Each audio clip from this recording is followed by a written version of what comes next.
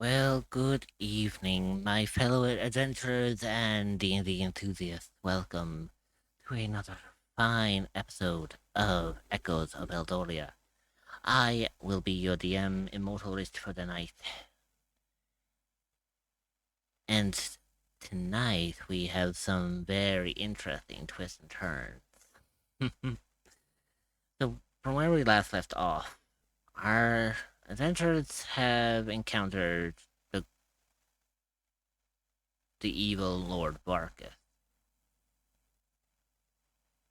What was supposed to be a grueling endeavor of conflict and bloodshed ended with a whisper and a whim as Lord Varkas was sent off to Avernus by the means of Theocles.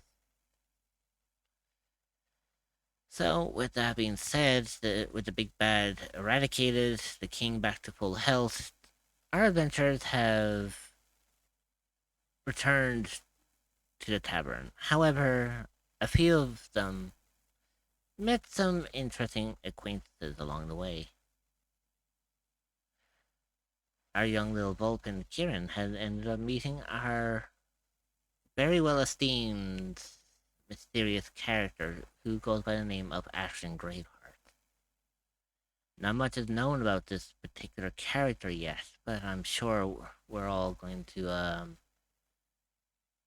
find it fascinating about where their story fits into all of this. But without further ado, I think it's fair that we set things in motion. Let's bring on our adventurers.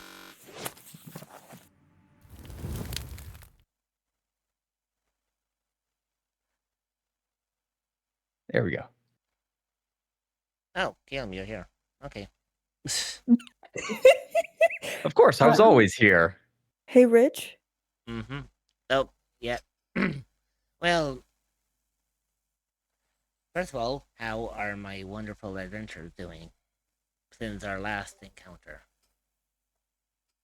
Fantastic. It would be great like if there was him. music.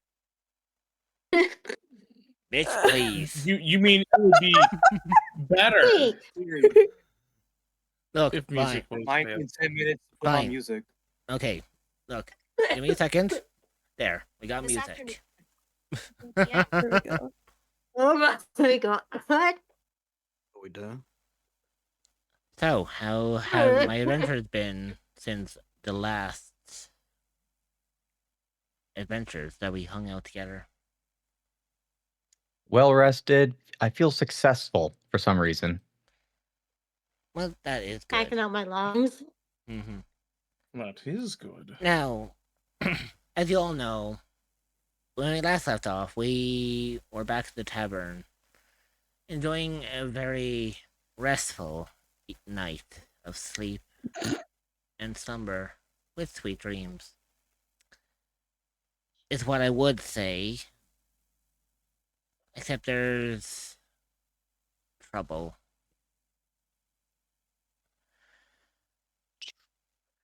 We start tonight's session with a sequence. It begins in a forest.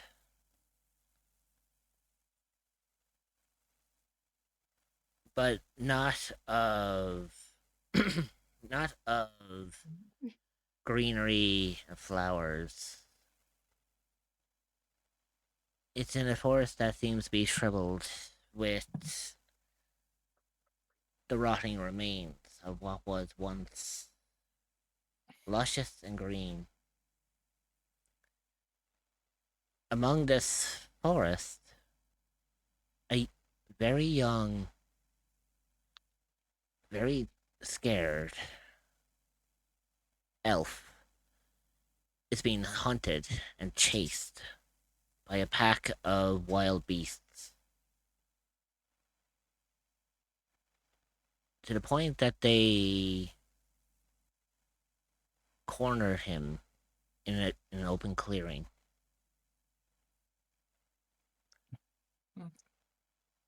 Adrian, care to describe what you see. All right. Yeah, as you said, a young elf with long, white hair has been running around. He's been chased by shadowy, dark, hurt creatures with eyes of red. Hmm. Let's see. Panicked. Uh, uh, as the forest seems to be also dying all around him.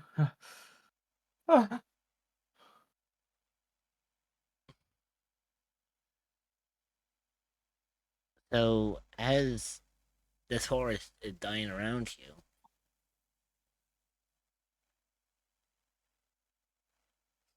you seem to be have been chased into this clearing. However, you are now cornered in this clearing as these shadow type creatures, these beasts that you have described, begin to circle you as if the pack is getting ready to pounce on the prey.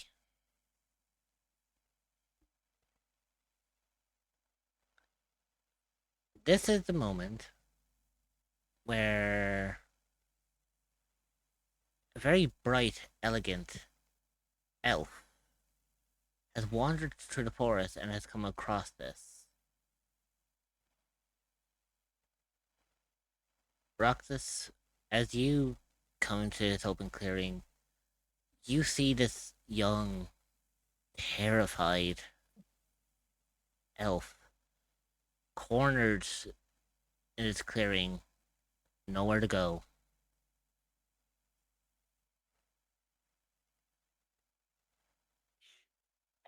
You can tell exactly who this elf is. As you gaze upon the young Adrian, at that brief moment, one of the beasts turns to you. Dark, crimson, glowing eyes are aimed at you.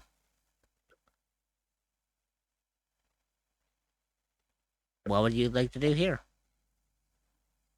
How old am I? Am I the same age You would be about the as same I am right age. now?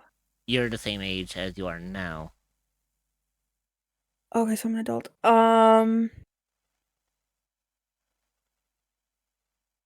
I think Roxas seeing this angry, you said was a wolf or Um, just a shadow? it's a shadowy creature. Now, if you want, you can roll a nature check to see if you can figure out its shape of what type of creature this is. I'll do that. I don't fucking know. I rolled a 10.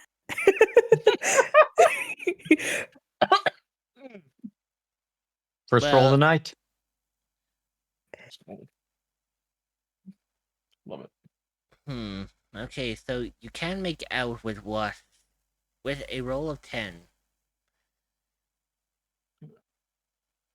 You can tell that this is animal-like, but because it's a quadruped, a lot of creatures that you know are quadrupeds. So distinguishing what type of animal this shadowy creature has taken makes it more difficult for you to comprehend and figure out like what it is. Mm-hmm. Okay, I think upon seeing this creature, seeing Adrian is afraid, knowing who this person is, I think the first thing Rox is gonna do is gonna yell at this creature and Oh, say, What are you? Okay. We are the hunt. We are the primal. I'm sorry, what did you say? Basically, from what I picked up on that, Oh, did it It- not it- go through? no, it did, but it was very difficult to comprehend. I believe he said, "We are the We are the hunt. primal. We are the primal." She doesn't have any weapons on her, correct? Since this is a dream sequence, I'll allow you to have weapons, since you are in a forest. So usually in your dreamscapes, when you're in the forest, you usually have like, you don't have like your legendary bow, but you have the bow that you always had for like years, even long before that you joined up with the party. Okay. You just I have your think standard longbow. just my standard long. That's it. That's the only weapon I have. Well, if you have like daggers or anything like that, anything that you had like at the beginning is what you would have in this dreamscape. Okay, I think in this instance, she would take out a short sword to Okay. country bear leaf. And she will try to run at this thing to get to Adrian. And as she's running, she's taking out the sword that she uses to practice when she can on her free time Okay. and make her way over to Adrian and slashing whatever creatures could get in her way. So right now there is one creature standing between you and Adrian. If you want to hit it, I'm going to want you to make an attack roll for me. Got it.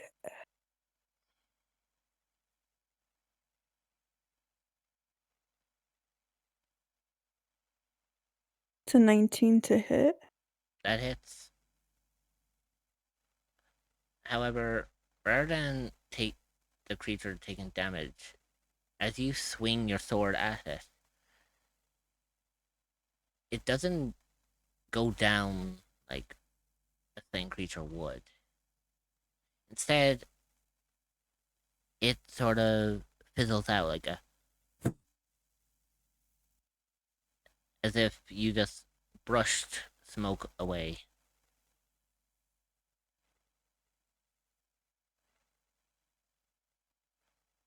So now there is a clearing between you and Adrian now. Despite the fact that there are the other primals circling Adrian. Which in this case, if you're heading towards Adrian now, it also means that they're circling you too.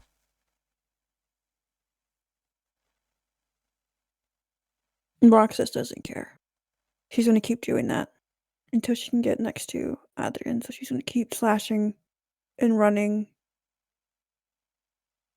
At this point, you would actually be right beside Adrian. Oh. But I slashed no, like Ah! I said, there was one shadow creature that was in between you and Adrian, and you slashed that, and it dissipated.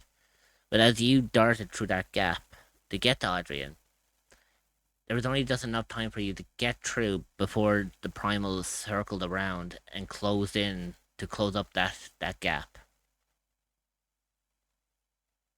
So now you Okay. and Adrian are in the center of these primals.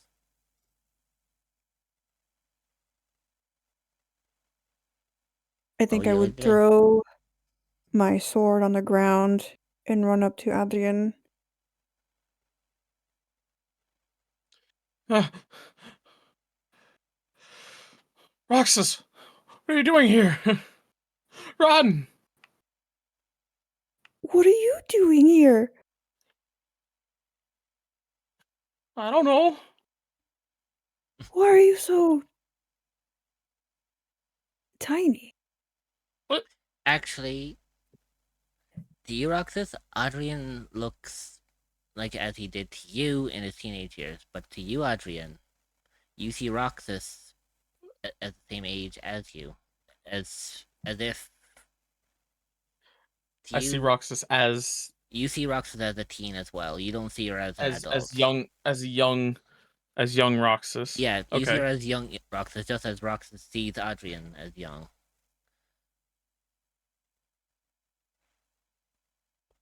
Because remember, this is technically your dreamscape too. So your dreamscape is shaped as how you see it. Okay. Oh, what are you talking about? You're the small one. Doesn't matter. How did you end up like this? What is this? I don't know. I don't know. As Adrian shows truth here, you notice that the pack begins to close in a little closer, as if sharks closing in on the prey.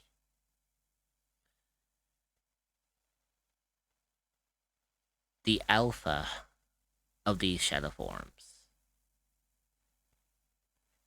will look directly at both you, Roxas, and Adrian. And with their fearsome voice, they say,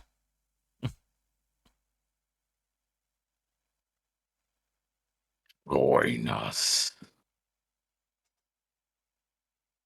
Adrian. It's time for the hunt.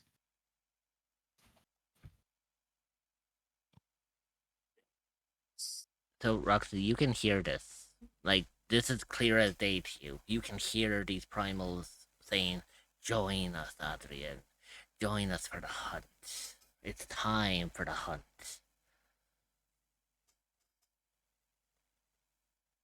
I think after hearing that, she's gonna pick up the sword she threw on the ground and get in front of Adrian and hold it up. And she's angry. You see her eyes are glowing. And she's ready. She's ready to kill these things that are after him. Roxas, I want you to make me an intimidation check. Just, Oh no. just to let you know, the DC for this is 14. Because you're not just dealing with the alpha, you're dealing with the pack. Well, here's the thing. She did not intimidate them. She got a 4. Oh. The alpha is going to just stare at you, Roxas. And they are going to bellow out.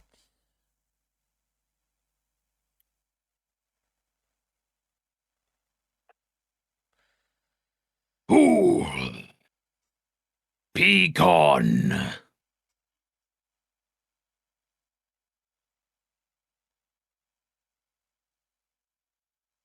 You cannot protect him.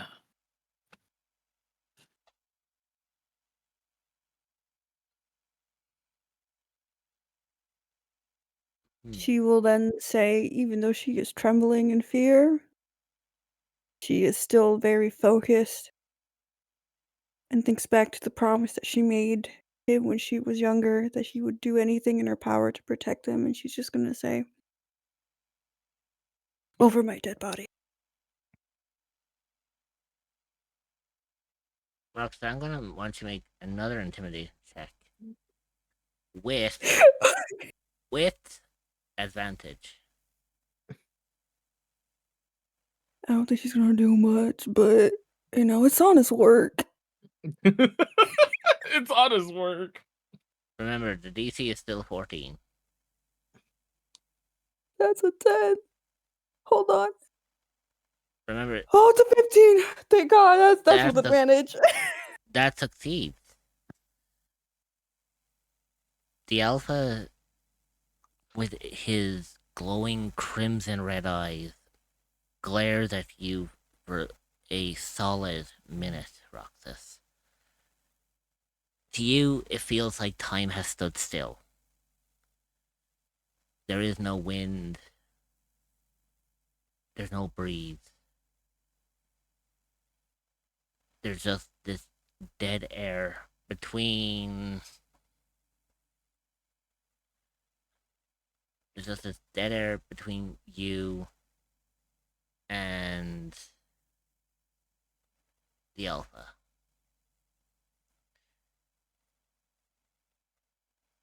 As the stare down continues, as you bellow out the words, "Over my dead body," your golden eyes begin to glow ever brighter. This is enough to make the Alpha back up, to step away. And as you have your sword in hand, eyes glowing golden as the sun, the Alpha stares to the pack, and the pack dissipates, leaving just the Alpha staring you and Adrian down. We will return. We've got all the time in the world. And with that, the Alpha dissipates with the rest of the pack. As the shadow creatures disappear, the once dead forest suddenly lights back up. Trees have regained their leaves, flowers are blossoming around you, the grass has grown back to its luscious green state. And in this newly rejuvenated clearing are two elves, Adrian and Roxas.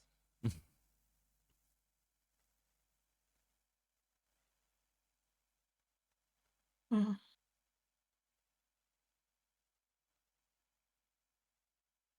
you okay?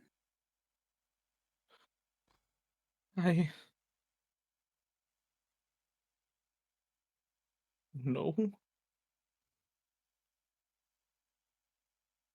What did you do? I woke up in the forest.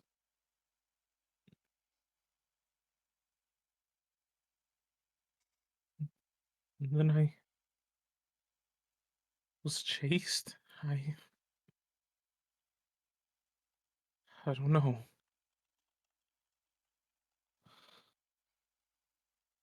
How did you end up in the forest?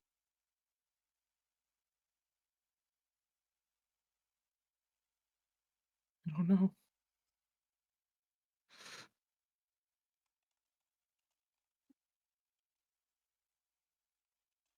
I think she'll drop down, toss her sword aside, and give him a hug. It's okay. You're okay now. As you. What if, Oh, there you go. what if they come back?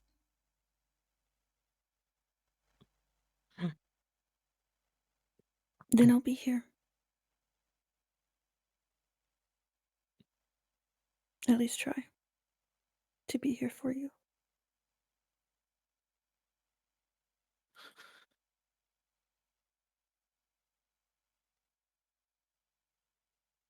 As you embrace Adrian, in a warm hug, Roxas.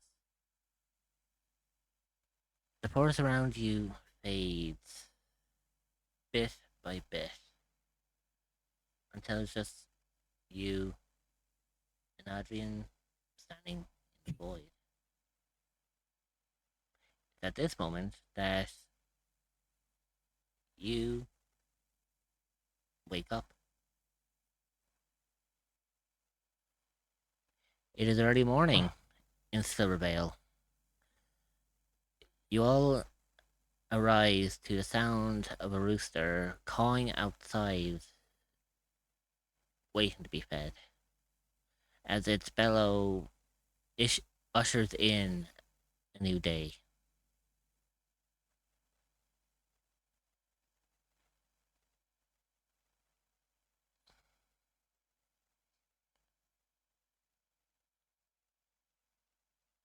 What would Hello. Your mic cut out? Your mic Yeah. cut out. No, sorry, I forgot that I actually still have the Yeah. I forgot to Yeah, drop. we can't exactly do so until you start it. No, it's the fact that Oh I no, have- it's already Something like started. that It's already- anyway. Well, It- no, it- no. it That's already me started. saying your DM is not currently hosting a You have to session. refresh it. You have to refresh it. Like, normally we're all a refresh. What the fuck it? Oh yeah, don't forget your music. Oh my My god. music's been playing this I'm entire joking, I'm time. joking. I know, Yeah. I know. Motherfucker. Right. That's it. That's the session. See you next week, guys. Now, God damn it! You see what I did? We only needed one reminder. There we go. One reminder from each of us, right? No, I just need a reminder. One reminder in general, motherfuckers. Ay. So Okay, so I think. Oh, go ahead. yeah, as the rooster caws, you all wake up and you feel rejuvenated. After a nice long rest, that is basically how it is described. Is you literally had a long rest, so you get any perks back from a long rest from this?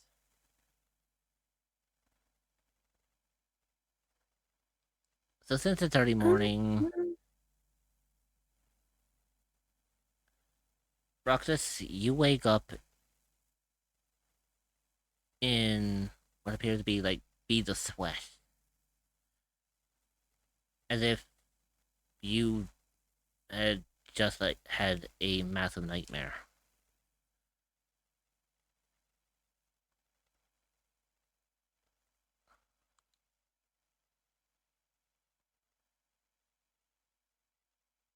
She wakes up in this cold sweat. She feels her face. There are tears coming down from that nightmare. She's going to rush out of bed, Okay. pick up a sword that she has in one of the corners of her room. she sleeps loaded. Roxas So- ain't playing, guys. So I would imagine that when you rest, your sword, you always like pack your sword like here, like you Oh, lean yeah. you lean up against the wall right next to your bow and arrow, or your Mhm. bow and quiver. Yes. Any of her weapons are always close to her and within reach. She's going to grab it and she's going to run. Run out and try to basically ram Adrian's door. She Oh, doesn't even jeez. bother opening Just it. Just gonna shoulder check the door. Yes. Jesus Christ. I'm going to need you to make a strength check for me, or Why Yeah, must you strength. be so not strong? Okay. because You're doing great. You're doing great. You're essentially ramming a wooden a solid wooden door, which, by the way, is bolted and also has hinges. So you got a lot to What's the go again. DC? The DC was 15. She hurt herself in the process. She got a 12. Bounces out the door. Oh, shit. Hmm. As you charge at this door, the typical sound can be heard, and this is enough. This was enough to alert everyone in the vicinity of this door to what just happened. So, Fairness, Calum, Kieran, you all heard this bang on a door. And I swear to fucking God. Yeah. Fairness, as Don't forget you your music. motherfucker, I swear to God, I will send you to a burner. Sorry, my last time.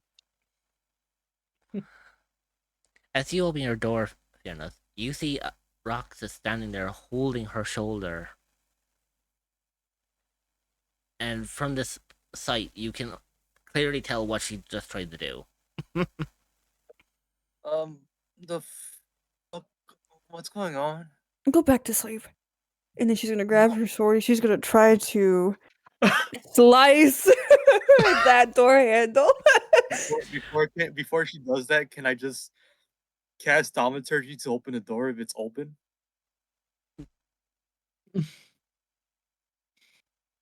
The door wouldn't.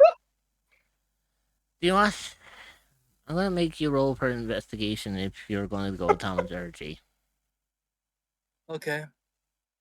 I'm rolling investigation. A 4. You believe Nice. you believe the door is locked. Door's locked. No, duh, Fiernos. She was left. Oh! Can you just okay? Is Adrian okay? She's just going to slash this door handle. For that? Okay, so here's how this is gonna work. Roxas, I'm going to need you to make an attack roll on this door. At the same time, Kieran, you are just coming around this corner and you are just seeing. Oh, I saw that. With a roll of 16. Okay. With Yeah. a roll of 16, you are like hammering at this door. Like you were just like going ham on it. At this point, Karen, you're coming around the corner. You're just seeing Rox like trying to bust this door down with her sword. You think that she's completely lost it. She has. You don't know. Roxas, You don't know what has gone over her. You've never seen Roxas this psyched out. Even at the same time as you come around the corner, Kieran, Caleb, you are coming out of your room at the same time because you also heard this bang. And at the same time as Kieran is seeing this, you are seeing Roxas hammering on this door, trying to gain an entry. Oh wow. No, it's another noisy morning. At least You I'm mind begin keeping? at the time. Did you say something?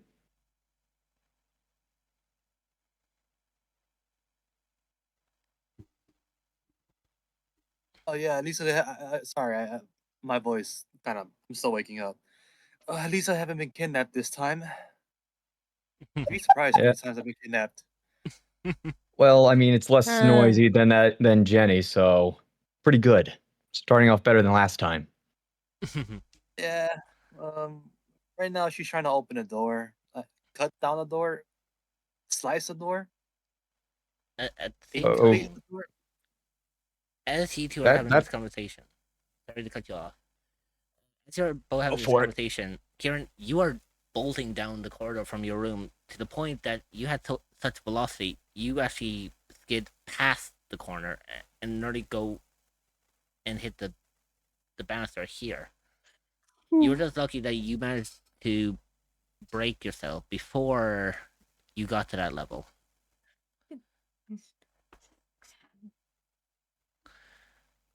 So from there, now you can scoot back over,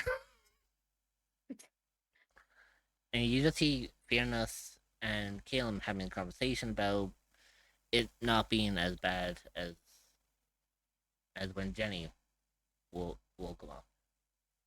However, you can also see that Roxanne is hammering on this fucking door. You think she's completely lost it. And if one time I got kidnapped by a bunch of orcs, we all had a party, ironically. Well, I mean, it sounds like it was a really good party. You know, the hangover doesn't sound too bad itself. Orcs do know how to party. That's true. She's trying to open a door. Oh, hey, Kieran. Yeah, apparently this is what we're doing. Every morning there's a panic Break a door. and breaking doors down for some reason. By any chance, We're gonna have to Alright. have them swap to beaded curtains at this rate. Oh my god. by any chance, Adrian, I'm just going to. Sorry, go on, Caleb.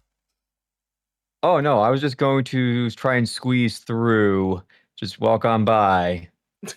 It's one of those shuffles. It's one of those shuffles. I'm trying to make myself as thin as possible just to get past. It's like I'm not touching anybody here. I don't want to. I'm not imposing on anyone. I am going to want you to make an athletics check for me here, because I was kind of hoping that. I was hoping, kind of. Yeah, because Or maybe an remember, Roxas is acrobatic. hammering on this door. Like well, it could be acrobatics if you want to add flair to it. Like if you want to like somersault over her. Oh no, we're doing athletics. We're doing athletics. What? You don't want to use the. You just say excuse me and I'll just back off. You can walk through. Nope, I got a 9. Bring it on. Get caught in the backswing. Whack! So as you're trying to get past Roxas, Right about there. as she is hammering on this door, her sword catches your shoulder. However, because of the plating on your shoulder, for a brief moment, Roxy, you just hear a behind you. She doesn't pay it no mind. She pays it no mind. She's too focused. Wow. Like this. By any chance, Adrian, are you fully aware of what's going on? Like, are you also awake, or are you like still in a dreamscape? Kind of like a dream state. You know what? Let's see. Let's see. I feel like. Okay. Thinking. Adrian would be he coming to who right about now. So he. Yeah, Go ahead. as you're coming to, you are hearing.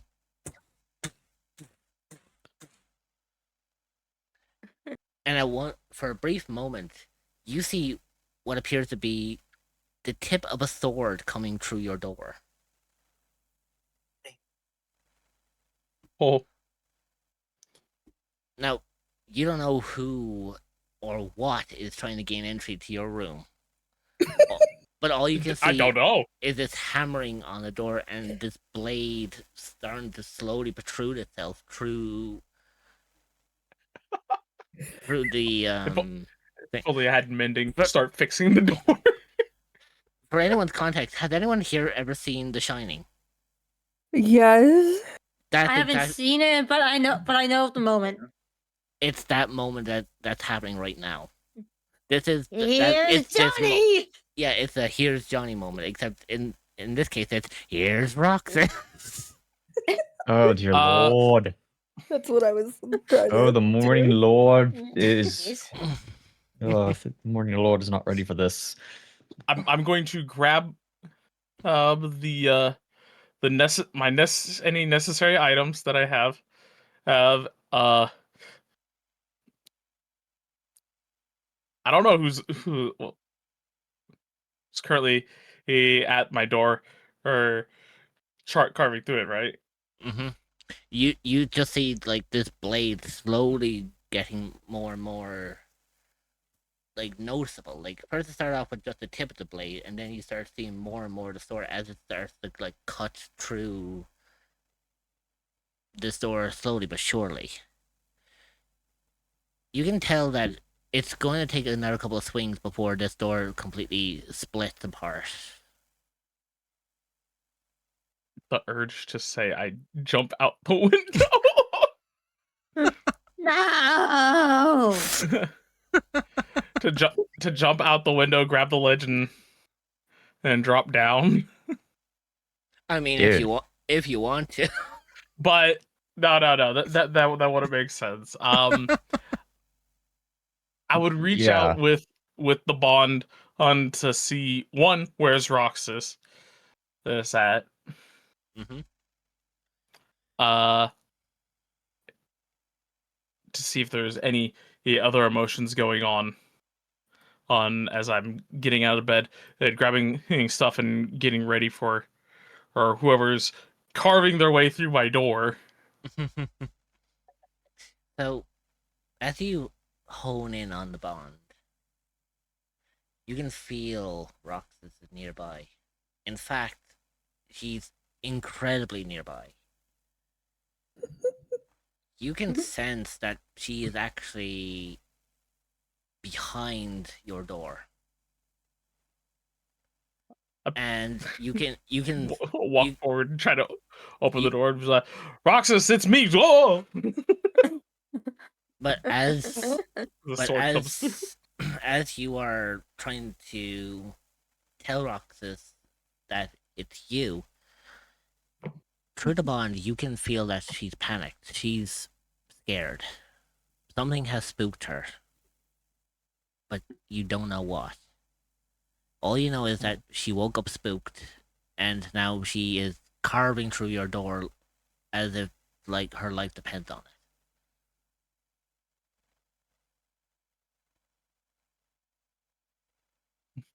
Roxas? Hello? I think she's so much in her emotion right now, given that she didn't even feel the fact that her sword hit Caleb's shield or armor. She's still trying to open this door. Okay. Okay. So, Roxas, I need you to make an attack roll. Adrian, I need you to make a dexterity. A dexterity save? Yeah. Okay. Because remember, Just in case. Roxas is hammering at this door. Oh.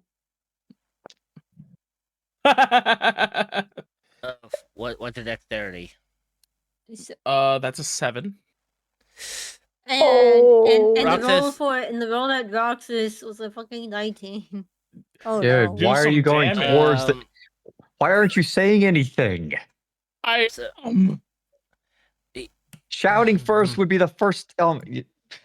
This is great. I love it. Well, he is shouting. The funny thing is, he is shouting, but Roxas is Just so. can't hear it. Her thoughts are so clouded right now. She can't hear anyone right now. She's just dead focused on trying to get into Adrian's room. And at this point, Roxas, as you are hammering at this door, the door gives way. And as it gives way, your sword still contains momentum.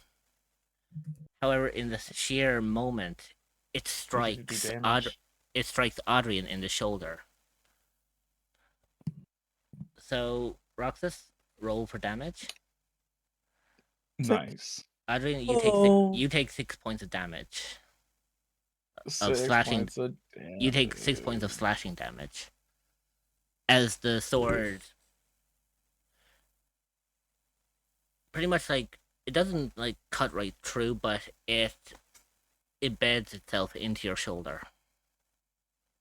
Ah!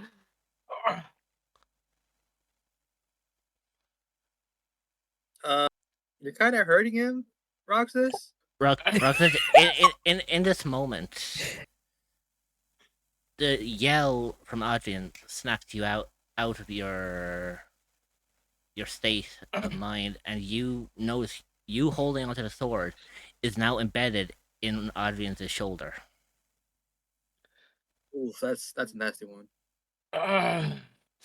As you I know think- that it is beginning like to bleed. I think he's gonna reach with his other arm and just sort of grab Roxas, pull her into a hug, and just be like, "Why are you cutting through my door?" I think at this point she breaks down crying. Given that she just saw herself clouded of mind, and the next thing she sees is her sword in his shoulder, she's just gonna break down crying. No words are spoken.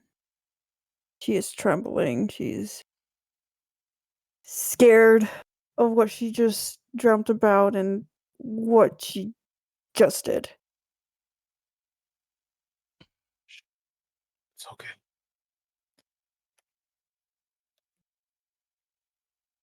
It's okay.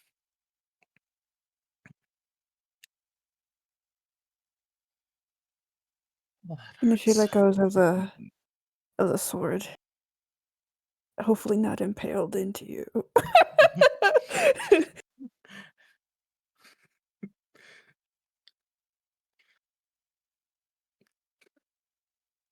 And then she kind of as Oh, you go are ahead. as you are embracing, Karen, you can hear footsteps coming up the stairs. Give me 2 seconds there. Let me just change this. Guys, we're gonna get thrown out of this. Abigail. Yep. Established. You come up. As you turn around, Kieran, you notice Abigail coming up the stairs. What in heavens is going on up here?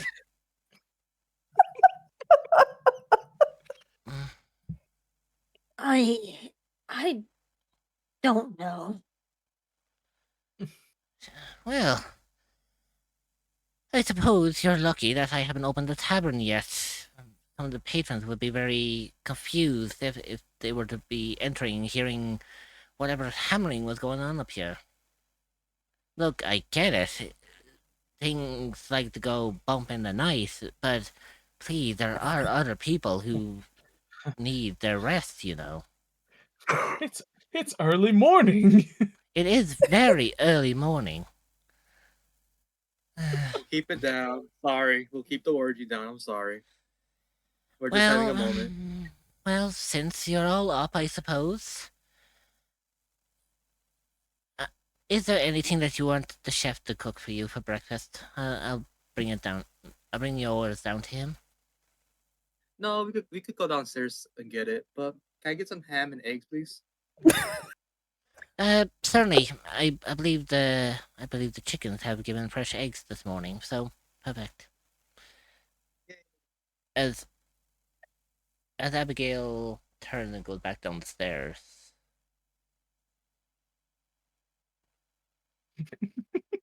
Are you guys okay? Cause what the fuck is going on? Not excuse my language. And Karen is just gonna look over to Roxas like just thinking, what in the fuck?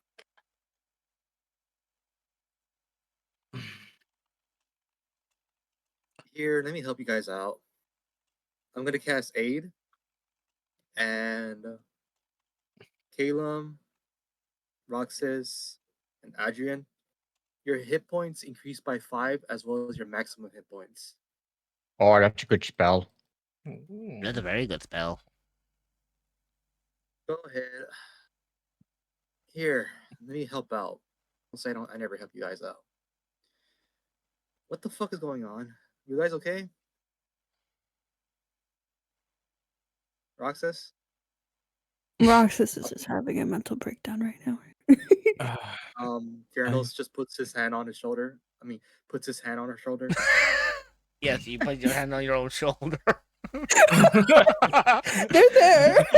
There, It's okay, Fearless. me. There, Fearless. It'll all be fine soon. Do you want me to give you? Do you want me to give you? Do you want to give us some? Do you want me? Do you want us to give you some privacy? That would probably be for the best. I'll don't worry. I got it. All right, come on, get him, let's go. I'm hungry.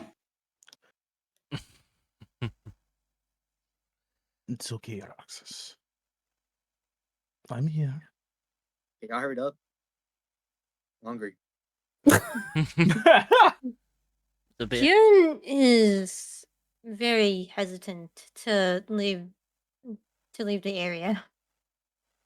I'm casting message on both y'all. I'm whispering to y'all. Hurry up. Give them some privacy.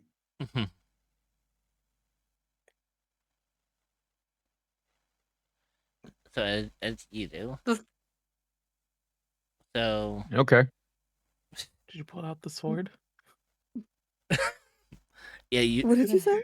Did you pull out the sword? Is it still Yeah. in my shoulder? Oh, okay. Yeah, so Evidence. so before Roxas Went...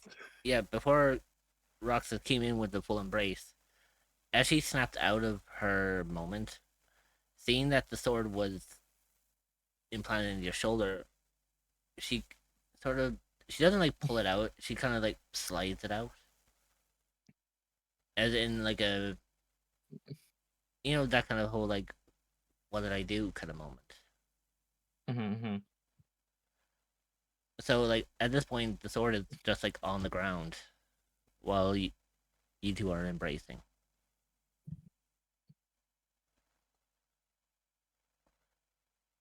Okay.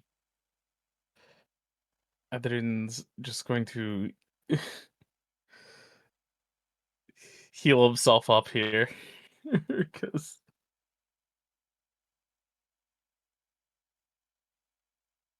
Okay. He's going to heal himself back to full. I think Fionnual's healed you. Fiona's casted Aid, which increased okay. our max HP and our current HP Yeah, by 5. but But it didn't heal. It doesn't heal. It just increases the max HP. Gotcha. We have to help you out. Right? It's a good spell though. It is a good spell. It's kind of healing.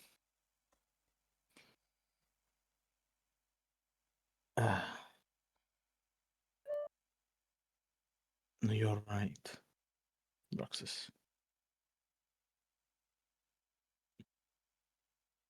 No.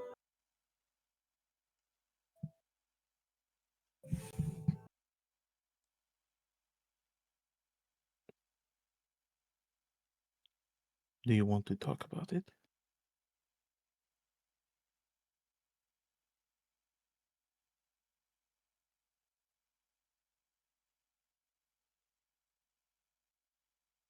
She's still shaking and crying a little bit. Hmm.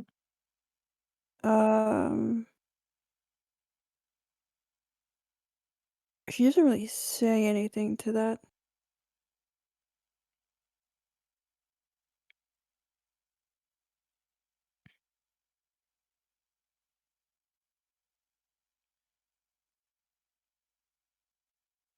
If it helps. I mean, Adrian asked if you want to talk about it. It takes you a moment to try to find the words as to how to explain this without sounding crazy. Mm-hmm. In the end, you explain the dream that you had to Adrian. You tell him everything that has happened. You tell him everything that has went on, and what led to this moment.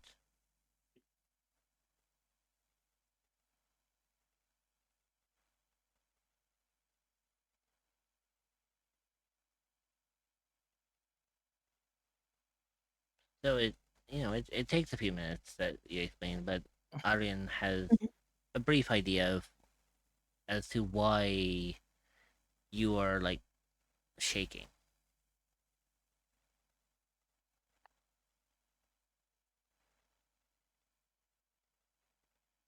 It's okay. I am here. Nothing is going to take me away.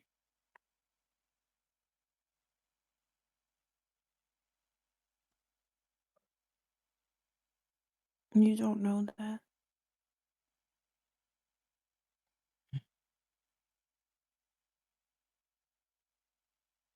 I don't.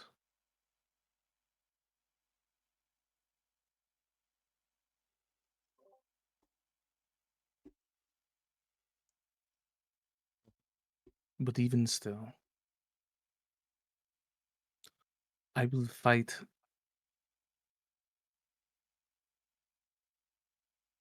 And I can protect myself.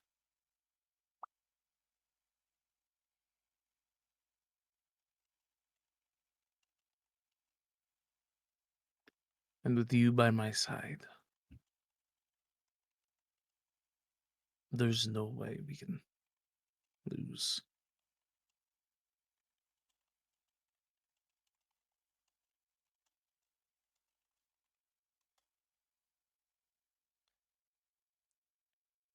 As the two of you embrace, you both hear what appears to be a fizzling and crackling coming from next door, followed by a as a reddish glow appears from underneath Theocles' door.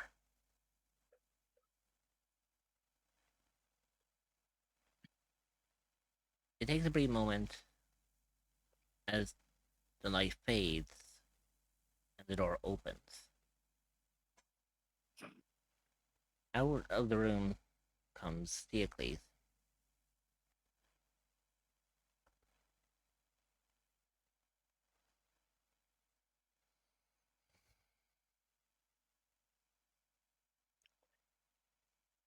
So, Uh, Theocles, care to describe how you look right now? As you Sorry, I was have. waiting for you to finish. I didn't want to Oh talk no, it's over you no, it's while you fine. would. So at this point, you're standing in the hallway. How would you Yeah. describe how you look right now? Because you did just come back from Avernus, so describe how Roxas and Adrian see you. No less war torn than the last time they saw him after he came out of the portal of Avernus. Blood from the demons that he had scorned from last time still placed all over his body. His gruff kind of look to him. He looks up at both of them, and I guess a nonchalance and just walks by them. No words, just meh. Yes, it's like more it's another day at the office. Like, yeah, don't want to fucking talk. yeah. Like he sees two and two, and he's just like, whatever. Well, I guess per Theocles, it's just like it's a fucking Monday morning. Fucking hell. So as you came back from Avernus, you can see it's daybreak. So you came back at the crack of dawn. Now you have no idea like what just happened between these two. You just see these two like in an embrace, and you would imagine from what you just described, you're just like Fuck it, I'm hungry. I'm getting food. And you just like walk past and not even utter a word, leaving these two at it. Yeah. Hang on.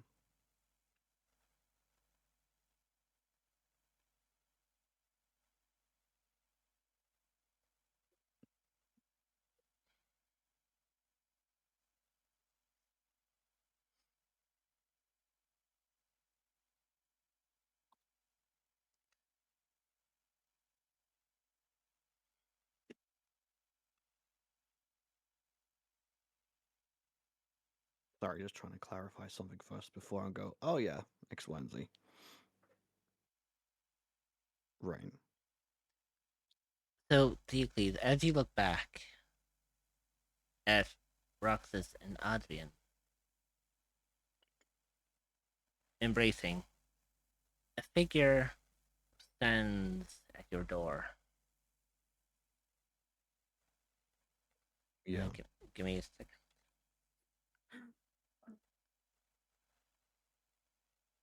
Let's see if we can. Here we go. So as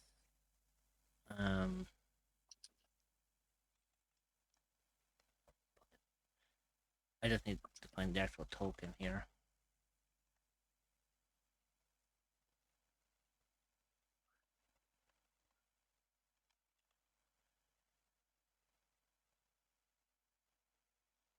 Yeah.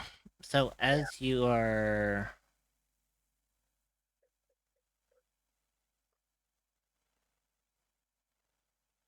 as you look back, a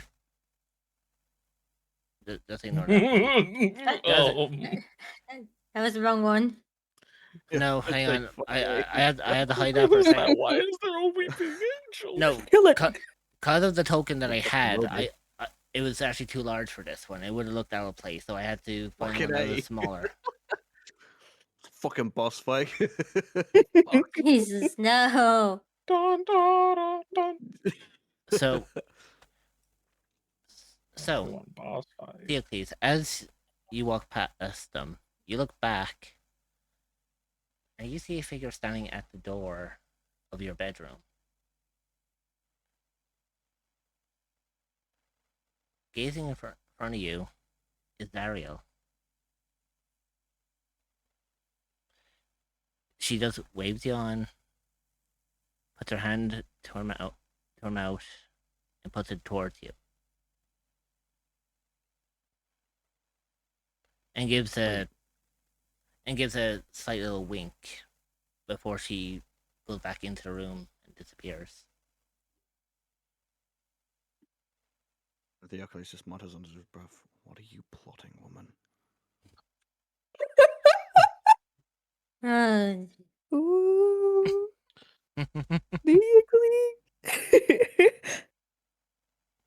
Theocles. Now, for Audrey and Roxas, you have no idea that for just a moment that Dario was just standing right there.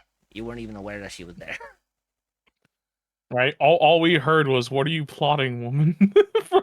We didn't hear that. He mumbled that. Yeah, So he couldn't he even mumbled hear that to that. himself. Yeah, he, So from where you're standing compared to Theocles, you wouldn't have heard It nothing. would have been funny Mhm. though. But yeah, okay. I hear everything. Jesus. Huh? Nani?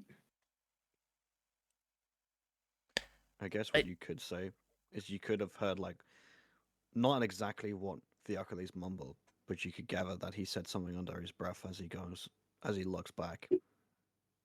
And if you've like not saw what he was looking at, but maybe kind of been like, the fuck is he staring at?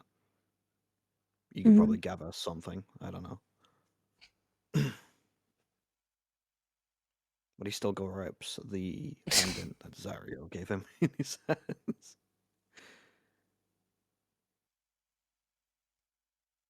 So it, and then obviously I imagine like the pendant is like just being worn on like around your neck. Yeah. Well, he had it in his hands at first because I guess in some ways he needs to do some weird like fucking shit Yeah. for the portal to do its thing, and then he puts it back on his neck. So Yeah. he still has like the necklace chain around his hand. Okay, But the so Achilles yes. is just like putting it around back his neck. He's like, this fucking thing hardly fits around my neck. Piece of shit. She didn't get it in my size. Pretty much. the reimagination of what she said. It's a fucking family heirloom. Look, I couldn't get it in a different size. You're just gonna have to fucking deal, alright? So as this all happens, you all head downstairs, and the smell of cooked food begins to waft up the stairs towards you. You can tell that fucking famished. you can tell that this chef has been working in the very early hours of the morning, trying to prep all this food for today. So the scent of the morning's breakfast menu begins to rise up the stairs. So as you all head down, for a brief moment, for Rox and Adrian, you are in a warm embrace. Until eventually the scent of the food catches up to ye as well.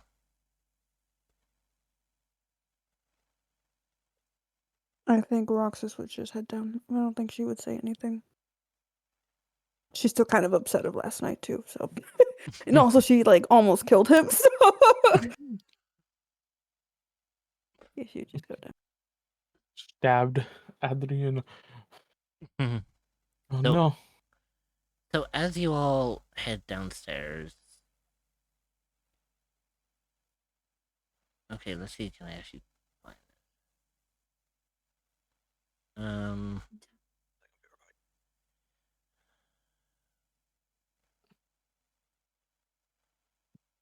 it? Here it is.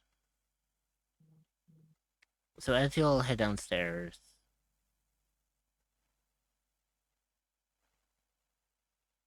you all I need to read. Hold on, I need to read, please. yeah. Typically, they'll allow you to place yourself wherever you want to in the tavern.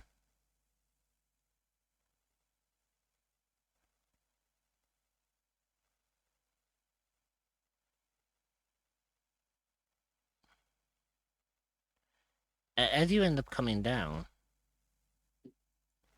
you're greeted with a familiar face. Well, a familiar face, except for you, Theocles. Sitting at one of the tables, you'll recognize that Ashrin has made her appearance in the tavern this morning. Sitting down with a fresh cup of coffee, food in front of her, just kind of taking a moment to herself. As she's drinking her coffee, she's also reading what appears to be a black book.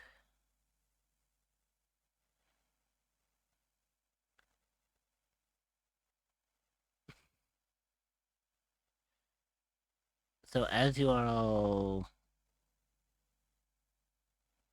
as you're all sitting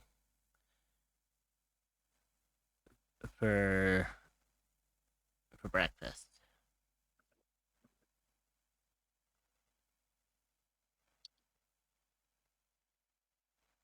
you hear the muttering of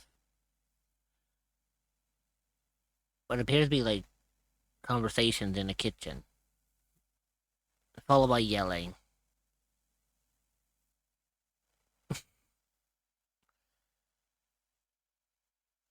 Abigail's gonna comes out through the door. Sorry about the noise, lovelies. There's been an incident in the kitchen. The chef's not let's just say the chefs isn't doing too well with their new apprentice. I'm sure we'll be right with you. As she goes through the swinging door again.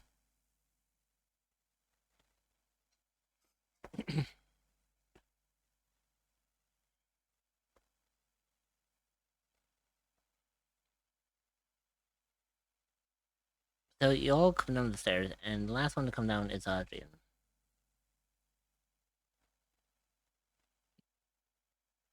Mhm.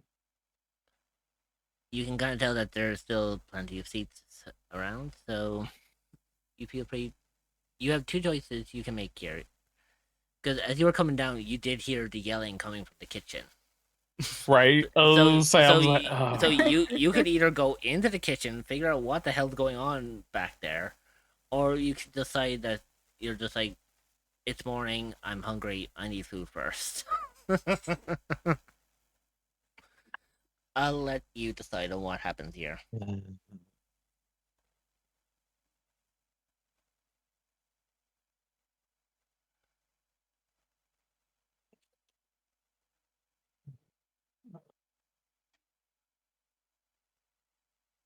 hmm.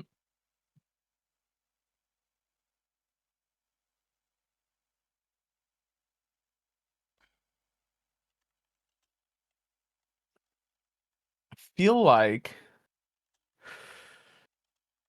he's got the urge to go into check on them, but doesn't say Abigail said that it's their main cook is working with his apprentice. So Adrian's going, no, I'm not going to get in the way. The boy needs to learn.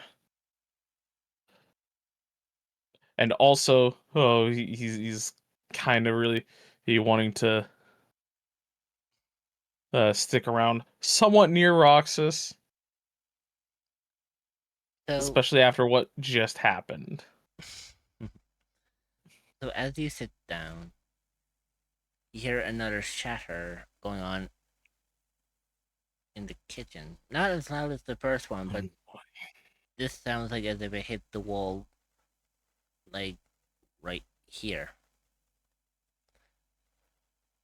And from where you're standing, Audrey, you can hear, "You incompetent little shit! What do you think you're doing putting that in with that mix? You realize you're going to poison everyone?"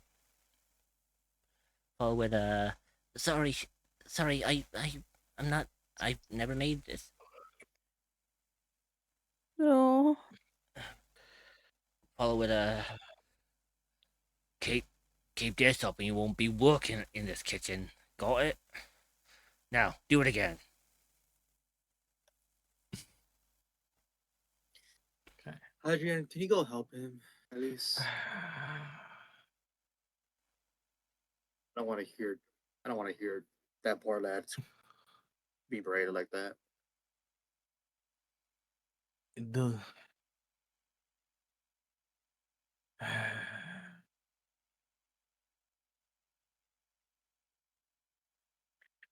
I Do it as a would favor. say though, yeah, hearing that he's like, Do it as a favor. maybe okay? a good idea to check on them. I think Roxas will look at you. Her face is emotionless. And she's just gonna say, "Go."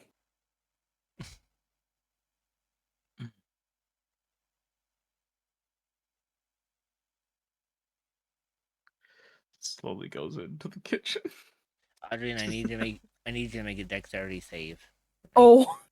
Oh my god. Damn, I'll say Another one? I'm a lab. You're getting beat up, dude. Dude, But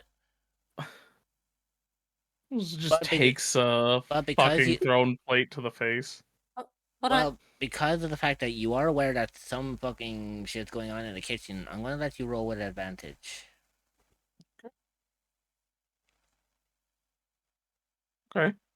Because you're not just walking in like normally, you're like cautiously coming in. Like you're aware that something's going on in here, and you're just like coming in slowly. But it's like you're prepared for like whatever the fuck happens here.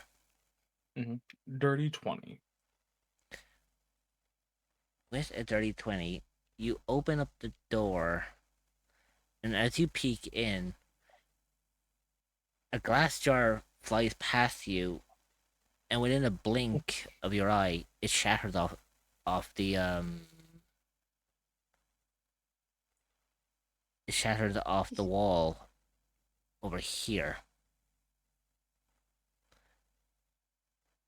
The chef is looking in your direction. Oh, Mr. Moonweaver. Oh, terribly sorry. I didn't realize that you were coming in here. As you can imagine, I am trying to. Oh, hang on.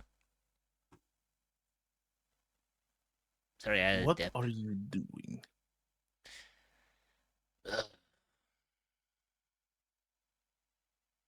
Give me 2 seconds. I was experiencing a connection issue on my end. My apologies geez. for everyone at home as well. I would say Adrian's not having a good day. He definitely looks Good morning. exactly. The day just started for Adrian. Yeah, The day started for Adrian. He got stabbed. he got stabbed and he looks like worse for wear. He's just tired. Hey. I got nicked. Okay. You can't do that with me. Fair. Well, you got nicked, but it didn't do any damage because with the tip that she was swinging, it wouldn't have hit your AC. It just hit off your shoulder. Yeah. But he don't know that. True. True. Caleb, Fredos looks at you.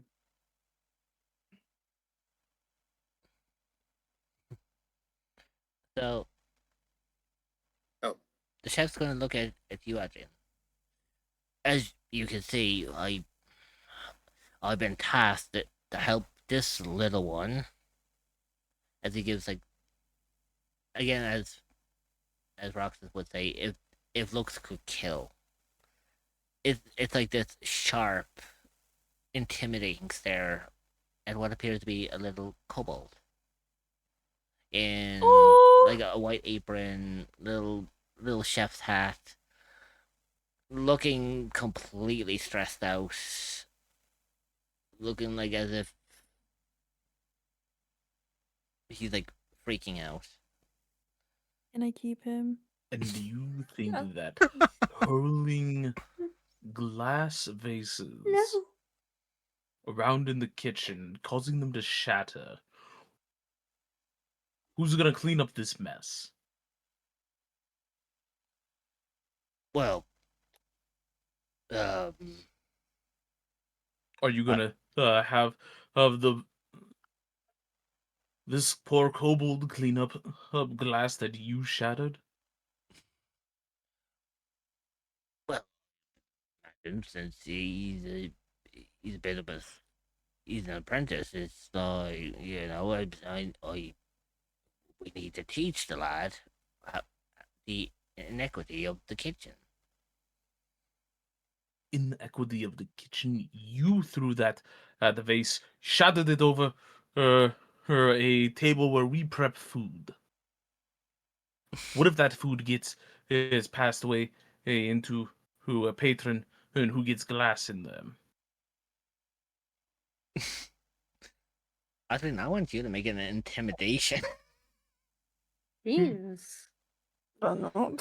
Adrian is not happy. No, like as you're like talking to the chef, you are like angrily telling him off. Like, and Good morning so far.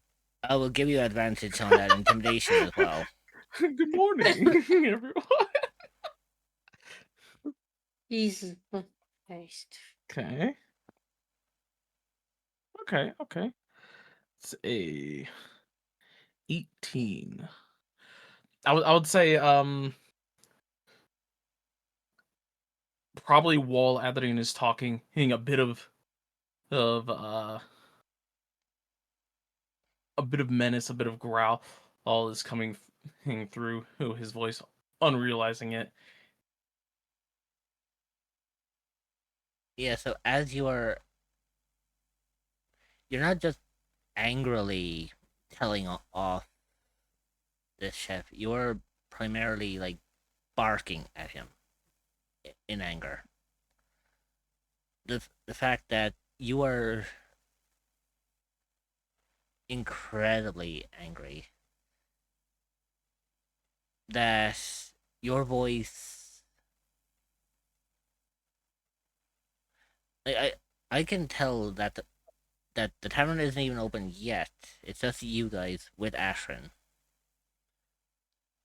But from everyone's perspective, they have never heard you this angry before. This is the first time they have ever seen you like upon boiling point of rage. However, Paroxys, as you are hearing Adrian yelling at this chef, you Ooh, hear she's gonna be pissed. you hear a very faint growl coming from Adrian. The same growl that you remember hearing from the Alpha Primal. I love this drama. This is turning out nicely. A premonition. The chef's going to look back to you, Adrian. You're right. I lost my temper. I shouldn't have given the lad a hard time. I'll make sure that the kitchen is cleaned up. I'll do it personally. You forgot your name. Go take a break. You need it. You've been working all morning. Little Kowal's just going to look up and be like, thank you, thank you, sir. As he, due to his size, he just kind of, he won't weasel his way, but he kind of scoots between your legs, Adrian. And Roxas, from your perspective, you just see a little kobold going. You just see a little kobold just dart out of here and run towards the front doors. And all you hear is the little pitter patter of his feet, like the little. That is adorable. Little tip taps of claws.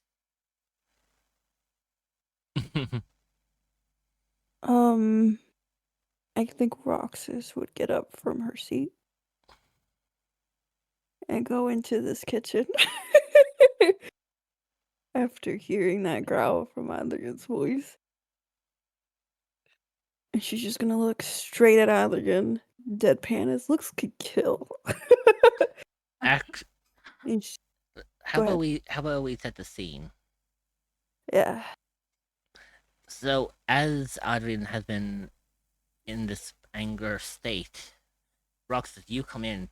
You see he has the chef pinned against the wall.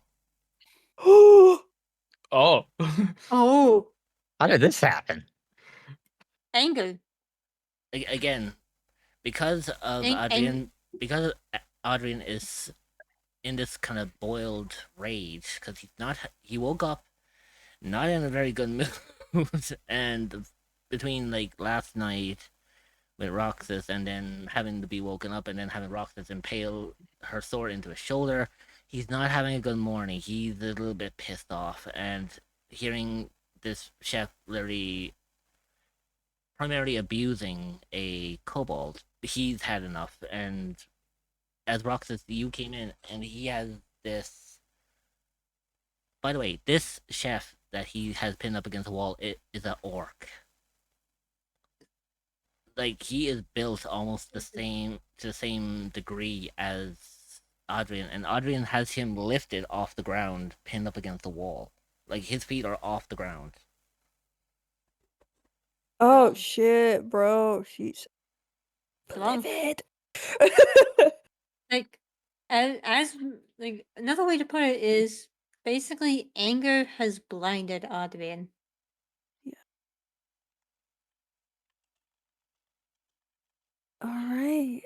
She sees this and she's just going to yell at Adrian. What in the hells is going on right now? What is wrong with you?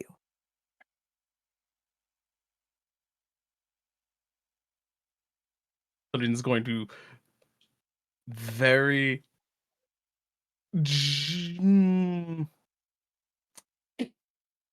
He's not gonna.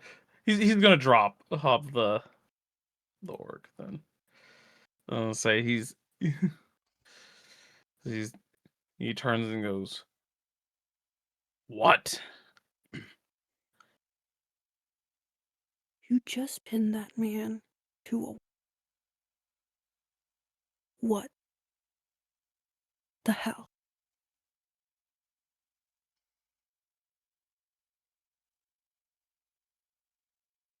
Don't take your anger out on him. He was abusing his staff.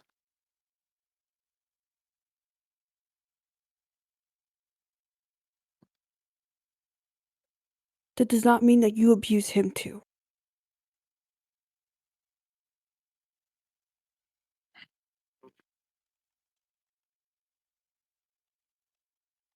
I'm Clean this sorry. up.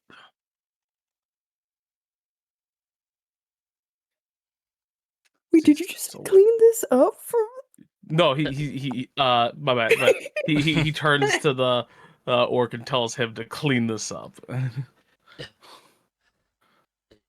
Right away. My apologies. As this chef gets up and rushes into the back to pick up a broom to begin cleaning up.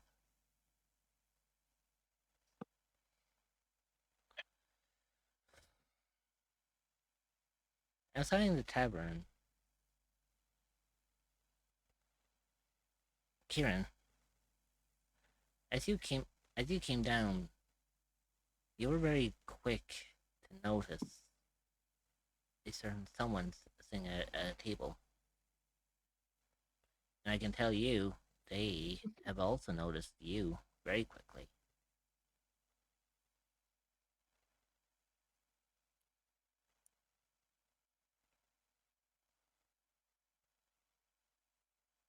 You go get that, Kieran? For a brief moment, as you are gazing towards Ashton's point of view, Ashton briefly looked up from her book and gives a simple wave, as in like say good morning, before her eyes focus back on her book. With her, you didn't notice at this point, however, no longer holding on to the coffee cup. Instead, you notice her moving her index finger on her right hand, and the spoon inside the coffee cup is stirring the coffee without her touching it.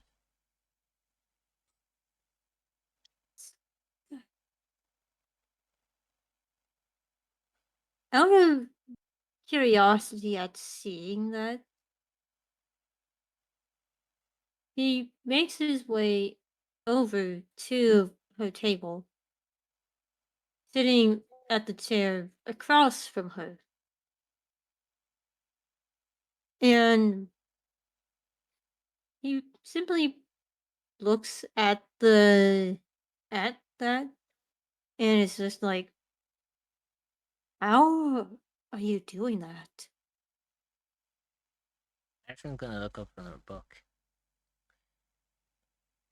With simple practice and determination, my dear boy. It takes years of practice. However, that's not why you're over here, is it? I can tell by the gleam in your eye that our little conversation that we had last night has piqued your interest. Oh,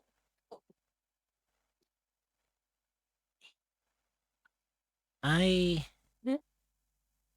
would like to see what you can do. As she slides over a, a little folded piece of paper to you.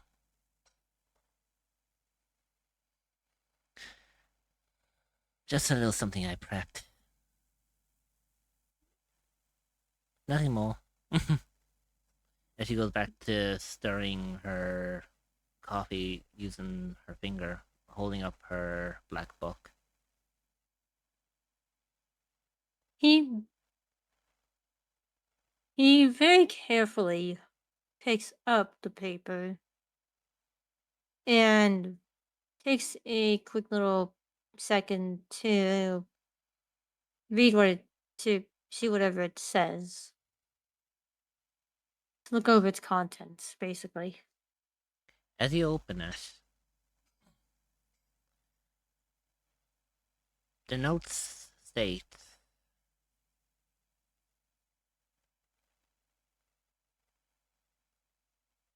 meet me on the far edge of town later tonight. I can teach you the ways of the warlock. I want to see your magic improve. And who knows, maybe I'll teach you a thing or two myself. Signed, Ashton Graveheart. And her signature is like that very fancy, like, script. He has Um, this like I'll put it in. Give me a second. I'll put it into a side chat for you guys. So,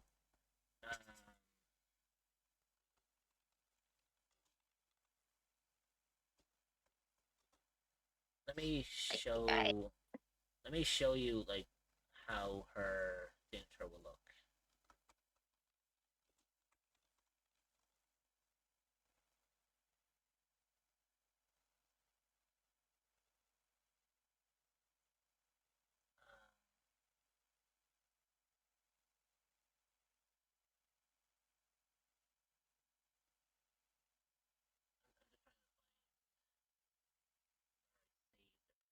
It actually made this pre-hand, so it takes me a second to find the script.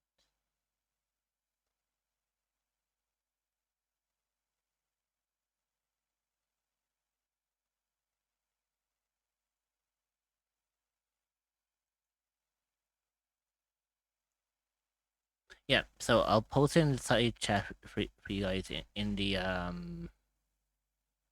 in for Discord. us in here. Yeah, so this is how she signed her name. That's pretty. Yeah, that's Ashton's thing.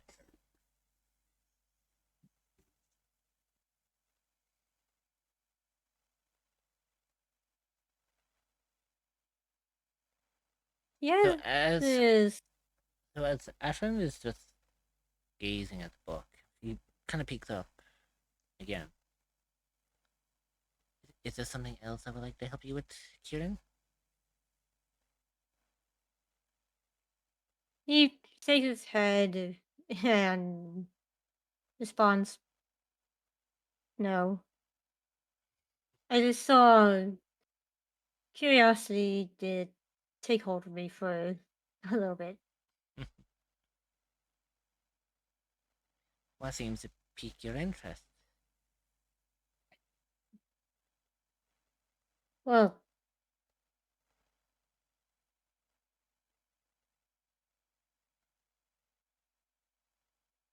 You my know, brain blue screen.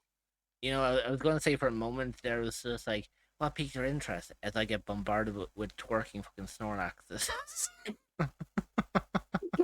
They're blue. And also, my brain decided to fucking blue screen. What's got your interest? Yeah, boom. Just fucking Windows XP error message. Boom. Jesus. Let me guess. But interested in the book I'm reading?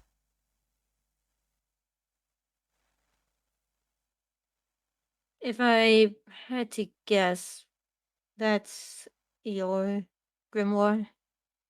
Oh, it's more than just my grimoire, my dear boy. This holds secrets that I have possessed over my long tenure as a warlock. Now, as she says that, she leaned in, mentioning it because she does see a tiefling over in over near the tavern stall, and she is wary of tieflings.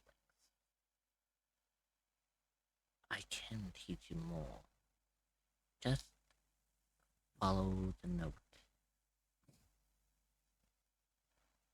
He gives a simple little nod and responds, I promise. And Hmm. with that, he heads back to the the counter. I struggled to think of the word for a second there.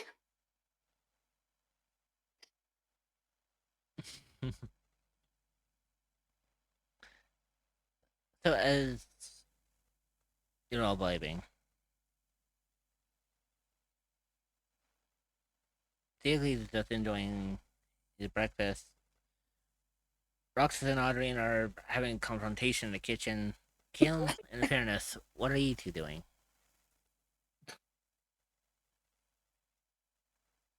Actually, I'm gonna have a conversation with Caleb as Fiernos.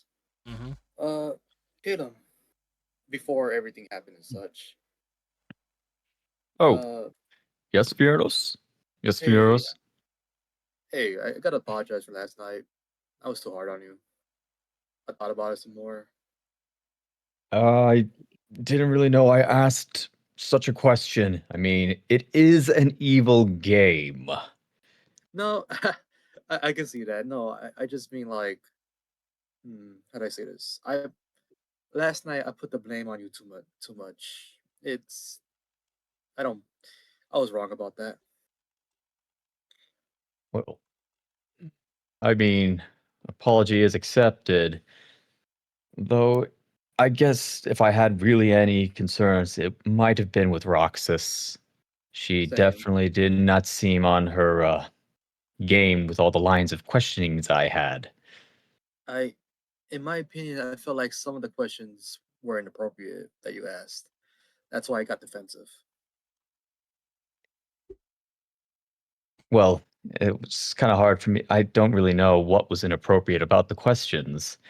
I mean, we just met each other, kind of figured you asked something a little bit superficial, you know. I get it. I I understand. Yeah, no, it's not like I was asking for any kink or anything like that. I see that. But no, yeah, just wanted to apologize about that because I not great at communication. Um, well, I mean, thank you very much. Wait, you're not apologizing because you saw I got nicked by Roxas earlier today, did you? Are No, you? no, no, no, no. No, I Uh, was surprised about that too. She's.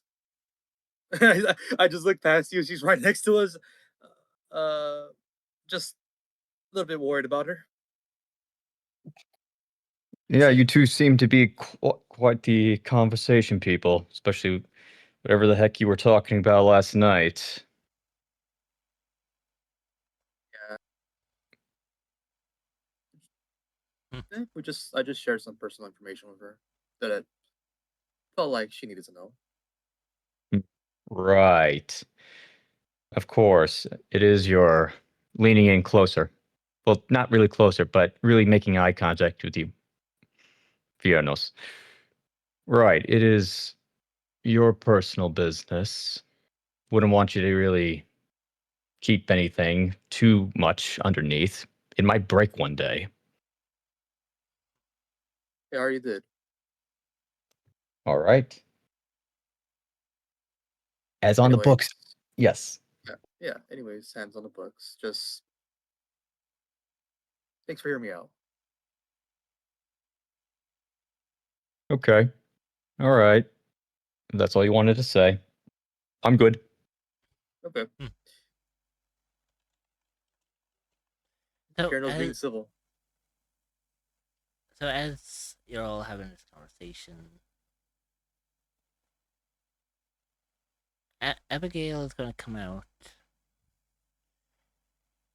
Everything okay for breakfast, my dears? Do you want to top up on coffee, food? What do you like?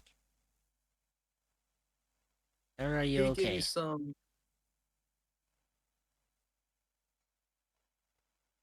some dwarven coffee? You know, the one with the Ah, whiskey. a man of culture, I see. Sure, give me a moment. You see her arm reach to one of the counter to grab one of the dwarven whiskeys, followed by a cup. You hear a lot of clattering from behind her, and she turns. She makes a full 180 around you. There you go. Nice dwarven coffee, fresh in the morning. Thank you. Anyone else need anything? Yes. Steak and eggs, please. Ah, And love. coffee. Certainly. I do believe we have that at the moment. I will go into the kitchen and see if it's ready. As she goes in, she takes a few minutes, obviously aware of what's going on in the kitchen, and she comes back out. Here you go. Careful, it's piping hot.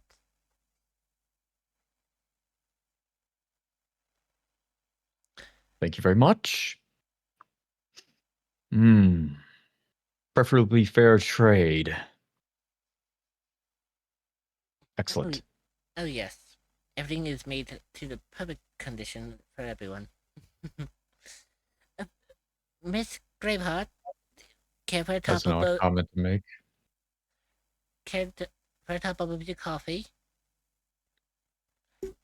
Ashton's just going to stare on over. It's okay, Miss Abigail. I think I'll just have this and I'll be on my way. But thank you for the offer. Radio? Well, I do believe it's about time that we open the tavern. I believe time has passed long enough that I think it's time to welcome in the other patrons for the day. As she opens up the little swinging door and unlatches both doors of the tavern and goes back around to the main inn. Right, perfect. Meanwhile, back in the kitchen, tension is still pretty high between you two. The chef has just come out and is beginning to clean the mess that was made from earlier. As he begins like brushing from one end of the kitchen to the other.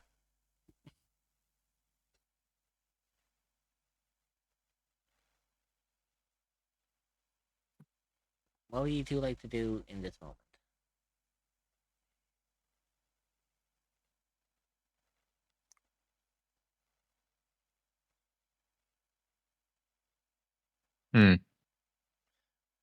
So also for comparisons, while Kieran was talking to Ashen, while Caleb and Fairness were talking to each other, this was also happening at the same time. So these are like different perspectives from the same moment. Okay. So this is basically so for Audrey and Roxy, this is literally where it picked up. This is where it picked up from the last time you were talking in the kitchen here. Okay. Just Okay. so it sets the scene a little bit better for you.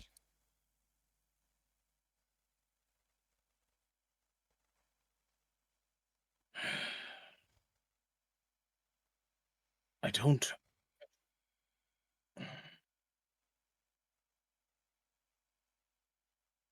I just felt so angry. And so you decided to pick this man up with one hand and pin him against the wall.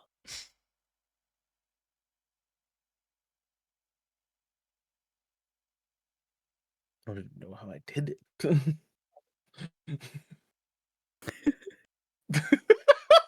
Yeah, for you, Adrian, you were just like in this blind rage that you didn't even realize that you did pick this orc up with just one hand. Mm-hmm. Like, you're used to like picking people up with both hands if you had to rough them up a little bit. But this is the first time that you've been told that you physically lifted someone with just one hand. Right. It doesn't happen often. Yeah, it does not happen all that often. This is new to you.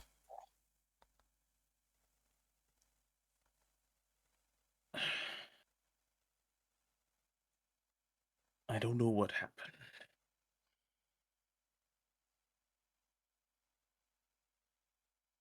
I just saw him and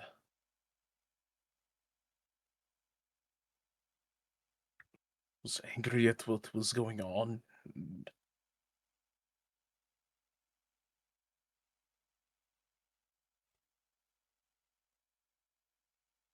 sort of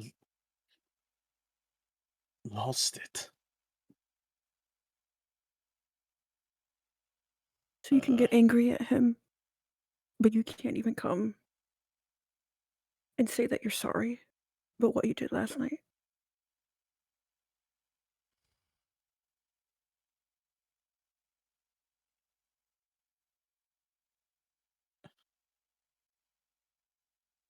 I'm sorry for hurting you. I didn't mean to. I was scared because I had a nightmare that you were involved in.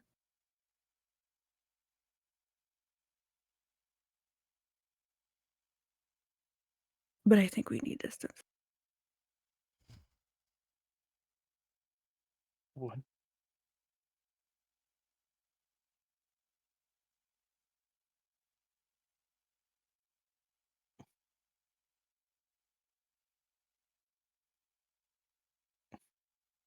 Roxas, what are you...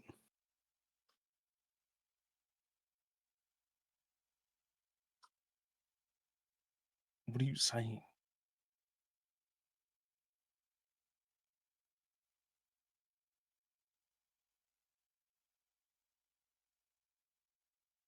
I've never seen you this upset before. And taking your anger out at someone?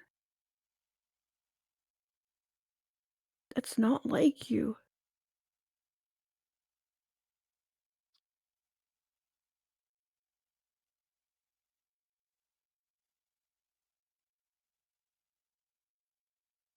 And so your solution is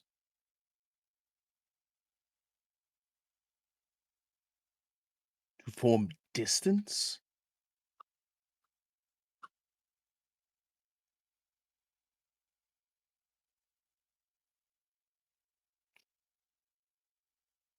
In the moment I think that you're in trouble, I go to you, but you can't even do the same.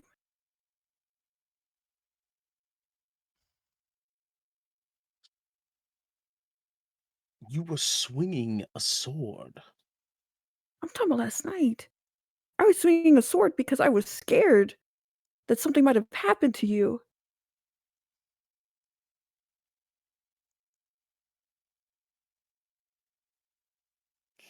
And I hurt you.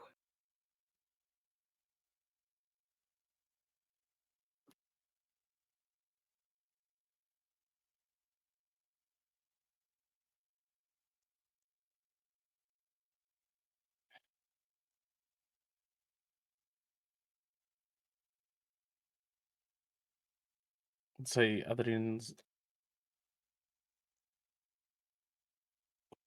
While upset, he's also looking a bit ashamed, and because of what Roxas is saying about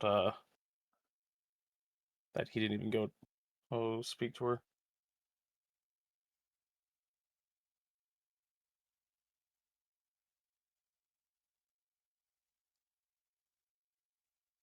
You were upset.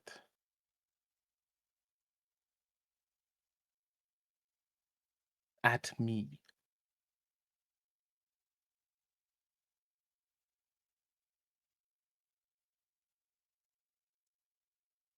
That doesn't mean that you don't go and try to talk to them. I do it all the time with.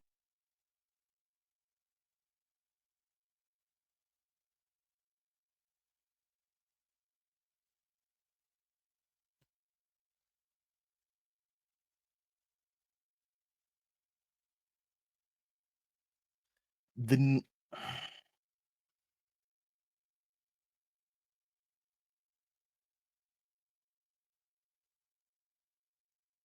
know, I just have to stay here just for 2 seconds. The music that's playing for the scene is fitting perfectly. Oh my god. I do that. It's so somber. It sounds like What? it's like sad. It's like damn.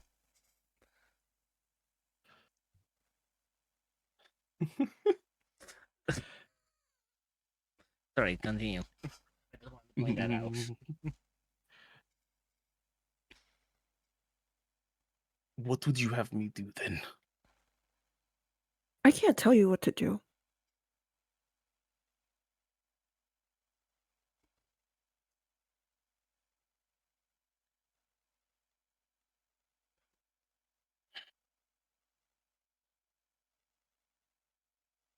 I mean, if you begin to hear Roxas saying, I can't tell you what to do, a familiar voice echoes in your mind. Is the voice of the Alpha Primal.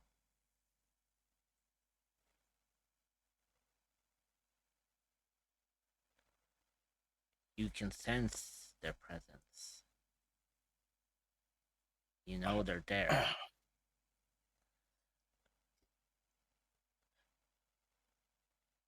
You just hear the same phrase over and over in your head.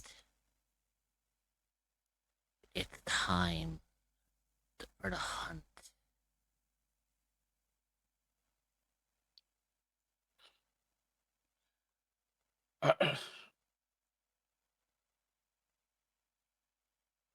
Probably say Adrian brings up his hand to his head, hearing that voice, maybe a little bit in pain. Roxy, you can see Adrian doing this.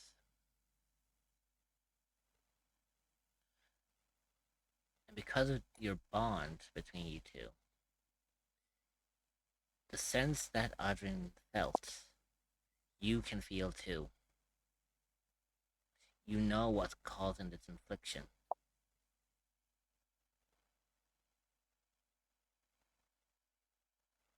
Something or someone is trying to drive a wedge between you two.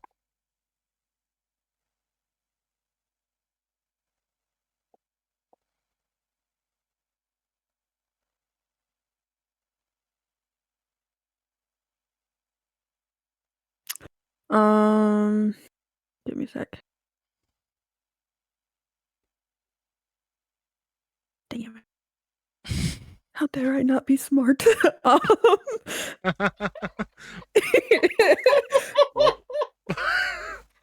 dare I not be Suddenly the whole tavern hears you say this out loud. Oh no! I'm gonna do an Arcana check, but I only have a +1. So instead, Oh, that's too funny. Jesus fucking Christ. You know what? I'm gonna do an Arcana check. Hopefully, I get a high thing. To see what Okay. this is really. I don't. I think it's magical. Oh my gosh! It's a 21. So because you have a Uh, +1, yep. Yep. That Yep. nat 20. Nat 20. Nice. First one of today.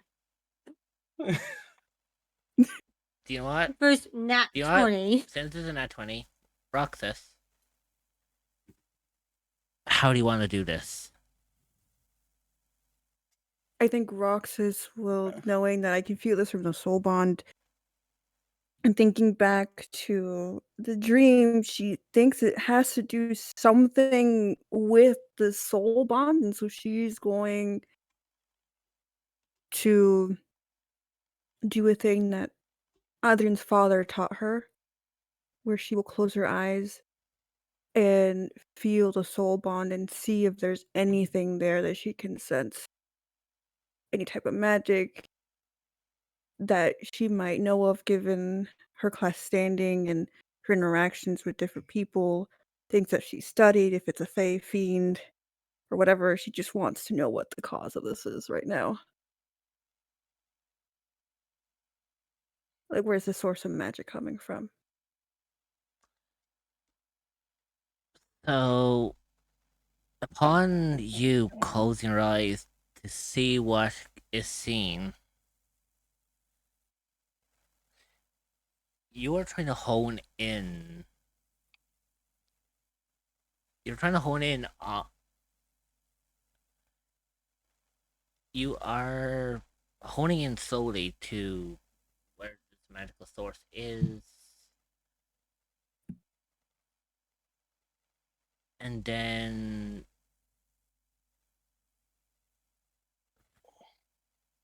upon noticing this arcanic energy,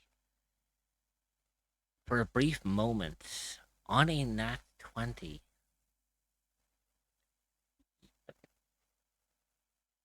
the arcana is so strong with you that you don't just feel it, you see it. This sense that is inflicting Adrian takes the form of a giant alpha wolf. Black fur, white streaks showing what appears to be laceration marks. These are like cuts, markings, with with a gleam of light coming from these markings. However, you recognize this because for a brief moment it turns to you, and the last thing you see before you open your eyes are glowing crimson red eyes glaring back at you.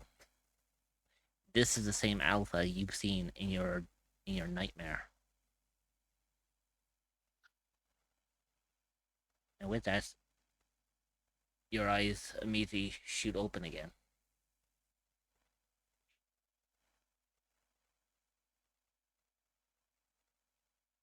I think she will run up to Adrian and grab both of his hands where his head is. She's gonna say, "What did you do?"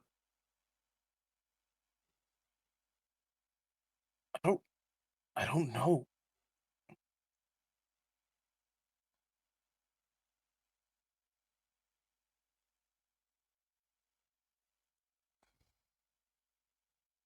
I saw it.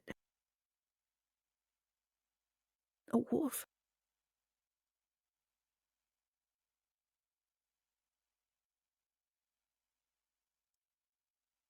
I just heard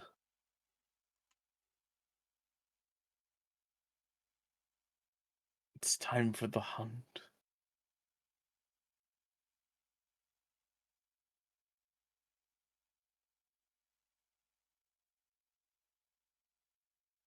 What's happening?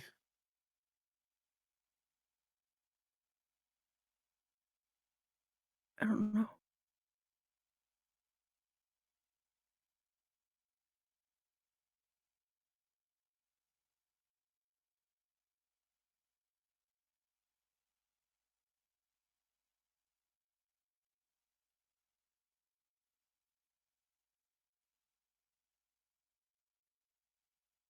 I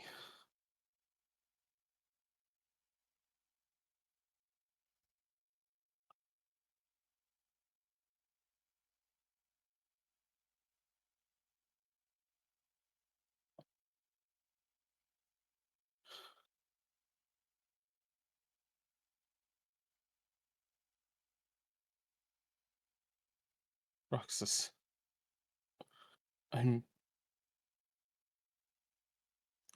I'm sorry for what I said earlier last night.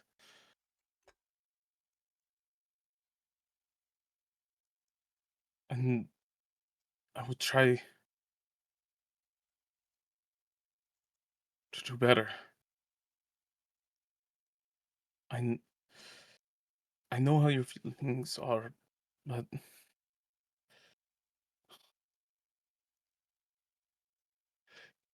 Adrian's going. He's trembling a bit. He doesn't know what's going on.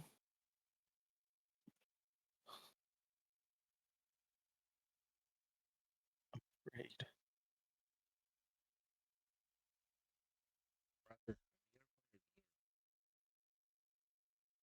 What did you say? I'm sorry, you cut out. Oh, Sorry. I'm afraid.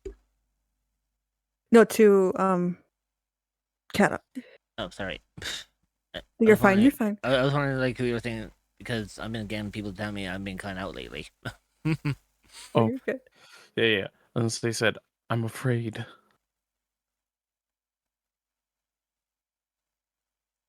Go ahead, Rich. So, from your point of view, Roxas, this isn't just the Adrian that you know and love. But in this brief moment, the moment you hear him say, I'm afraid, your mind gets thrown back to the last time you remember hearing Adrian saying that he was afraid. And the last time he said this was when he was as a teenager. The Adrian that you pictured for a brief moment in your mind is the same one that you've seen in your dream.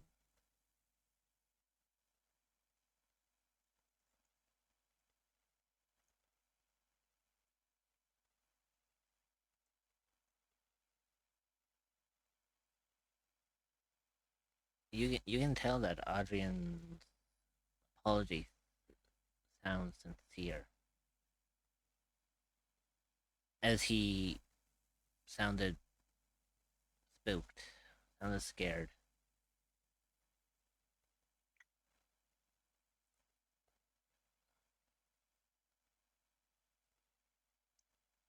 I guess you could say, Adrian, it's now your turn. That you're probably the one who's beginning to shake. Yeah, no, he's definitely shaking. Yeah, so I guess you could say the tides have turned here, Roxas, and you see now that Adrian is the one trembling in fear, as he's not sure like what's happening to him as of late.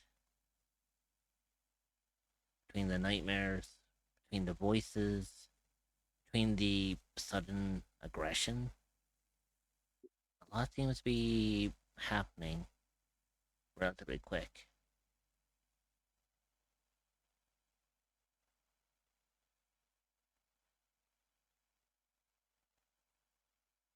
What would you like to do in this moment, Roxas? Okay. Is Adrian like standing up, shaking? Is he kind of Between the Glutting. pain, Adrian, how do you want to see it? Do you want to be standing? Because remember, you were holding your head like as if you were in pain as well before this whole conversation. So you could either be standing or you could be on your knees in the kitchen. I would say he's probably crouched a little bit. Crouched down towards Roxas's height. Hey! What? What do you mean, hey?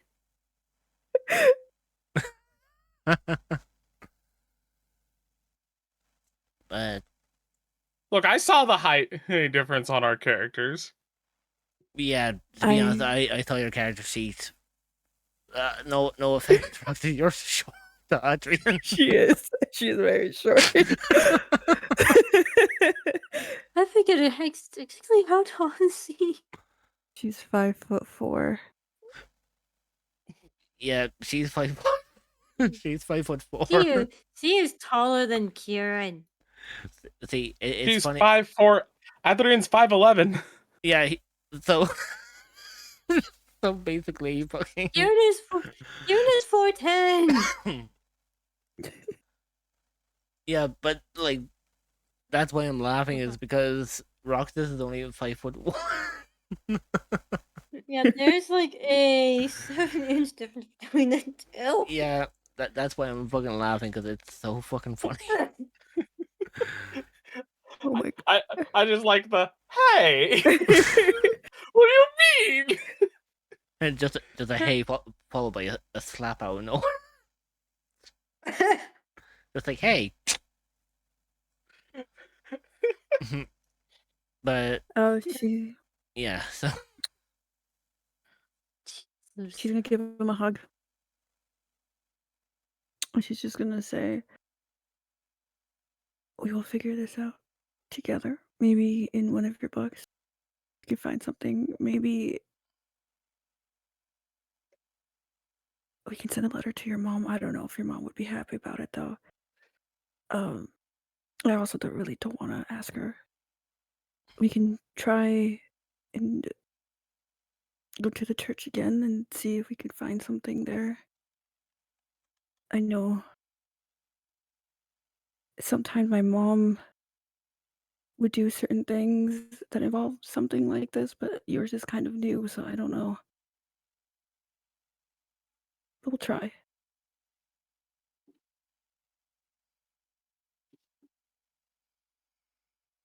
Yeah. Probably would be best to at least send news to them if anything they might know. I can ask my dad if you want.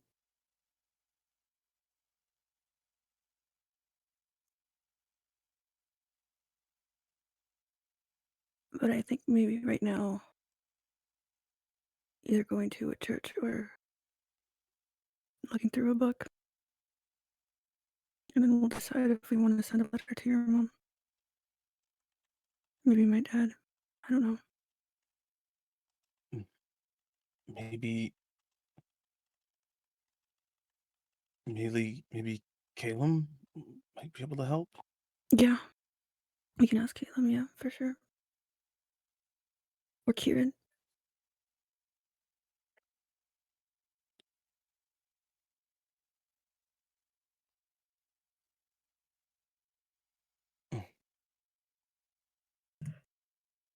so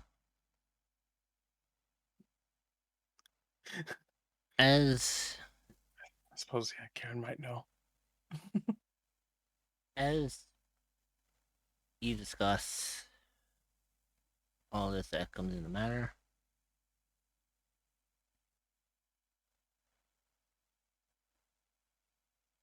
you agree that if anyone might be able to help, it could be Kieran.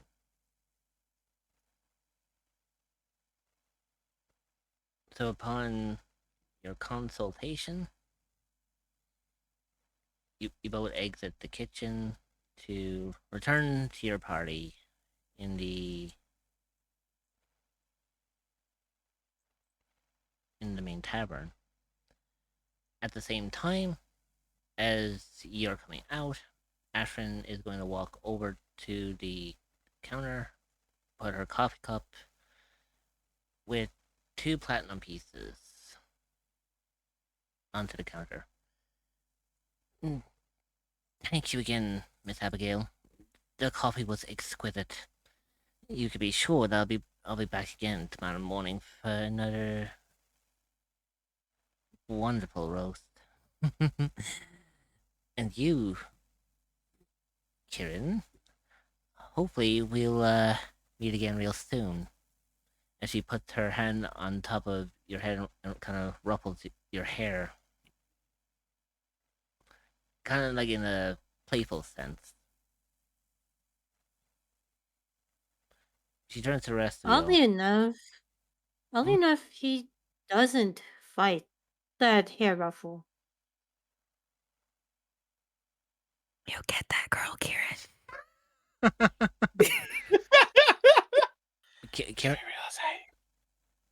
Karen, as you look back, you notice Ashton walking towards the main door. She turns to all of you. It was fun. It was an absolute pleasure to meet you all again, including some new faces that I've never seen before. As her gaze turns towards Teocles. Hopefully, we will become far acquainted again in the future. Ta-ta! As she opens up the door and walks out.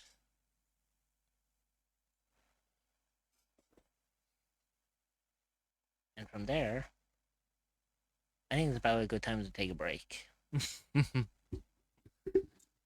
So, I'm going to take a quick BRB.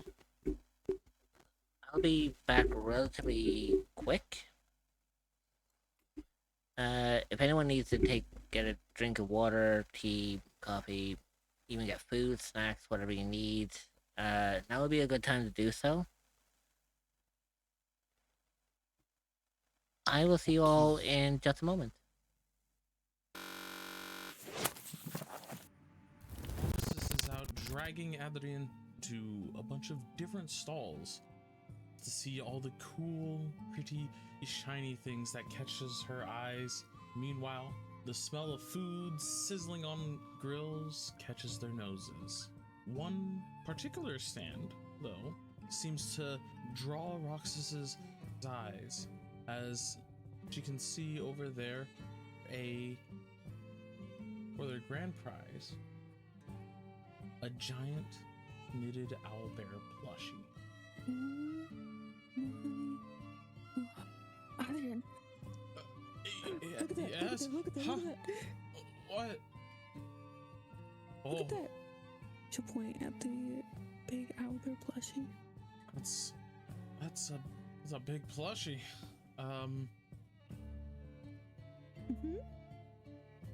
Oh, and it looks like it's something you're good at. You got this, yeah? Oh. What? She'll turn around. She get close to him. The little smug face. You know, I was thinking. She'll get really close to his face. What's this? That you could win it for me? What? But that's... Yeah. But that's rock throwing. I can clearly see it from here. I'll say you have much better aim than me. That doesn't matter. I want it to be from you. Please? She'll like have these puppy dog eyes. She gets really close to Adrian's face. Yeah. Okay, fine. I'll try, but do my best. Wait, really? Yeah. Yeah. And she'll give him a big hug. Thank you. Okay. I'll try it. No promises. As he walks over. I believe in you. Ah, that's right. Step right up. Take your chances. 3 balls, 5 cups. Easy does it. You manage to knock down all 5 cups, you win yourself a grand prize. You can only knock down 3, you get one of the regular prizes. If you can only manage 1 cup, then that's too bad for you. Then get better aim. Hey! Ah, you there! Care to win prize for your girlfriend? Your lady friend over there? Yes, I see you. Just not my girlfriend. But she is a friend, is she not? Yes. Best friends. And she's a girl? Yes. Alrighty then, so win a prize for your girlfriend over there.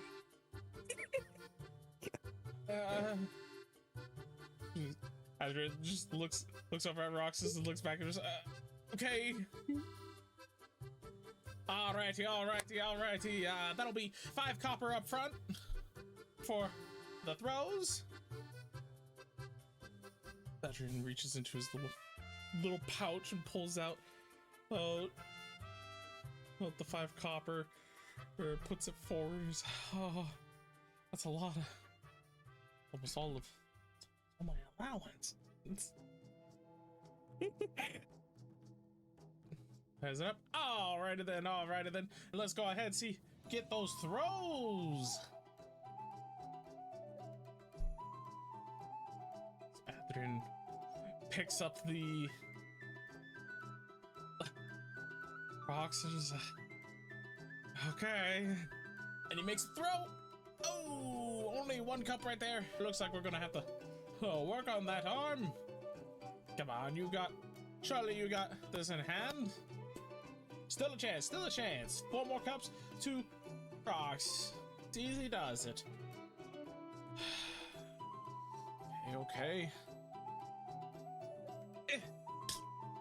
Oh, looks like you got 2 cups down on that one. That's 3 cups down. Just need to manage to knock down both cups, and you will win yourself the grand prize. I'm not confident in this. As Adrian rears back and throws his final rock. Oh, and that's a miss. Guess got better luck next time. You did manage to win yourself the regular prizes, so please go ahead, pick one out. And I hope you have a very lovely time at the festival. As Adrian goes and grabs a small little charm that you could hang off of the belt or something. It looks cute-ish. Walks back over to Roxas dejectedly. I'm sorry I wasn't able to win it. It's okay. To give him Got this smack though. on the shoulder. He offers it over. It's a small little charm with a little butterfly on it that you could hang off of your belt or a strap.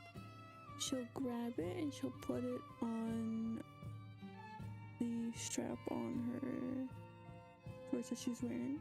Well, thank you anyway, for getting this for me. But I'm about to show you how it's really done. I'll win you the owl bear. What? Rob, my way is you push it. I'll show you how it's done. So you gotta watch me closely, okay?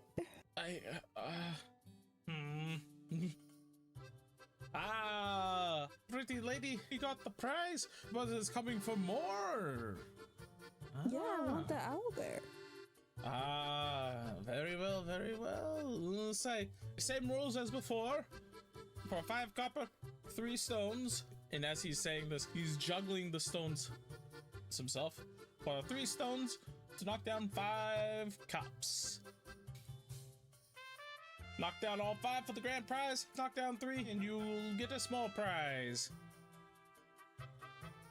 She'll hand over the copper and she'll be like, okay, sounds easy enough. All right, look live. And while he's juggling these stones, he starts tossing them to Roxas one at a time. And then scoops up the copper and pockets it in the same go. Quick as can be. She'll look at the cups and go for 1 and just throw the rock to knock it down. As you rear back and you launch your rock, it spins and takes out 2 cups off on the side. Ting. Oh, 2 cups down already. Nice. 3 more cups to go. 3 more cups to go. Can the young lady win this prize? And then she'll do the same again. And she has a smug face. Well, she does this one, lining up her shot. And then she'll throw a rock again.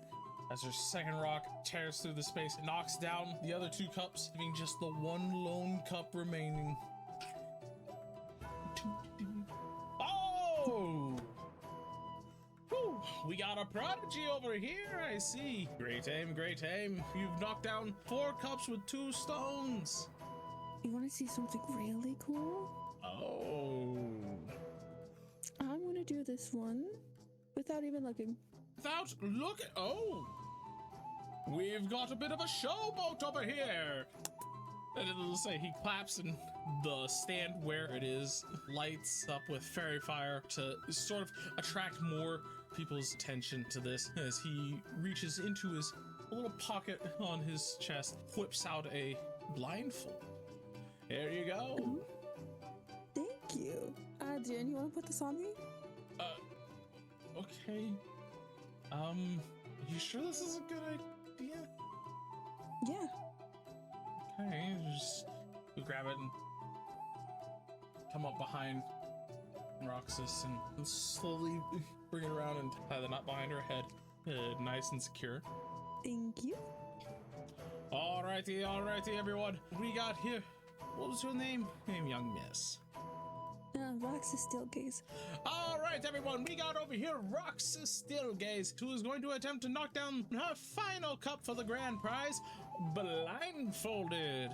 Please give a round of applause and encouragement for our lovely contestant.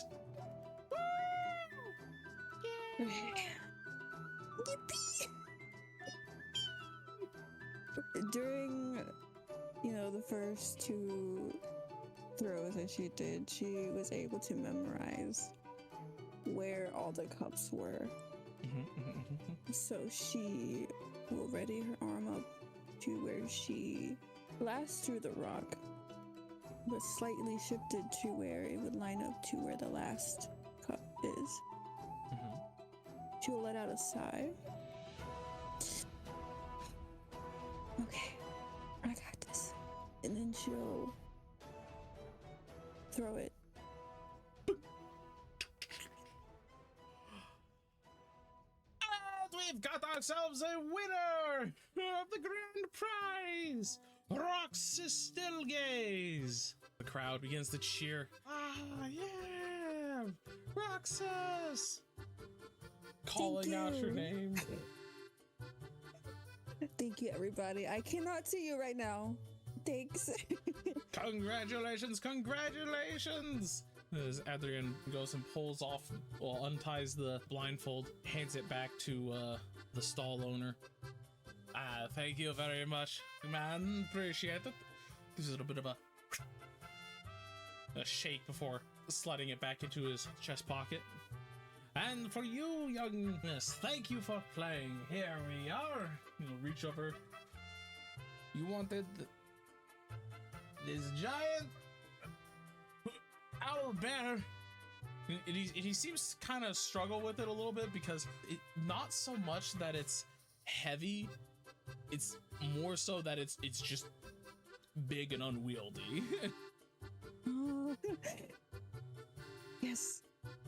All right, here you go, and he just drops it on you. And you just Thank you. yeah, Yes, yes, yes. Thank you for coming on by to see the grand wonders. Do you mind helping me, Adrian? I can't really carry this on my own. Yeah. I mean, it's almost time anyways for us to go and get ready. I guess we could probably try and just bring this back to your place before it begins. You can have it. But I where would I put it? I don't know, in your room. I want it for you. Okay. Well, let's at least put it at your place for now, since it's closer. Okay, fair. And we can get it later. You can get it later. No, I'm just kidding. Are you excited? Nervous, but I think we've got this. Why are you nervous? I'm just nervous. It's just, Nervous for what? I mean, it's a new thing. We got. I don't know. Let's just hurry. Okay. You know, you don't have to be so anxious. If you need to take a moment to breathe, you can. You know, it's just a little bit nervous. It's okay. I'm fine. Let's just I've never seen you this antsy before. let's just go drop this off, and then we can continue with what we need to do. Okay, you say so. As they go to drop off of the giant owlbear plushie and get ready for the ceremony.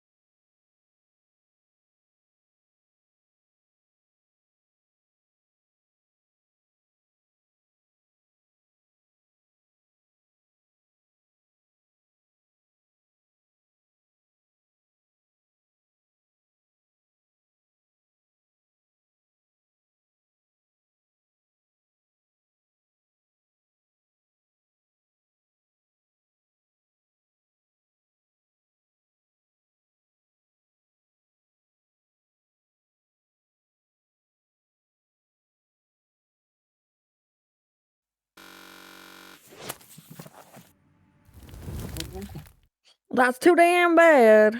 That's too damn bad. You're just lucky I can't cast Fireball. Well, it is a shame because you all get dragged back. Everyone gets Cool. dragged back. I have some bad news. You're going back. So Bye. as you all have watched Ashen disappear, Theocles gets up, gives a slight nod gesture towards Abigail as if to thank for the food, and walks off up the stairs to head to his quarters. However, as he is walking up, a book, a thing that looks like a book, drops between just around here as it makes a thump onto the ground.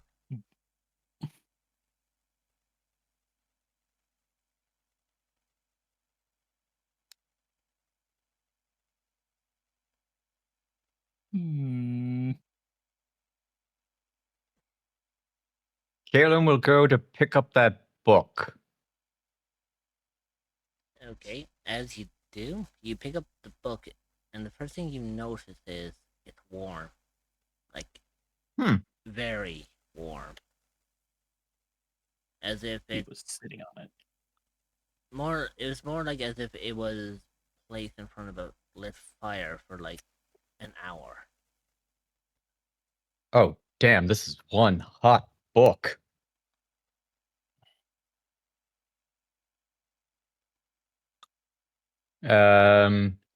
I guess do a bit of gonna bring it back over to the bar and just plop it open, give it a read maybe. Mm-hmm. As you do, you quickly notice that this just isn't any ordinary book. This is a journal. Penned amongst the pages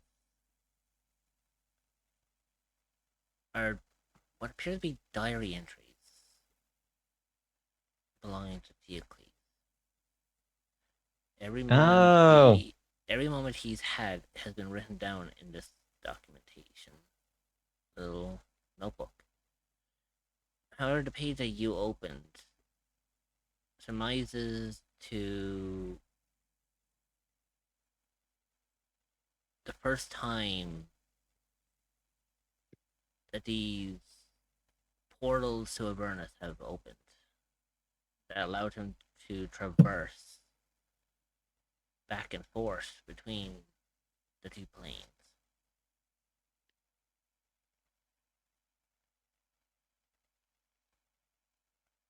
Okay. As you're gazing through it, it goes into detail of names of demons that have been slain, his encounters, what he's seen, what he's done. What seems to catch your attention, however, This guy is disturbed. the one thing that seems to catch your attention, however, Caleb, is how often Zariel is mentioned. You're right. Wow. This is serial mention is like that's a big thing on the list of things here. Right before Demon Centipede. What the hell's that? As you continue reading further down this section, you quickly figure out what Demon Centipede stands for, and Yeah, no, I don't want to know. I don't want to know. It's enough that your skin just goes white. You read Oh it. god, he I- actually I- did this crap. At this point, you're just like, I think I've read enough. Yeah, the Zariel. Probably should have stopped at the Zariel stuff. Oh man, closing it down, pushing it away, bringing my breakfast closer to me. Okay, that's enough of that spicy reading for the now. God. What? What was that? Oh, it's a diary. Theocles' diary. With a lot of personal, thoughtful thoughts of loving a rabbit, apparently. demons, portals that have been opening up, a lot of things about Zariel, and some messed up things like demon centipede and sticking stuff up in places that I don't even want to go back to right now. Anyway, we're done with that. It's in the past. I feel like we just got dumped a lot of information I was not ready for. I wasn't ready for a lot of this either, okay? I was enjoying breakfast, and then I read that stuff in this really hot book as I slide it over to Roxas. I am not gonna read through this book. Yeah, as Kim moves the journal towards you, you don't even have to touch it. You can feel the heat coming off of this journal. Like, this has insane heat radiating off of it. As I mentioned earlier, it has the same feeling as if it was sitting in a fire for an hour. It's that hot. It's giving off that kind of heat.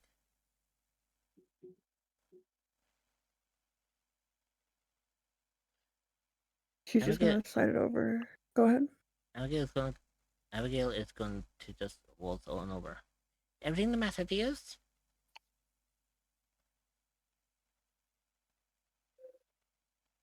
Oh, I see.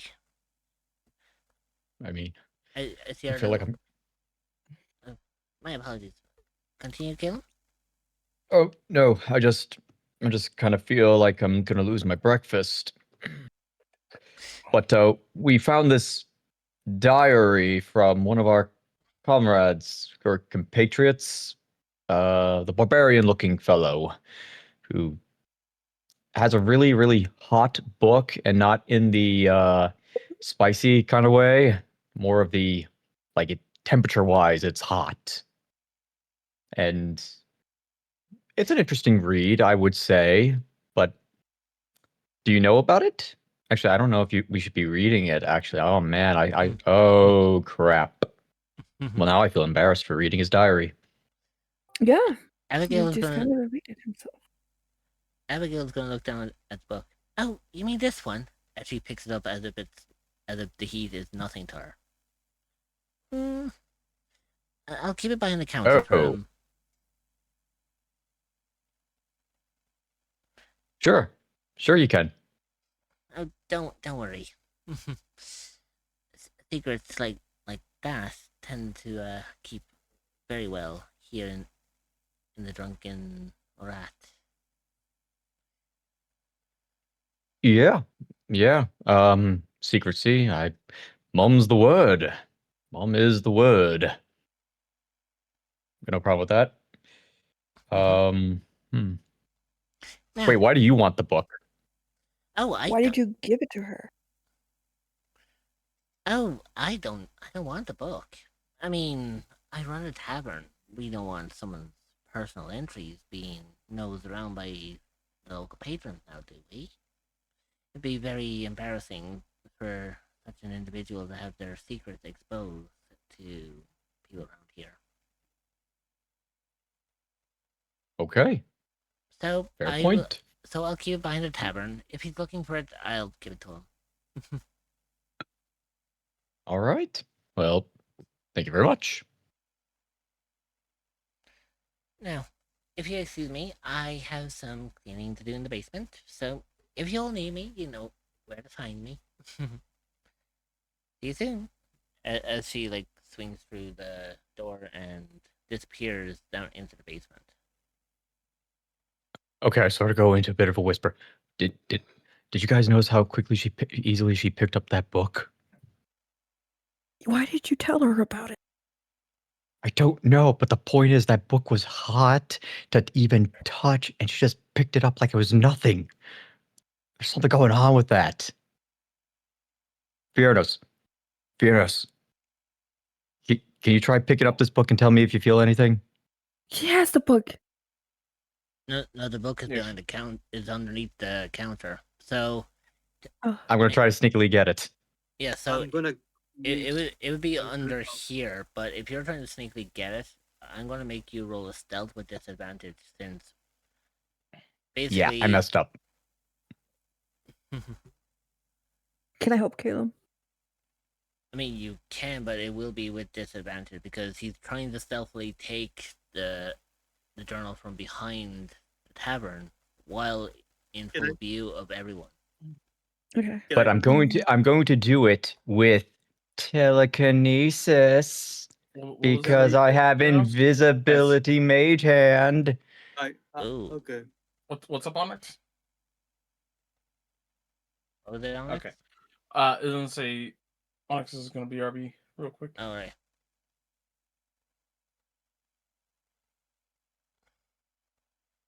Okay, but I am still going to do that. All right. Then, in that case, I would say roll for stealth. Yes, telekinesis rocks. Okay, 15. That succeeds. So, as your mage hand goes behind the tavern counter, it hovers down behind it and firmly grabs the journal, picks it up, and puts it back onto the countertop. And okay, Fieranos, can you try to pick up this book when you have time and just let me know if you feel anything? Just doing a test.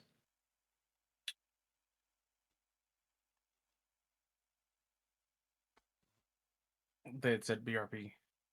Yeah, I know. Yeah. Oh, Someone okay. else could do something at this time. But yeah, no, I think it was a little bit weird that she was able to pick it up and not just, comment on the heat even. She was just very casual. I think there's more to her, Abigail than meets the eye. Agreed. I mean, if you've ever seen someone who works in a kitchen, say they usually will touch hot pans all the time. Hmm. So it could just be that. Maybe. Maybe. Maybe I'm overthinking this. It's not good for my health. Technically, she also has fur, so bit of insulator. That is true. Abigail has been running this tavern for a while. Adrian, you are really good at making logical cases. So, for context, for Onyx,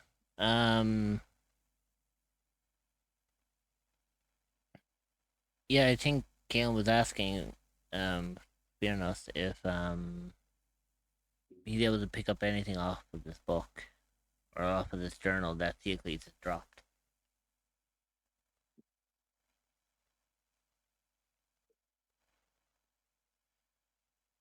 The only thing you know about it is that there's a lot of heat coming off of it. Oh, darn it.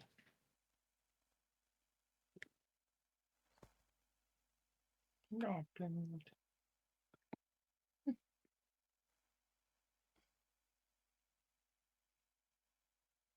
However, as you do notice, it is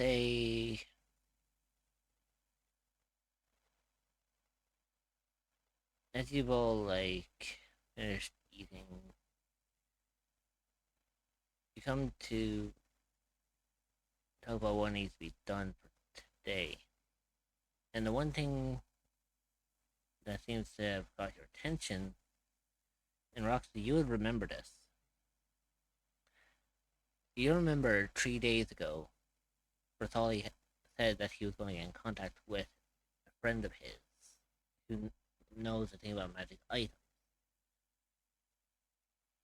that could potentially know a thing or two about the weapons you own to potentially maybe bring them back to their former glory after their time in the hells.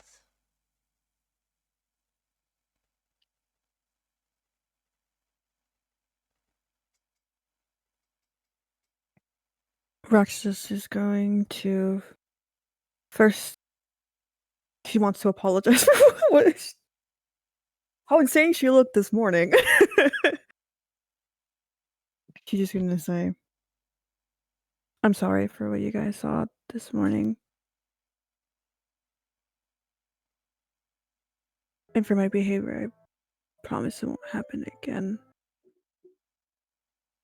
Also, do believe that we need to go to Berthali. I believe it is past 3 days now, where he said one of his friends can look at our weapons to have them fixed. If you're still wanting to do that." Oh yes, of course. The magical weapons.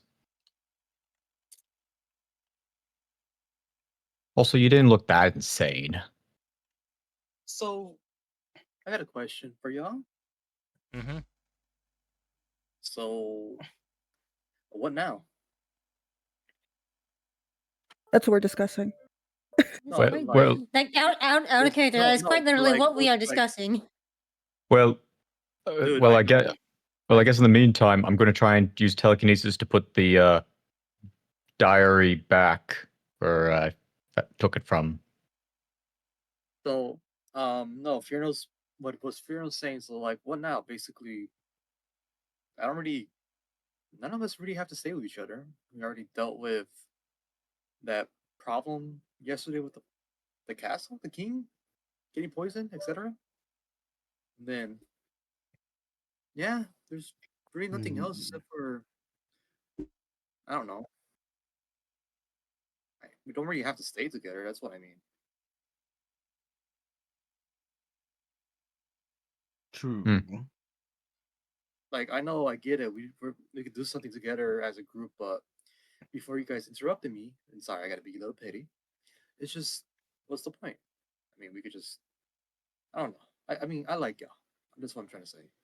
But what else is there to do besides the whole fiasco with that slime boy?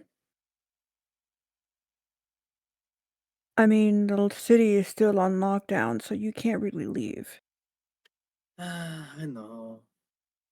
Yeah, we sort of do need to track that guy down and bring him to justice. I hope he's dead, but we'll see. That's true. And then after that, we just go our own ways, I guess. I mean, if you want to go your own way, you're more than welcome to.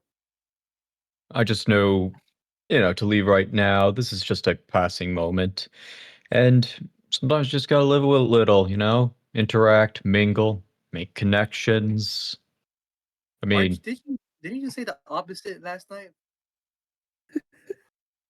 yeah, I think I did say something like that the other night. Last Oh night. boy. No, but you said the opposite.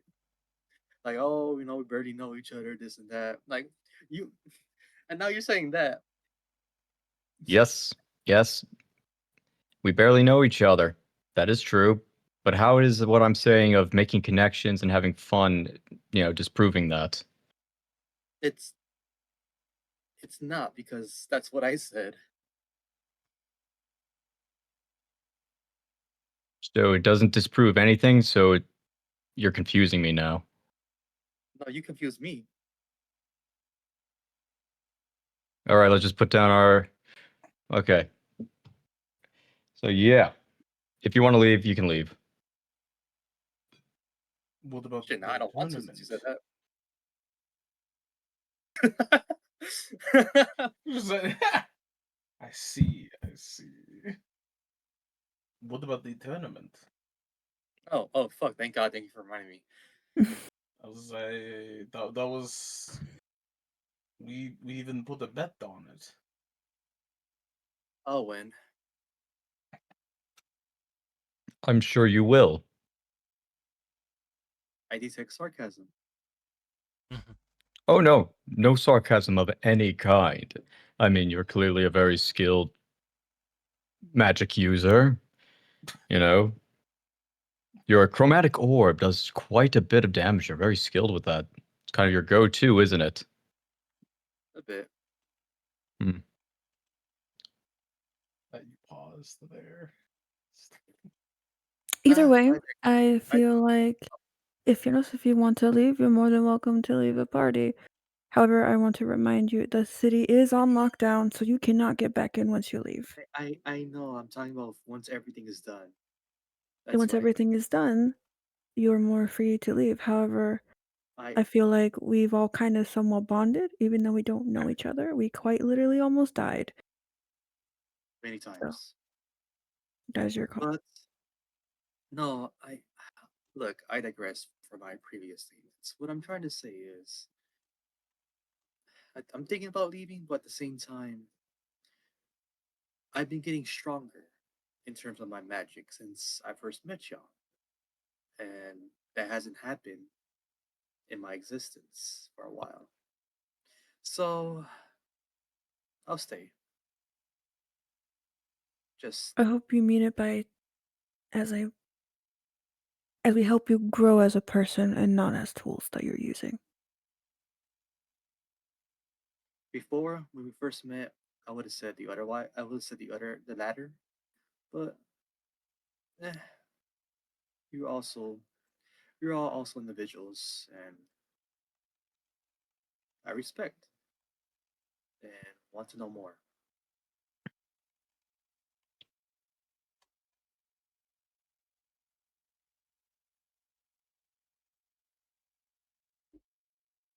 And I'm zooming my cheese fries. Jesus. So, yeah, so as you know, yes, the city is still in lockdown. The guards are still looking for Jenny. So Good strike. there are multiple scenarios you can do here.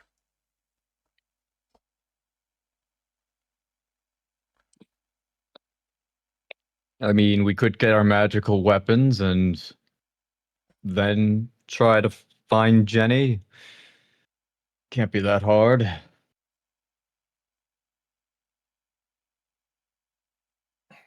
Shouldn't be too hard. But I get the feeling that when we take our weapons in, they'll be in there for a little bit.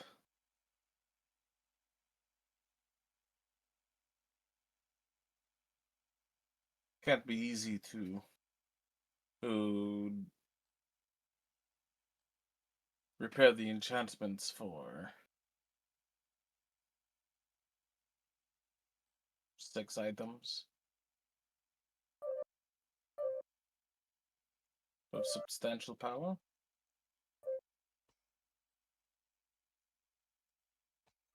I mean, they are pretty good magical weapons, and so what you're saying is we should just find Jenny and No, bring the what I'm bastard to justice. saying is that we take our weapons and to get them repaired, and while they're being repaired, we could go find Jenny.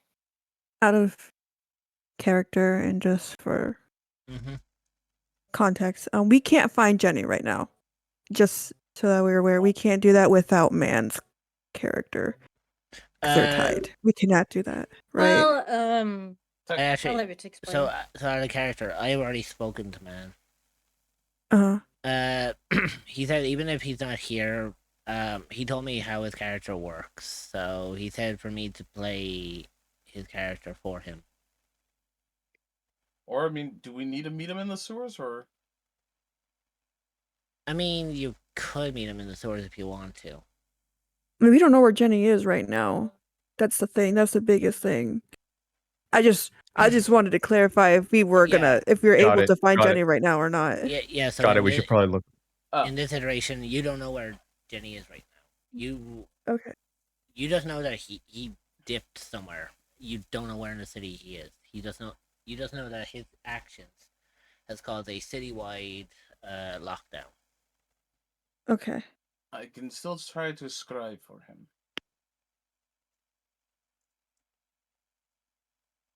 him. You could. So Do we really want to waste the spell slot on that? It's a spell scroll, and it's a spell scroll. It doesn't take up a spell slot. Since it's written onto a scroll, it doesn't take up a slot. Mm-hmm. It just takes up the scroll, but we got Yeah. So the we got a scroll couple of those. basically the scroll gets used up, but it doesn't take a spell slot. That's what makes having spell scrolls a lot handier. Mm-hmm. But yeah, you have multiple choices here. You can go to Bertoli and see if his friend has joined up with him, and potentially see if you can get your magic items restored. Or you can disregard all that and go and find Jenny right away. Magic items. Magical weapons, yes. Let's go. I vote for that. Okay. I vote for the magical items. Magic. Perfect. Same. So, as you all get up, grab your gear, you all head towards the burning forge that is run by Basoli. And from there,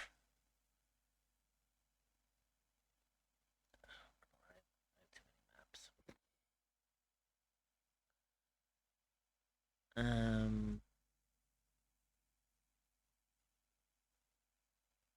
here we go. As you arrive at Bratoli's forge,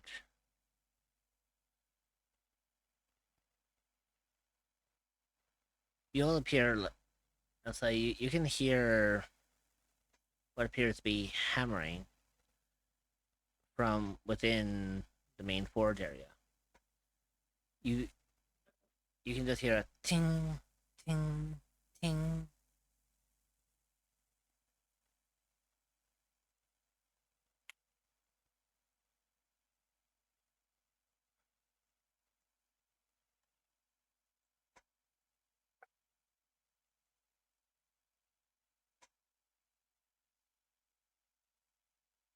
Well, if Is it's there like a... he's probably over here then. Yeah, but you're just gonna straight up go in there?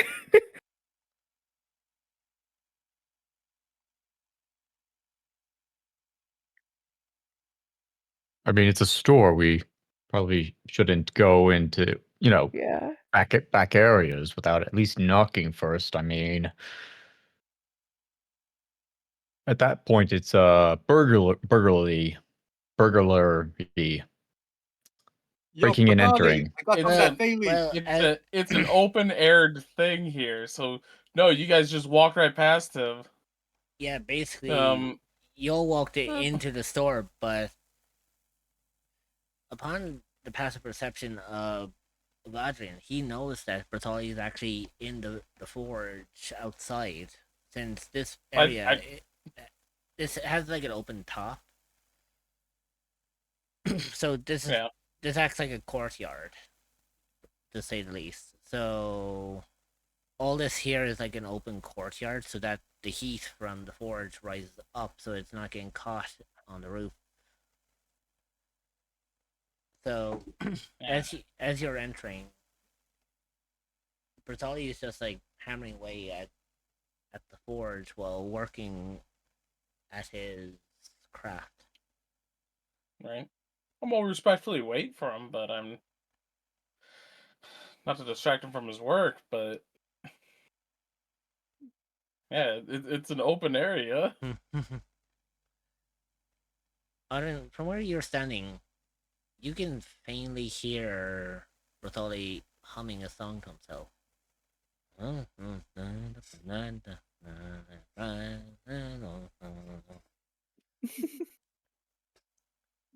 He's completely oblivious that you're standing there.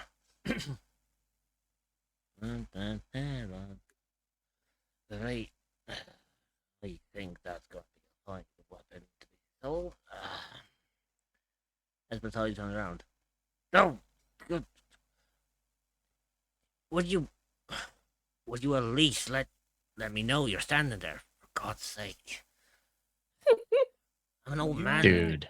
I'm an old man, for God's sake. I can't take any more of these I was surprises. I was trying to. You were a bit preoccupied, lost in your work. I time don't stop for no one, you know. Right. What can I do you for? What brings you to my forge? Well, myself and the rest of the party, we came here about the weapon enchantments. If your friend had arrived or not. He looked at you with and his eye with the gem in his left socket kind of whirs like kind of like as if it closes, as if trying to think for a moment before it immediately snaps open. Right, right, my comrade, the artificer. Aye, she arrived this morning. She was very excited to meet you. Right, come on. As Bertoli swings the door open. By the way, Oh, hey, Kieran, buddy. Deck By the way- saving throw. for you, Kieran, make a deck saving throw because from where you're Oh my standing, god. you're standing in the way that the door is going to swing inwards. If this door comes Okay, in, you're so going to get smacked. Okay, so I need to remember how. So remember, this is dexterity. 16 plus 9, 40, 25. Just came in swinging. Kieran, I you got can you can he- you can hear like very loud like stomping coming from outside, and you can hear the sound of speaking between Audrey and someone else. But before you can even get a chance to look out through the door to see who it is, the door swings open, and on a roll of 25, you backflip from the door, and as it just barely misses you from being hit. Oh, right. I didn't expect you to be here so early in the morning. I was expecting you to come later, but you're here now. Give me a moment to see if she's up. As he hobbles over, you just hear a loud thump. Aylwin, love. Your company has arrived. They required to see you. Aye, I'll tell them. As Batari heads back over to you, she'll be out to you in a minute. She's just getting ready. As he goes behind the counter, and from because of the size of the counter, you only see like the top of his head. Oh. Oh, Oh, give me a break! I hear it all the time. As he slowly begins to like struggle a little bit, trying to get up onto the high stool. Oh, God, found it! As he falls and lands on his ass. God damn it! Ugh. Ugh. Started with this thing. As you see him trying to tinker with his copper leg, or his copper prosthetic, I should say.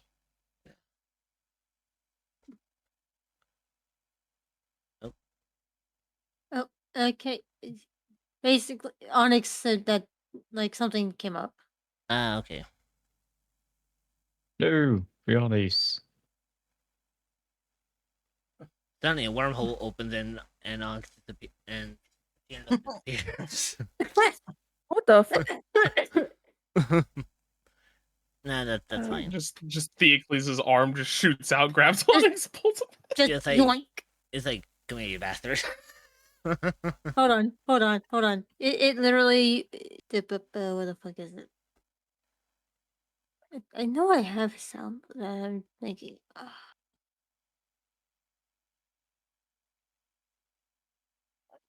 Mhm.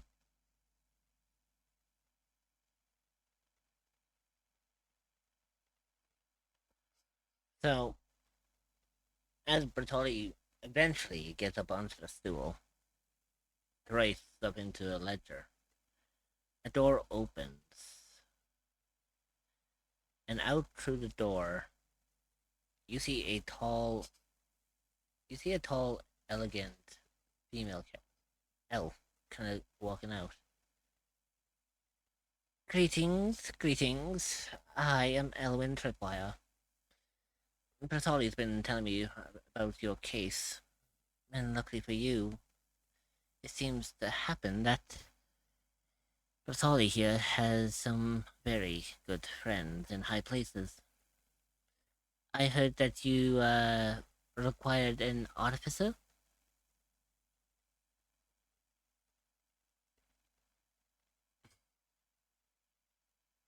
Yes, we are in need of an artificer, or who could take a look and possibly repair our magic items. Certainly. After all artificers are unique and equivalent in all stereotypical forms of weaponry, and we can also enchant and disenchant former weaponry if so need to. Now, what may I procure to be the problem?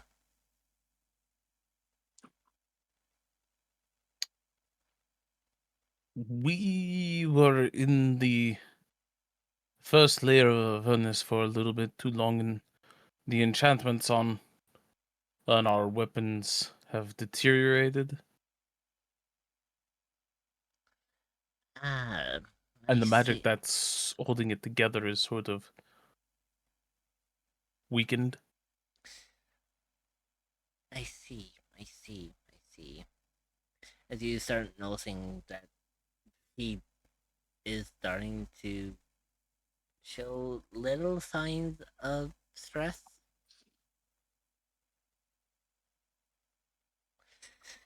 Mm, you said you've been to the Hells, have you? I believe that's what you said, that you've been to the first layer of the Hells, which I believe, in my comprehension of my knowledge in history and everything logical that matter, I would believe would have to be Avernus. Is that a problem? Show me your weapons. I need to have a look at these.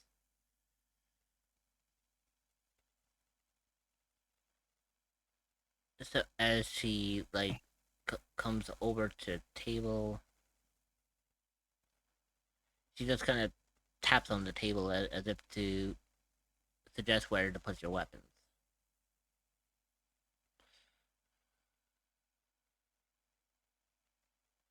Now, I can look at them, but it'd be better to do it one at a time, so I can observe each one independently.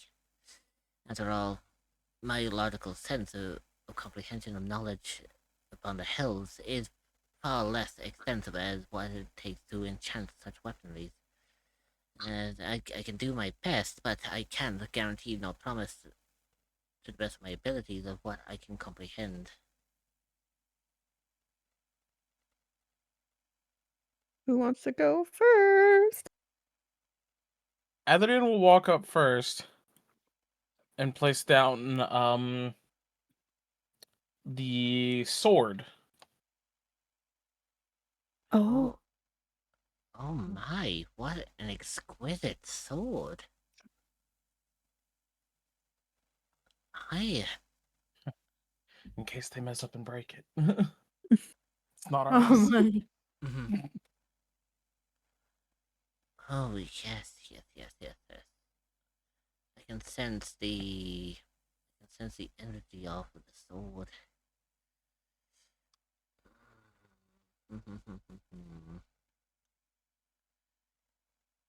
As he begins to study it a little bit more,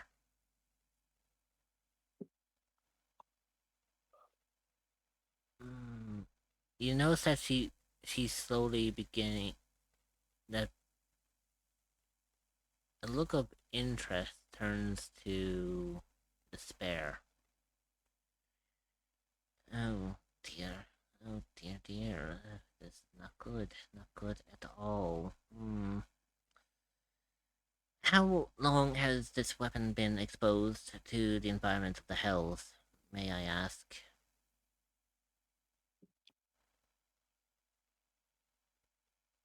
Like, Hmm. has it been sheathed in between combat, or has it always been exposed?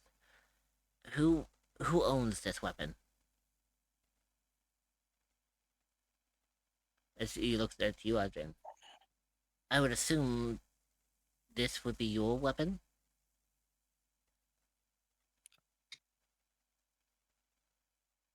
It's one of our weapons, yes.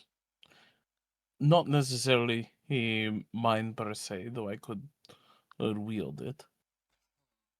I see. Oh, well, whoever owned or owns this weapon, I had not taken good care of it. It's seen wear and tear, and it seems that the environment of the hills has taken its toll on this weapon.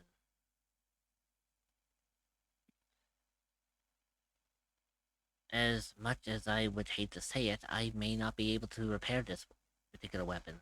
It's far too severe in its damage. It seems it's taken its toll. It still can work as a weapon, but I digress that it should only be used upon urgent needs.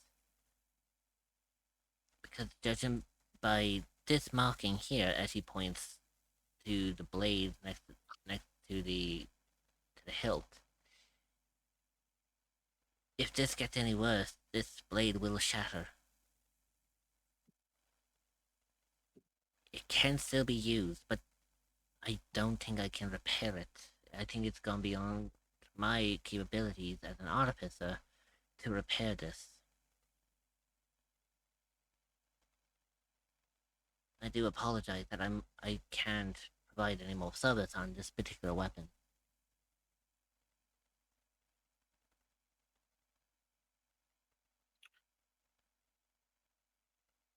That is perfectly fine.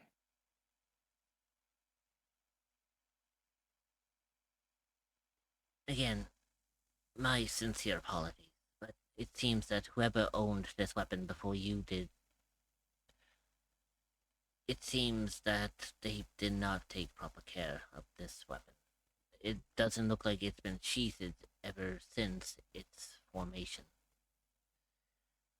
It seems that it seems that the environment of the Hells has taken its toll on this weapon. It's not looking great. Hmm. Now, who else requires my assistance? Well, I do with my weapon based on what you said, and sort of. Yeah, what am I not? Hand over the Stormbringer blade for her examination. Ooh. She rests the blade on She rests the blade on the counter and she observes it like thoroughly.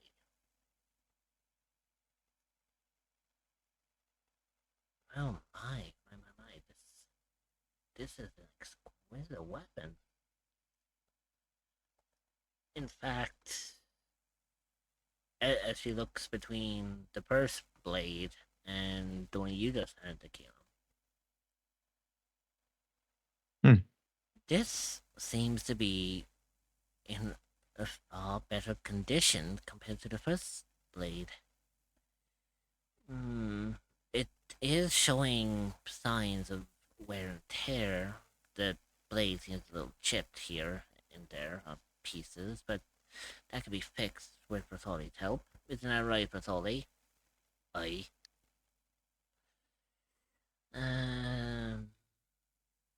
There is a bit of impurity here for. There is a bit of impurity because of its exposure to the hells. However, it isn't as substantial as the first one. I can possibly be able to fix this. It will take a lot of time, but I may just be able to revert this back to its normal presence and its normal state. Well, thank you very much. I guess that's just because I never bothered using it, so I never had to actually unsheath it and whatnot. Oh, no wonder it's in pristine condition. Yeah, if it's never been unsheathed, then apart from the environment of Avernus affecting its elemental and magical capabilities, this is a pristine weapon. Yes, I Well, believe thank you. I believe I can not just fix this. I believe I can enforce it to make sure that it can Really? withstand blows. I am an artificer. I have the capability of doing so, and with Bertoli here being a fantastic forgeman, I believe he can temper the steel to make it more robust. Well, thank you. Thank you very much. My absolute pleasure. Now, does anyone else have a weapon, or is it just these two blades that were upon concern?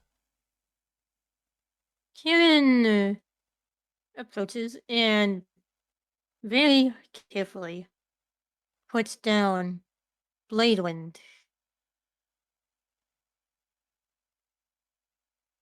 For a brief moment, you notice that Aelwyn seems blown back by this. Oh my heavens! Such an exquisite weapon. Oh. Yes. There is a magical hindrance here. I sense its magical capabilities, but it seems the hell has taken its toll on this weapon too. However, as her face begins to wince, I'm sensing other magical capabilities to this. Not ones of the hells. Something else. I can't place my finger on it. But there's something else here. Now, as for how it looks, as she studies the blade for a moment, there are a few dings here and there. It seems whatever you've done, my little one, you've been hitting quite hard with this one. But just like the previous one, I believe I can fix this. The elemental powers and magical capabilities of such an exquisite and unique weaponry, it's going to take a bit of time for me to figure out what is imbuing this weapon. Because it's not just the power of the hells that are coursing through this blade, but Something else is coursing through it. I can't put my finger on it, however. This will take some time, but yes, I can fix this. He gives a simple little nod and looks over to Roxas. It's your turn. Talk about being And then he thrown. steps back. Talk about being thrown at the fucking boss. Jeez, way to just damn. come out like that. I could not resist. Mm, Did you say that in character? no, that was out of character. Oh, You can tell the difference between when I'm in character versus out of character. I just wanted to clarify because it would have been cute if Yeah. Kieran said it in character. I would have pictured it, him, Karen just coming over and be like, now it's your turn, Rox, and grabs her by the arm and pushes her towards fucking Aelin. Like, He wouldn't. as if saying, you bitch. He wouldn't. Yeah. He wouldn't. Alright. Rock is gonna go up and then take off her bow and carefully set it down on the table there. My. Well, allow me to give a proper greeting as she slightly bows down to you. It's not very often that in a city such as this, it's very interesting to see such an exquisite race of elf. Thank And for you, but you don't have to. And for a moment, she doesn't seem as interested with the weapon as she is with you, Roxas. As she seems kind of surprised by like the complexion of your skin and the fact that your eyes are like this golden yellow. Like these are eyes that she's never seen before. You're a very rare type of elf, aren't you? I've never seen one of your kind before. Tell me, if it is of rude indulgence on my part to ask, what elf are you? I am a mix. I'm a wooden elf and a sun elf. I knew I seen a little bit of the wood elf in you. Sun elf, very interesting. I've never heard of such interesting races. But I digress. I'm here to observe your weaponry. So tell me, this is your weapon? Yes, it is. As she picks up the bow. Oh my. Ooh, there is. Oh, there's a lot of. Ooh, there is some immense power coming from this weapon. It does show wear and tear. It looks like you've been using this recently?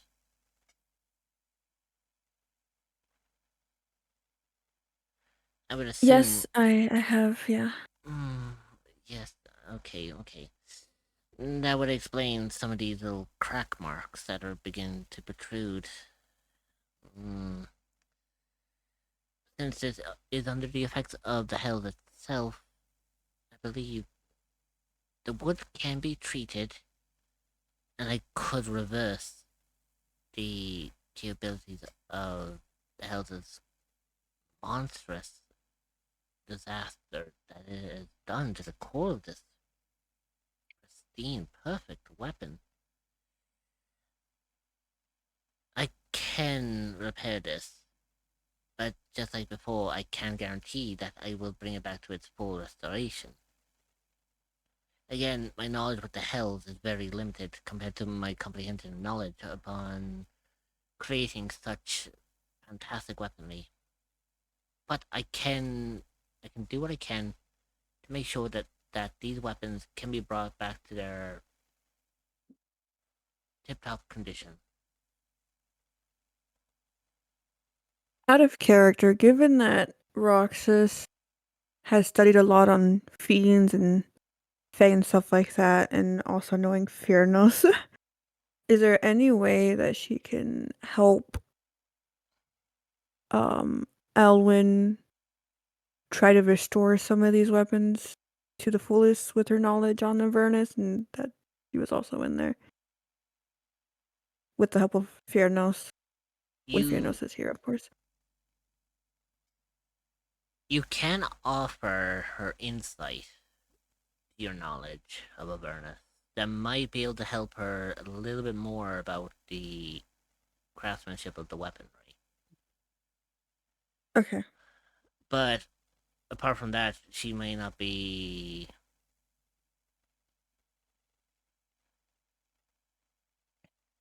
She still can't guarantee that these weapons can be fully restored. She can restore them, but not. She's not sure if they'll be done to their capabilities. It'll come down to her skills afterwards. Okay, so that wouldn't even help. I think Roxas will just say, "Is it possible if I can see your process of you restoring these?" I think it would be really cool for me to see that. If you don't mind. And here's what you're saying, and she lifts her hand to her chin as if to think. Never have I ever met such an interesting creature who seems to be interested in the work of artifacting. It is a possibility, but are you sure that I won't be keeping you from your compatriots?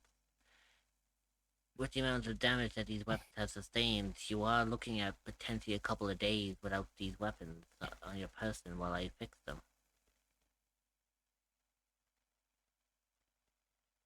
If you have Would anything they that be... if you have things that need to get done, I don't want to keep you. But I will say no. that these weapons will take at most 5 days tops for me to try fix. Okay, that sounds reasonable to me. Sounds understandable. As Adrian also pulls out his staff and goes, "Also, I need this."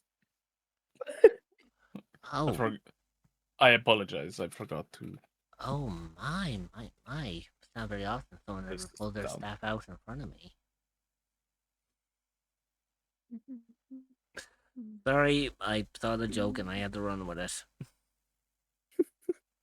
You might kind of like, Okay, so basically when Adrian pulled out his staff, I was like, my, it's not every day that someone pulls their staff out in front of me like that. Oh dear lord. oh my god.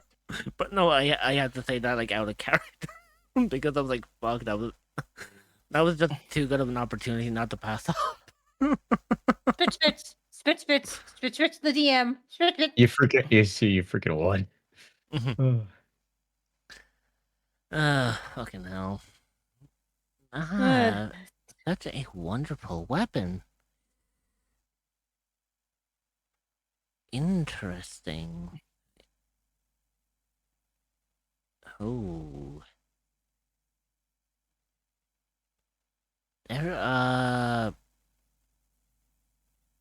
There's an interesting immense power to this.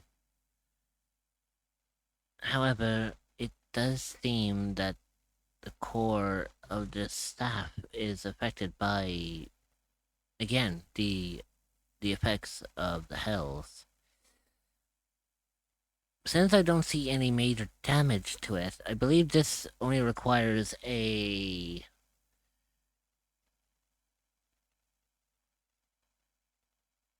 this requires an impurity restoration. It'll take at least a day to prepare the logical stems, the logical components that I am going to need for this purification. It will, for a brief time, in order for me to do my work properly, to restore it to its natural capability of what it once was, I do have to strip it of everything down to its core primary functions. But that is the job of an artificer. I should be able to do that with all of your weapons. So I do believe about 5, maybe 6 days tops it will take before these weapons are gonna somewhat be usable again. Now, as I said, they do need to remain in my custody while I repair them. So I'm pretty sure that you've got weapons as a backup. I imagine, just in case that you need something, just in case. I don't know if, say, if you were to be mugged in this city. I know we are in a lockdown, but we don't want civilians such as yourselves to be put into a We should be corner. fine. Kieran will Do you have like loaner weapons? Kieran Are we- will like unsheath his dagger and like in an act of showing off, kind of twirls it in his hand. Well, hand, paw, whatever the fuck would be. It most likely would be a Okay. paw. Ah, so you do have weapons. Perfect. That Although somebody's is gotta be prepared. indeed, one does need to be prepared. Well, if you do have your weapons, then just leave your weapons here on this counter. Me and Bertoli would work very hard to make sure that we can bring these weapons back to their logical and grandeur restoration of what they once were. However, it will take a couple of days, so hope you don't mind being a couple of days without your weapons. After all, you do have your backups. So. We should be fine. Yes. Perfect.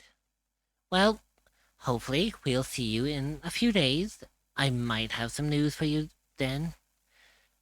We may have a breakthrough, we may not. We'll see how the next couple of days go with these weapons. After all, with this lockdown, I'm not really going anywhere. Thank you again for your help. It is my utmost pleasure. As she lifts her trench coat and gives a gentle bow.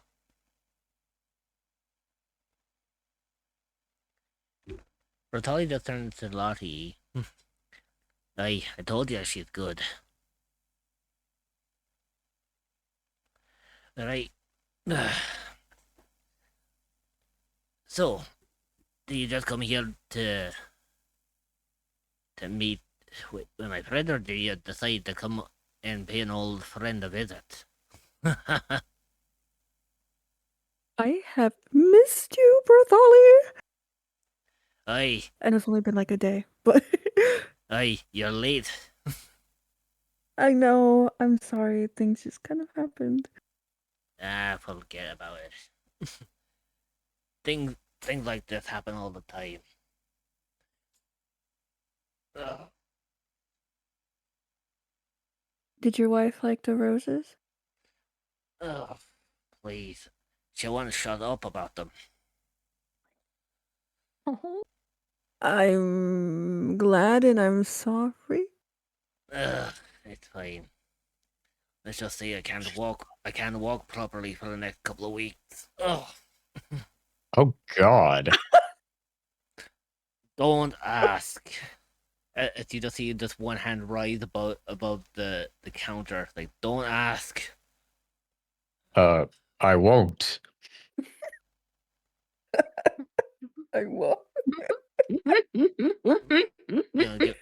Okay, give me just a second. For some reason, my map is fucking glitching the fuck out. There we go. Much better.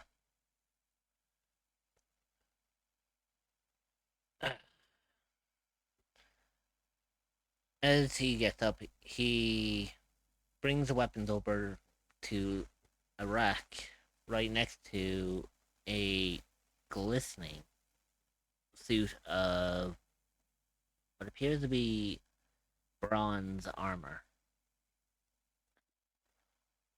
That just so happenly seems to be Bratali's height as well. Right.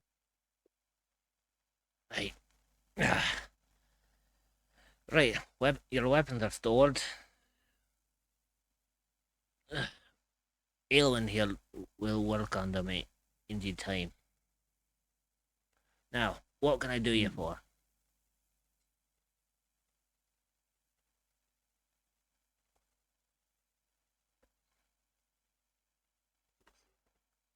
I'm good. Anyone else? We mainly just needed the drop of the weapons. I see. Well, you know where to find me if you're ever looking for a good old tinker up. As he kind of bangs his fist twice on the table, in kind of that joyful gesture way. Don't let me keep you.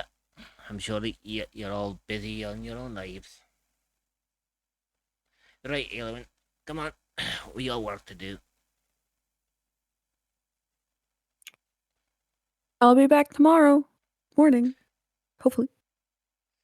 I'll see you, Miss Stillgaze, at 7 a.m. Of course. Oh yeah, we were supposed to do. No, I was aware, but there was so much happening. There was no way she was gonna be like, "Hey, by the way, I know I stabbed you." Just be like, look, I know I stabbed you, but What? we gotta go do our training thing. Dude, just walk out. I think as we're walking out, I'm gonna want to talk to Kieran. Okay. This is fun. Yeah. Hang on, I'll zoom in the camera a little bit so it focuses on ye. Zoom in on it. So, I'm just gonna move Elo and Bratalia out of the way so that only It's only Roxas, Dan. it's only Roxas and Kieran are on the screen.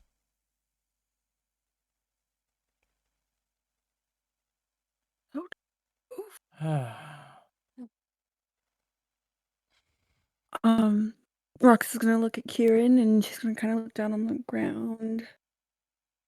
And she's gonna say, "I'm sorry for last night with the whole me being mad at Adrian.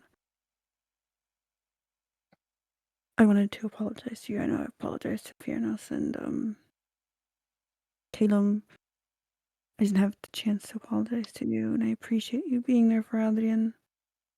I also wanted to apologize for this morning. There was just so much emotions that were happening. I had a nightmare, and I thought he was in trouble. And sometimes because of the soul bond thing, our dreams and nightmares can kind of mean something." All the while that you're talking, Kieran places a gentle paw on on your shoulder. Roxas. It's alright. At least it is a good thing that you're doing your best to make amends.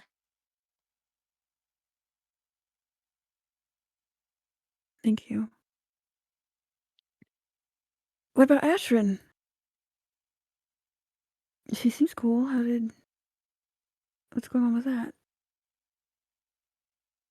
Do you like her?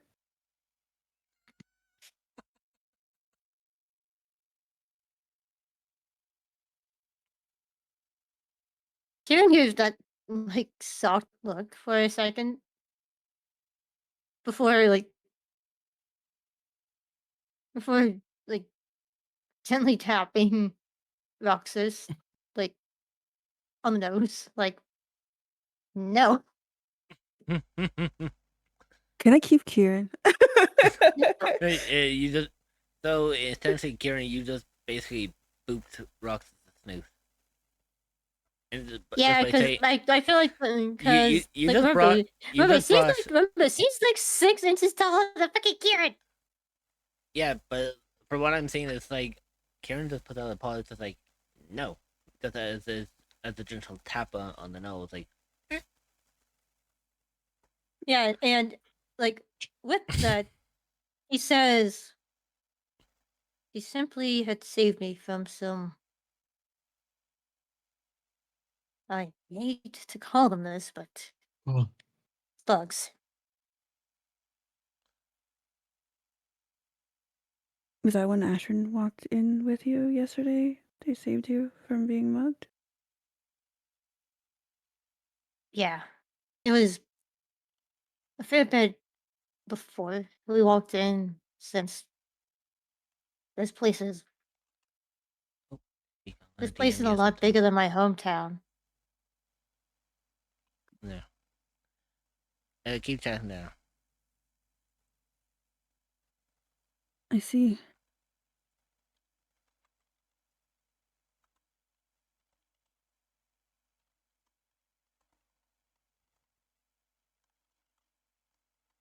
And he seems to kind of like space out a little bit, but in reality, fo- he's his mind has multiple things running through it at the moment. One being the confrontation that he saw, and as well as the note that Ashton had handed him just before she had left.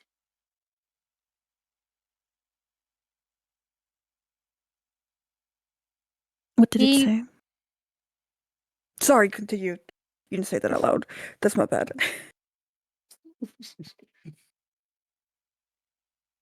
he is unsure if to.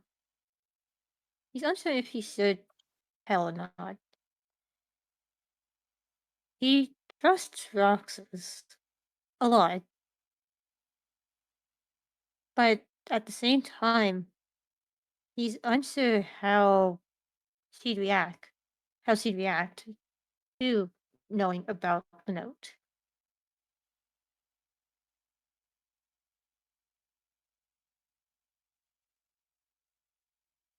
And with his brain focusing on those two things, I can imagine that he is sort of shuffling his other paw in one of the pockets of his in one of his pockets. In that pocket would be where he stored the note.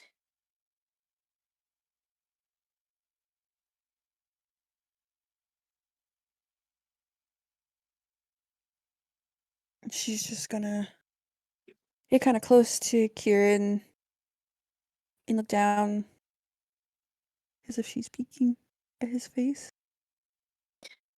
Hello? Kieran?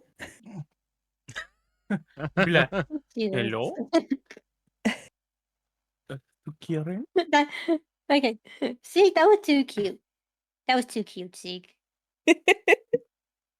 You are fucking adorable, you know that, girl? Kieran is fucking adorable. I want to keep that guy. Oh my gosh. You like Fluffy. Yes.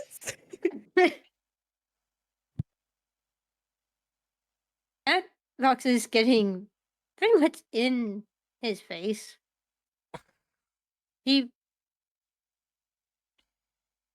a very, very slight jolt.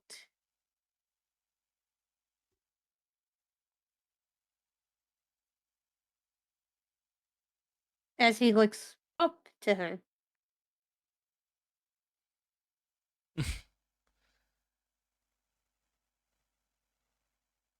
So essentially, Roxas has like straight up spooked Roxas has, Kieran a little bit. yeah, a little bit, because he was caught up in his own thoughts.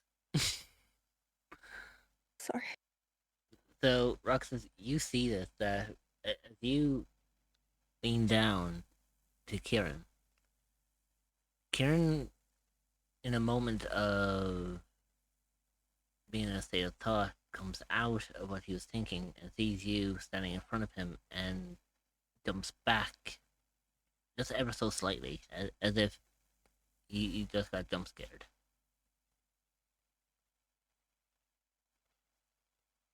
Oh, I'm so sorry. I didn't. It's not your fault. I guess I got caught up in my mind again.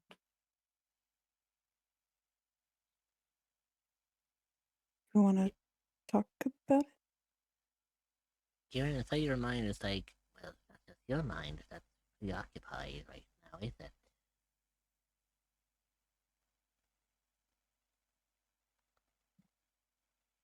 You're It- kind you're At what? kind of close with that other guy you met yesterday. Nerdy exposing our little secret. You're lucky that your little friend here knows about us. But try to keep things on the hush hush. We don't want this little secret getting out now, do we?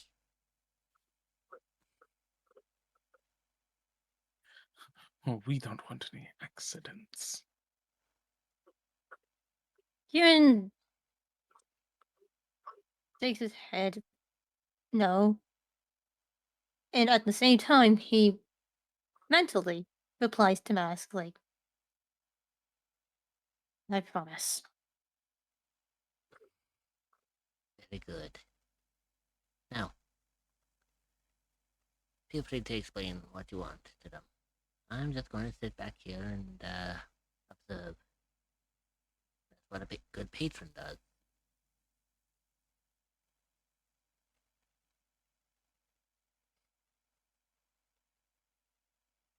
Kieran, you're spacing out again. I said that he shakes his head. I said that he shakes his head. Motherfucker.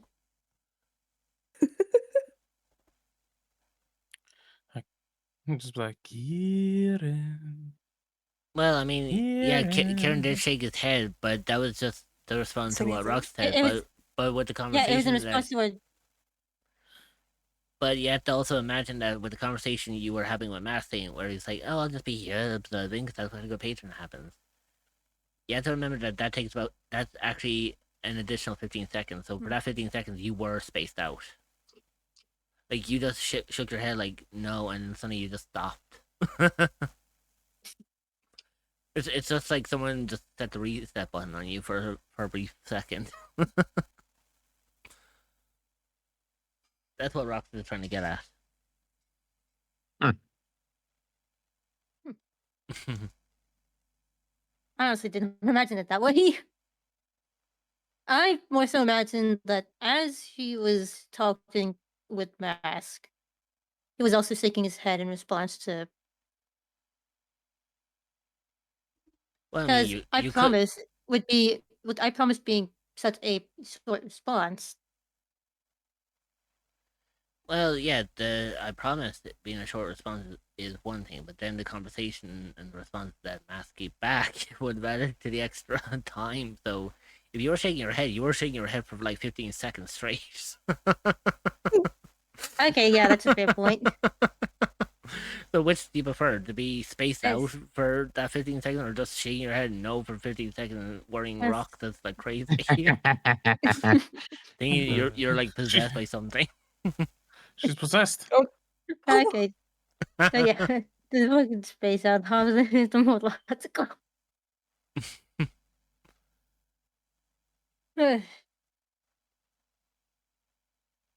Before he gives a little response to Roxas, he gives a little side glance, like, really Mask. Before looking back to Roxas, like, sorry, Mask, talk to me for a second.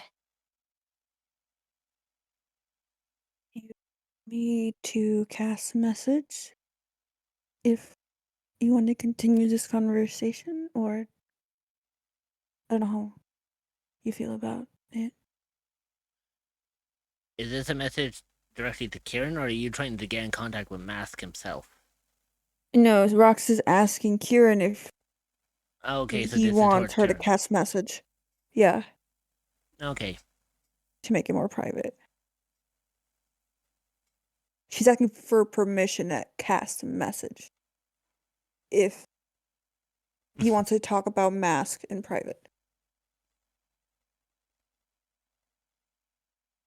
We can talk more about it later. After Okay. all, he is always watching over me. That's You- not creepy at all, but Indeed, I understandable. am. Mm-hmm. So, now that your weapons have been stored and they are in the bound of being repaired,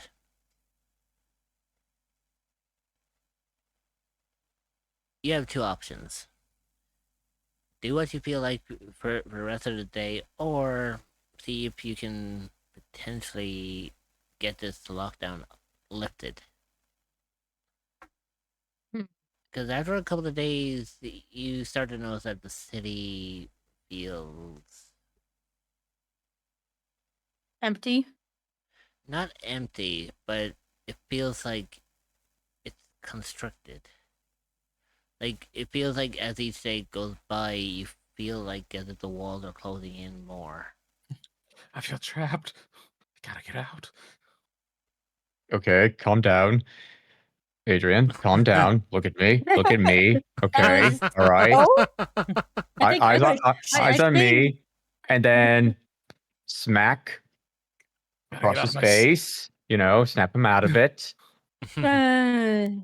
Jesus Christ. bromance. Well, and then there's like this. Romance. Yeah, it's a bromance. Oh, Because like, let's face it, Kieran and Audrey in boxes, still the fucking like the couple. I don't I know. will hold. I will hold on to that stance no matter what. Okay. I just don't see. I see it. They have a good relationship. Just not the way you're thinking. I feel like it's pretty obvious that I'm like I said that out of character because you know. We're not even in the same room. Yeah, pretty much. Yeah. Oh yeah, But no, just being in two Adrian, separate rooms. calm down. Just calm down, Adrian. Oh, Jesus Christ. I am calm. I'm just saying that there's There's a lot that we will need to be doing here. I feel like if we at least scry for them, we can try and get this lockdown lifted, and maybe I agree. leave this, do some stuff outside of the town. Of course, yeah, sure. Let's go find the guy. Let's uplift this. Stop the lockdown and carry on with our usual way.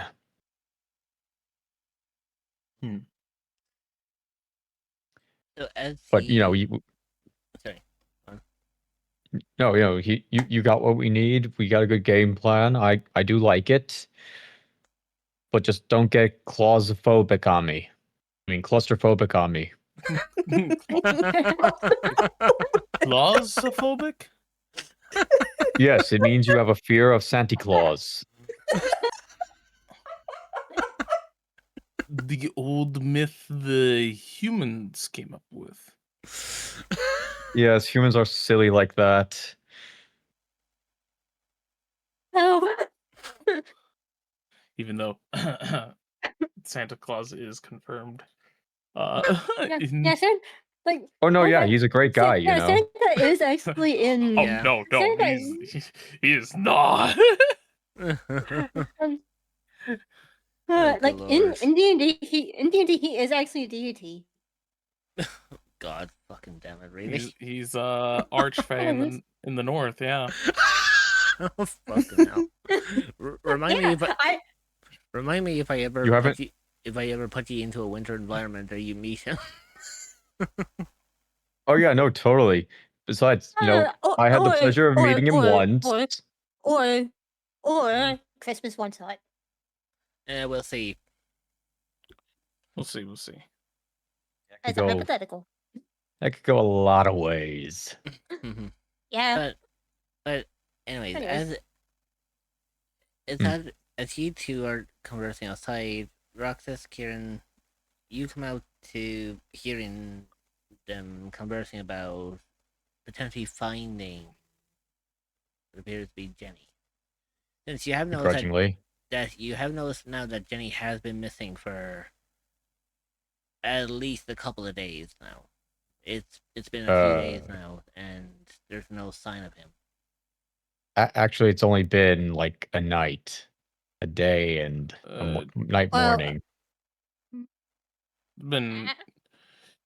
This would be the second day. Yeah, it would be 2 days. Yeah, it's been 2 days since Jenny went into hiding.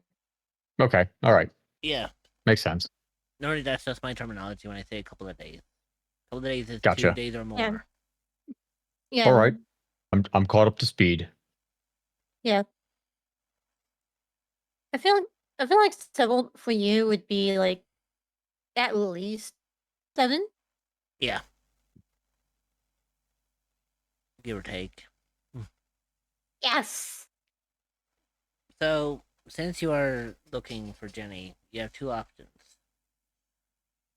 One is what Adrian suggested, that you could scry to figure out a location of where he is.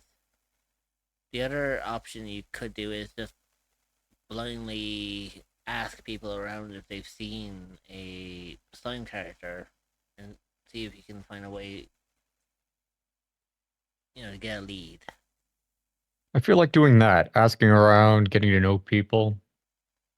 And your scrying spell could be, a good backup.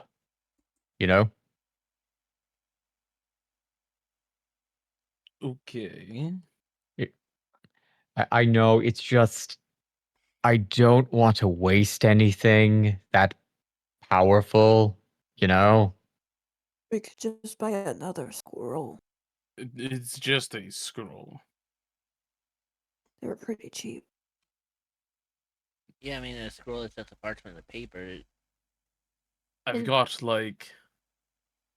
Yeah, okay. All right. I've got like 10 of them. Oh, you have 10. You didn't freaking tell me you had 10. I was under this impression you had 1. Oh yeah, no. Okay, then go for it. Jeez, wow. I A was lot like, you didn't like open that up. You didn't really like let us know you had more than one. you were Adrian, there what the with me hell? when I bought them. That's so true. You were That is right actually there, true. that's true. Caleb, you were there when he actually said, "Can I get 10 of these?" So you you were Look, you were look, standing right next to look, me. there's a fine line between not listening and not caring. I like to think I walk that line every day. I think you were on both of them at that day. Damn. I Okay. I see. I see. Caleb is I think the that day I do think that was a day I was just traumatized and really not 100% there. You know what? You are right. That was the day where you were just trying to get through it. Yes, and do thank you for clarifying that you have multiple of them. Okay. I'll call it up to speed. Use the scroll. Mm-hmm. All right. Adrian's gonna go ahead and Use the scroll. we can get to an area where Adrian can go and cast this. I mean, you can cast outside Bertoli's True. Because remember, Bertoli isn't just an ordinary dwarf. He used to be a former adventurer who had a friend who is also can cast spells. He's fully aware of what spells can be like. That's why. Okay. That's is actually the reason why his forge is reinforced. Just in case the spell backfires. Okay. Saves money on insurance. I agree. Fair. All right, then Adrian's going to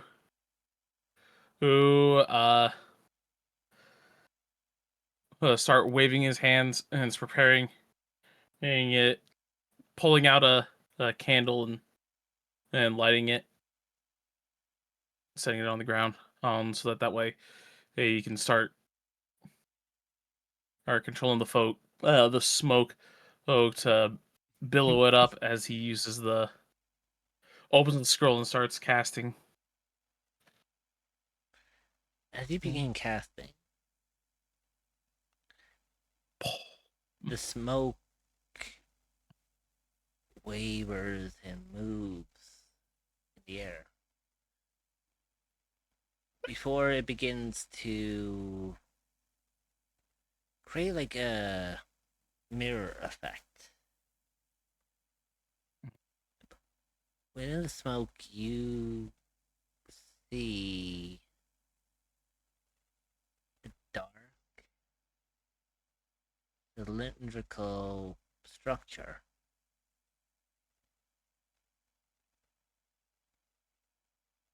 In the corner of this structure, you see what appears to be a gelatinous humanoid figure pinned up against a wall. You can clearly tell, even from this distance of where the image is showing you can tell that this is in fact Jenny. But you cannot determine on whether he is alive or dead.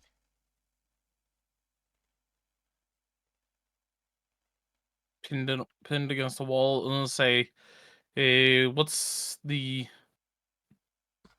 area look like? Is it's really dark and we see stone, or it's dark? You see like intricate brickware. Like it looks very detailed with the other brick. There is rushing water. That looks like it's pouring into the cylindrical basin. And you can see that there is a walkway around the center.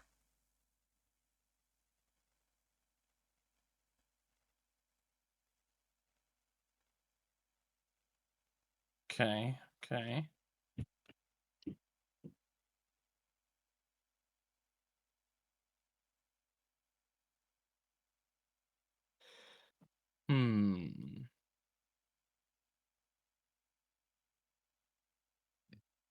Did you find him?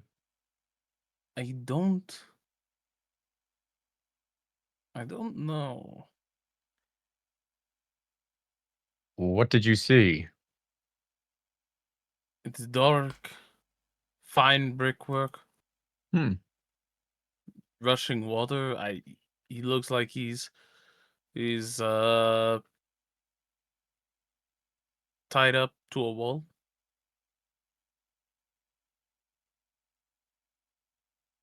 Running water, brickwork, and dark. Sounds something that would be modern. He's either in the water pipes, somewhere where the running water is, or the sewage system. Hmm. If you I don't want, know. Adrian, Does scrying spell give some sort of an odor as well, or is it just visual? I think it's a visual, if I'm not mistaken. But we can make it. We can make it. We can make it I an am odor. asking Adrian that. Yes. Regardless, I'm asking Adrian this. Yeah, but I was saying outside of character. Sure. Yeah. That way, that way, Kata can give the answer. Gotcha. Mm-hmm. So, Adrian, what did it smell like? I can't really smell through the scrying spell. Oh. Okay, it was worth a shot. I feel like I was like, Yeah. Well, Rich Now- said that if you wanted to, that you But- could. Yeah, but- if you wanted to, because I know scrolling scrolls. I know you can't normally do them in order, but I mean, like it's entirely up to the party if they want the scroll to do such a thing.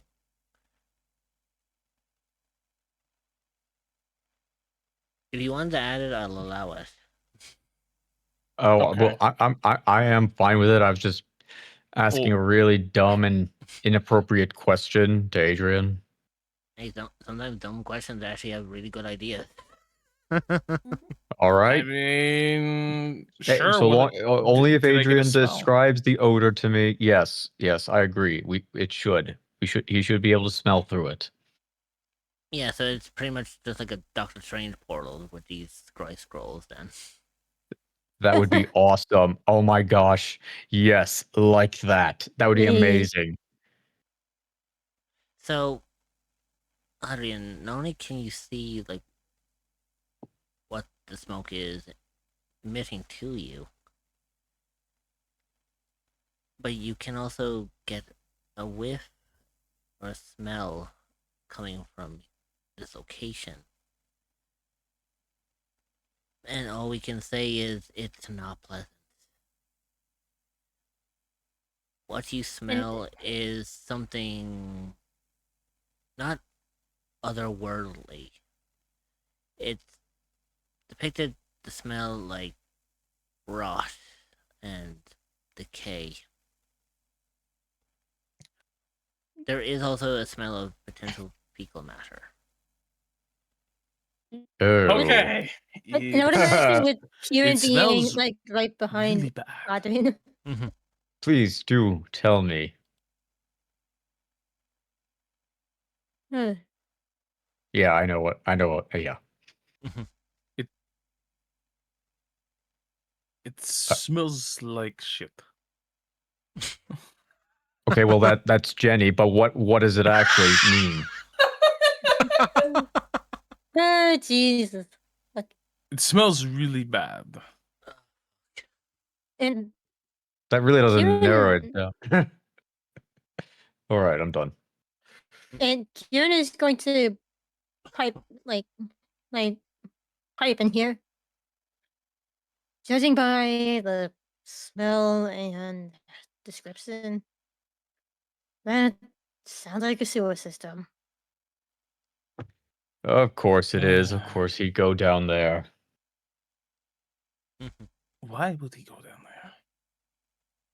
Why wouldn't crap go down to the sewer? Well, this is definitely not me.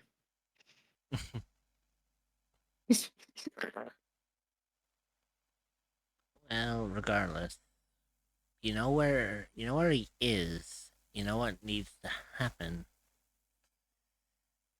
So, my adventurers, what would you like to do? Uh, I say we Do we? Mm. Do we? someone make a decision.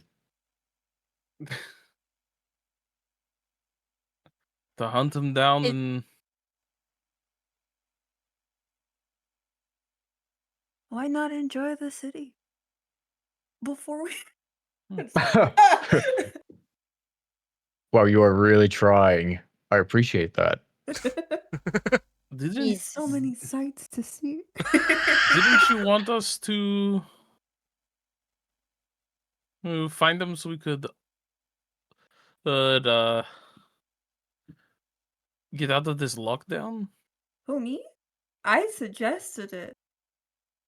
The only thing I Jesus. want from Jenny is Kyrie, the Phoenix. That is Okay. correct. You believe that he still has the pendant with the phoenix on him. That's all Hmm. Rox cares right now. Other than that, it's just like I just want to explore the city. Fair. Yeah, you know what? That sounds a little bit more better, you know? And we find him along the way. We find him along the way. Exactly. I like the way you think.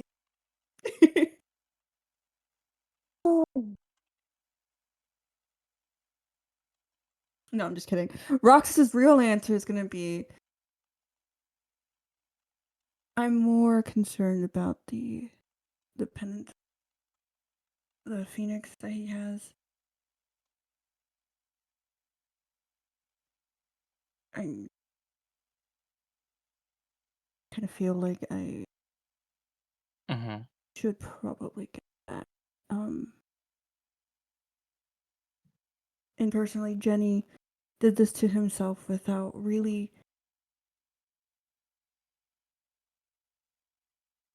even know.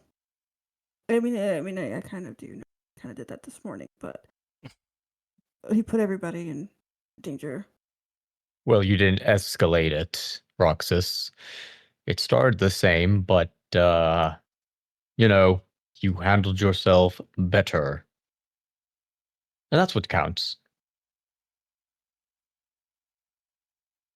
Thank you, and I'm sorry if I hit almost jab. Oh, no, it was fine. It barely tingled or anything like that. I honestly felt more bad for Adrian. You know, I also just realized we left that door or pretty busted up. I think we should show up just a little bit later than usual then.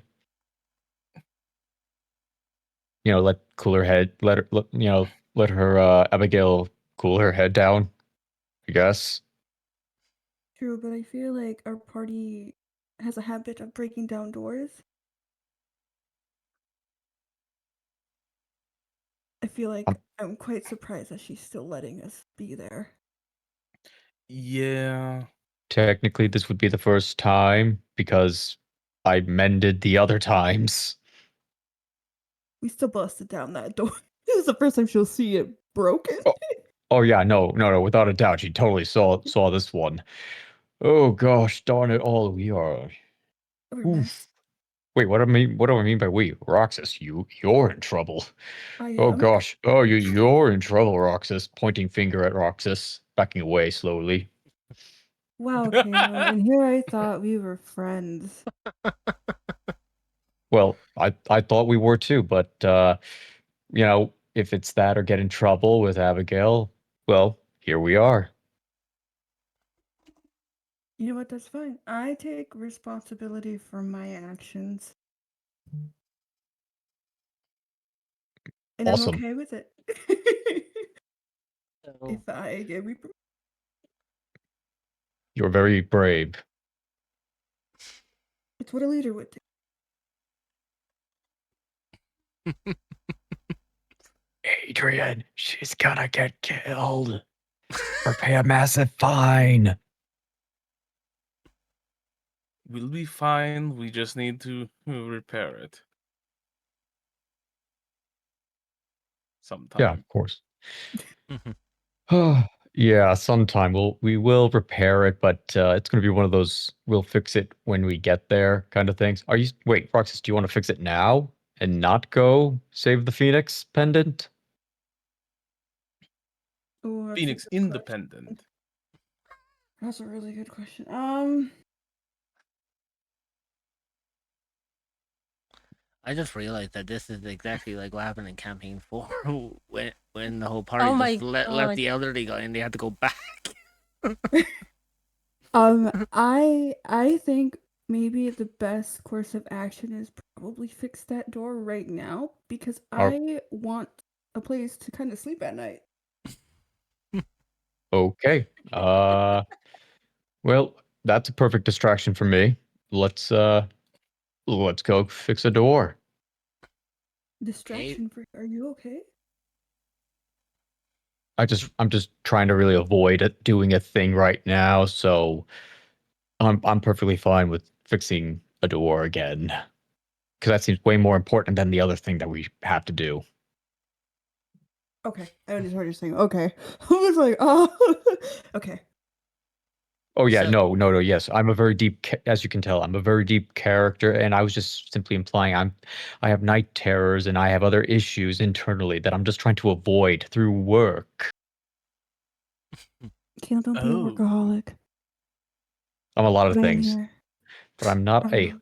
holic of any kind, mind you. Now let's go fix that door.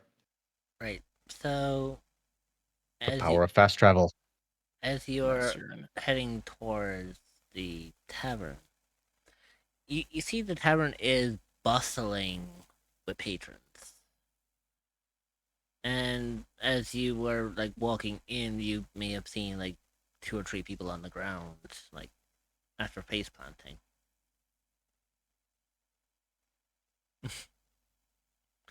Basically, they sort of look like as if they've been in a scuffle and may or may not have gotten kicked out. Bummer. But yeah, it's bustling, it's packed, it's busy. It's wild. Like the place is in full swing. There's bards singing. There's music playing. You see, like tavern hands, serving ales and drinks, and from the corner, you see Abigail coming through the door, holding 2 pitchers in each hand. All right, there's one for you and one for you. Enjoy. Oh, see, you're back early. What brings you back? Look over there. You Abigail. distract. Adrian, let's go fix that door. I forgot to brush my teeth. Adrian, come help. Adrian, come assist me with that. Yes. Bro. Dude, why you gotta be like that? Seriously. So, Why do you need help brushing your teeth? Oh my god. Why are you Adrian dude? being dense. Adrian's going up with you. He's confused as to your. no, I guess it's one of those moments where Caelan's just like, I brushed my teeth. I think you're coming with me, and just drags him before he even gets a chance to ask why. Pretty much, Jesus. that's it. Yeah, Sit down, shut up. Adrian's just confused by your excuse. Yeah. more than anything. That's been your day so far entirely. Turns and looks to Roxas, and with that look of, they never changed. No, they don't. Especially Caleb. So, what brings you back so early? Usually you don't come back till late evening. Kind of unusual that you're back so early in the morning. Hmm. Yeah, it's not even 12 p.m. yet. We just wanted to say how much we appreciate you and everything that you've done for us. Oh, please, it's the least I could do. After all, I had to look out for one of my own. As she, puts her paw underneath Kieran's chin. Whoa. After all, we Vulcans need to look out for each other. I mean, we're not very seen around here all that often, you know?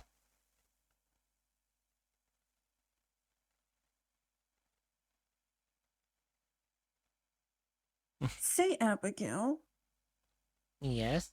given that you are family of Kieran's, and I would like to say that Kieran is one of my friends. Mm-hmm. Do you have any stories of when Kieran was a kid? Dang it, we're missing the pastime stories of embarrassment. Mm. Anyway, Dang it. Adrian, Alright, open up. Let's. See, no, as not like that. That was the lie, you fool. Fix the door, damn it. Use we got mending. Let's do this thing already. God, dude. Did Rock just stab you in the brain or something right now? Okay, God, you are just not here right now. I mean, I can wave my arm to fix it if that helps, but I don't have that spell. Oh, well, I do. I just need you to hold the door in place. fucking hell. Jesus. So as Adrian and Caleb are doing this, back at the tavern, Abigail kind of taps her forehead with a claw, kind of extended. Mm. You know, I can't say I remember too many stories of young Kieran here. Any will do. Mm. As Roxas cast message. Sorry. I'm so sorry. You're not sorry. I do believe I might have one story. And young Kieran here was such a little kid, just being a little scamp when he was younger. Oh, his mother didn't know what to do with him. She always said that he'll grow up to be something, and boy oh boy was she right. Oh, the fun he used to get up to in the forest. Always playing hide and seek with the other animals. Always being the seeker, never the hider. Oh, he had a wonderful time. There was one time when he climbed a tree, however, thinking that he was a bear. Oh, it was so much fun trying to figure out how we were going to get him down.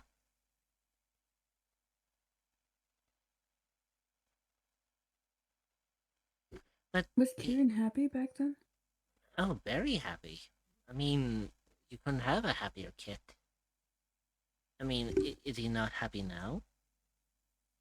After all, he's got amazing friends to look out for him. Isn't that right, Kieran?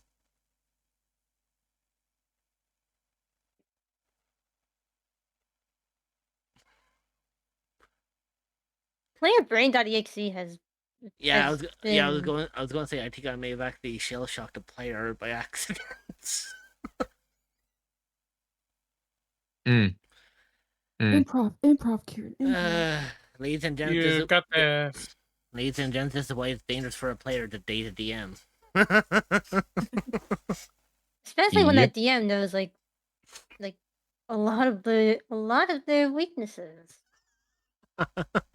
That sounded like a threat. No, I don't use anyone's weaknesses as a DM. Unless I was playing a malicious Right. villain. You know, that is Gotcha. fitting for the Wink, villain. wink. Then yeah. You say that, and yet Hey, Power I can word. count- heal. I'm not that I- malicious. I can count a few times that you have used one of my weaknesses against me. Yeah, but not in D&D. Oh yes, in D&D. Need I remind you of Vix's introduction? Well, Spicy. Yeah, but we talked about that one. You didn't tell me about the fucking specifics of it, motherfucker. I just knew it was gonna happen. I didn't know what you were gonna do. Anyways. So yeah, Abigail asked to Kieran, is he not a happy little whelpin?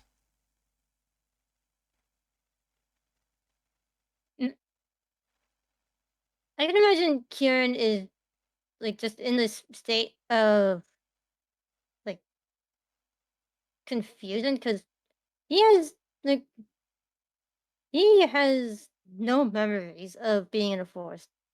But then again, it is said that you don't form memories until you're a few years old. Mm-hmm.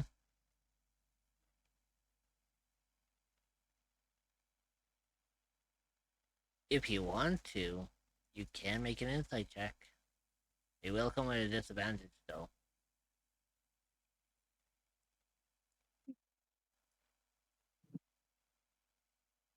Or you could believe what Abigail is telling you. It's entirely up to you.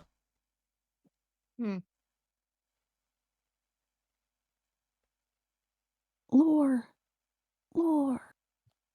do it for the boy. Insight it, please. For the love of God, do it. I'd like to know more. Mm-hmm. Oh, You said with disadvantage. Yeah, thank you. So what plus Good. 1, 5, 6, 13? And 13 insight.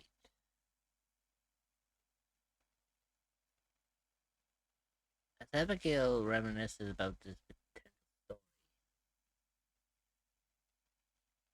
you can't recall ever being in a forest. You do know, however, that you can remember about being stuck up a tree once. But you can't tell if that's a memory or if that's something that actually did happen.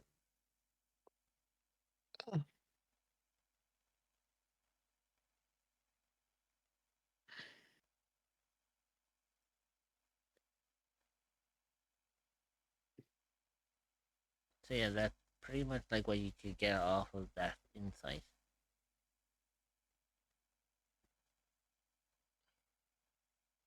He just has this look of confusion. But with the like tree one, I would say he has this look of embarrassment and confusion. Abigail's gonna look at you like, Kieran McDear. Don't don't tell me you've forgotten, have you? They usually say memories are usually the worst thing to lose.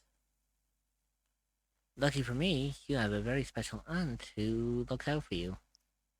I should have the thing for you right here. As she pulls out a small little binder. Like, it looks like a book. And written in a script, kind of text, it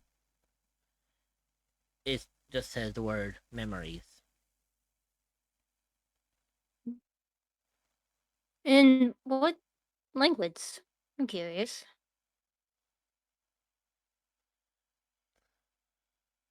What language? Yeah.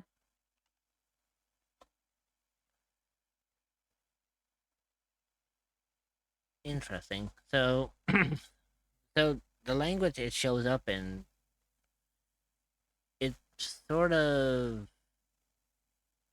to Roxas, she won't be able to understand it because it's not common.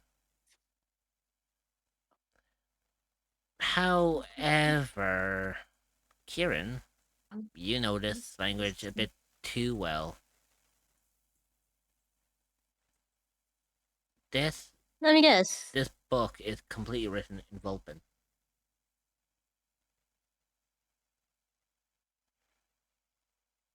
This is in your language.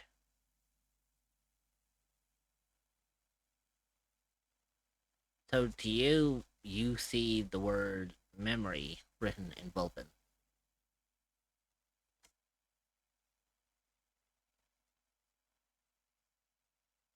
He carefully, and I mean carefully, moves it towards him.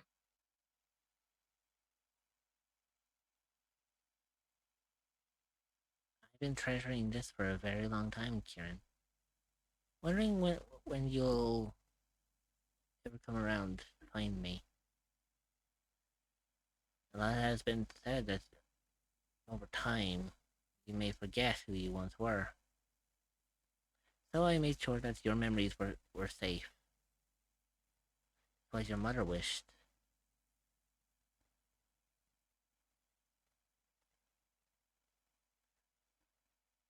Now, I'm going to focus on the tavern.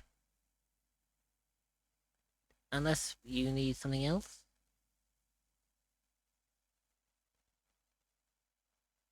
No. Then I will take my leave. Oh, and by the way, as she looks towards you, Roxas, she just comes over. If I was you, she kind of gestures you to come to lean in closer.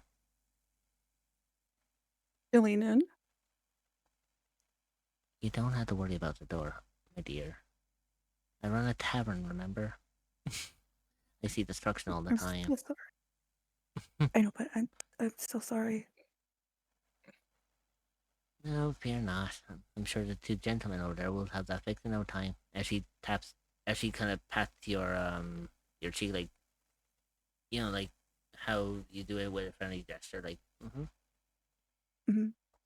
So she just does that. I was like, don't worry, I'm sure they'll have it fixed, and I'll pay them, of course.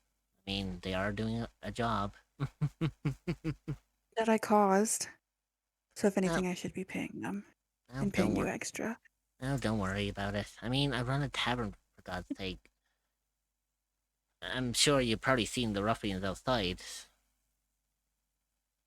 Probably, they're probably counting stars at this point. Yeah, they came in here causing a ruckus, and I kicked them out. Well, if you ever need any help with anything, I'd be more than happy to help you out. I'm sure we'll be fine, my dear. I mean, my chef today has been working exceptionally hard. I don't know what got into him today. He just seems to be hyper-focused with work today. Says that he's been laid back a little bit and needs to work a little harder. What a strange coincidence. Interesting. Well, I'm glad that he's gotten a little pep in his step. Oh, he's got more than a pep in his step, my dear. I haven't seen him sprint back and forth from the kitchen to the tables faster than he's ever done. This is the fastest he's ever worked in his entire life since he's been here. I don't know what happened. He just seems to have boundless energy today. And what about the kobold who was here earlier? Is he okay? From your perspective, make a perception check. No, actually, no. With your passive perception, you just see this this little stool moving from behind the counter.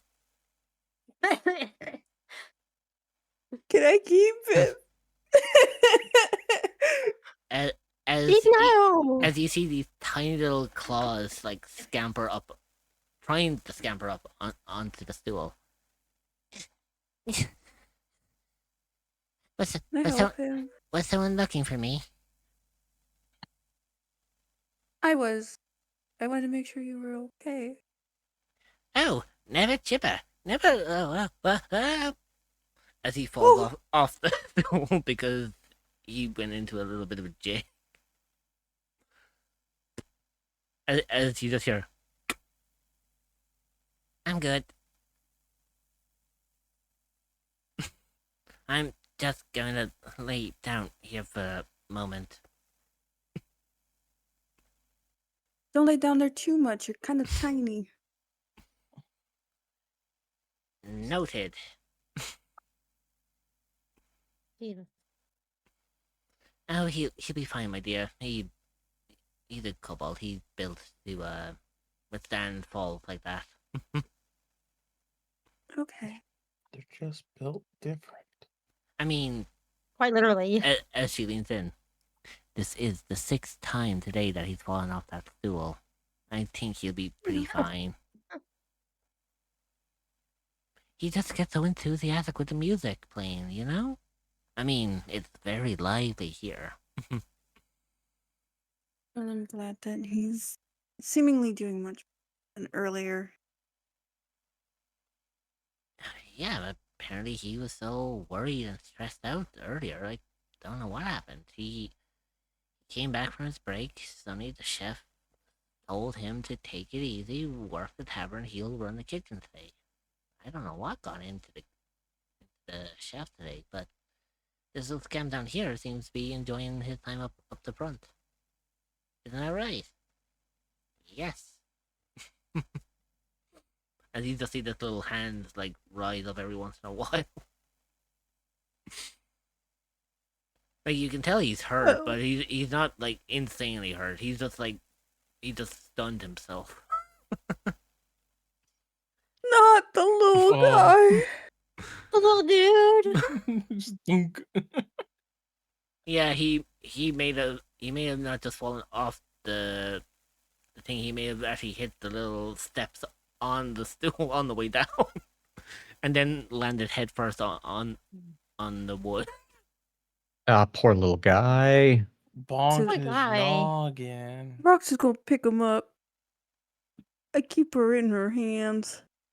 Cause she feels bad and he's cute. So this was like an You should anime. feel bad. If this was like an anime, if you were to see him, he's got that spiral in his eyes, like as if he's completely like dazed out of it. Yeah. And he would have like that kind of typical anime bump on his head.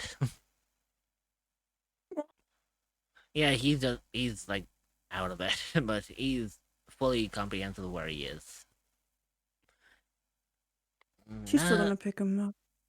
Hey, I'm okay, miss. I can stand on my own 2 feet.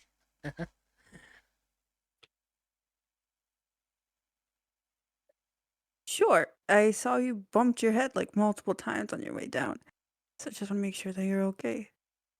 Oh, that's a fun time for me. That's pastime. Doesn't sound like you're having fun. Yes, I am. Look, I can prove I can stand on my own 2 feet. Oh, please don't. Just place me on the counter. She'll place him on the counter. So, as you place him on the counter, he does sway a little bit, but he is able to keep his balance. See? Perfectly fine. Okay, little dude. She'll pick him up and put him on the floor. Thank you, miss. Now, It's just a little guy. I need to get back to work. Otherwise, I'm gonna be slacking. As he, like, waddles off behind the counter again. Oh, he'll be fine in an hour, my dear. Don't worry. Kobolds are very resilient around here.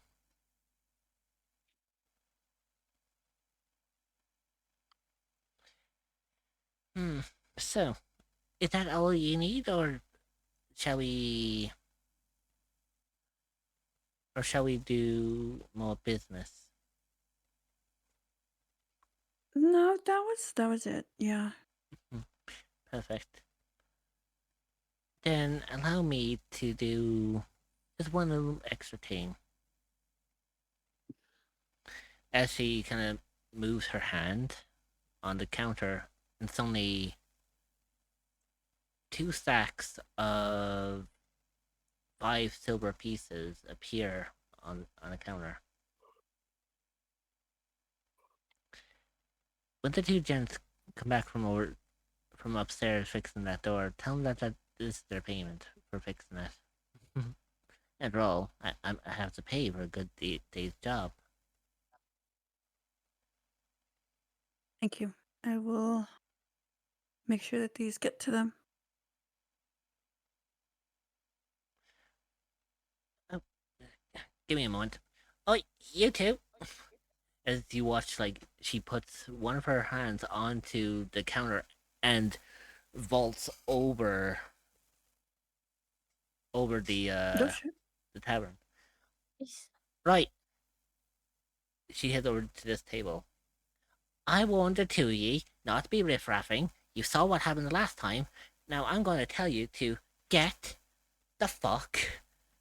As they both slide out through the front door. As she walks over.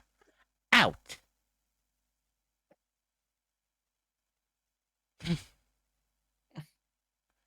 As she comes back, kind of clapping her, kind of brushing her hands together. Sorry, my dears. As she vaults over the thing again. Sorry, riffraffs. You know how it is with taverns.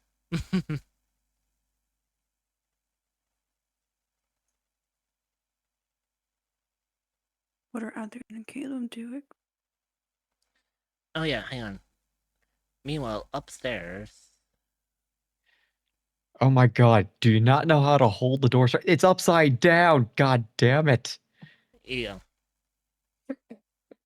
So I'm just going to bring. It's not that broken.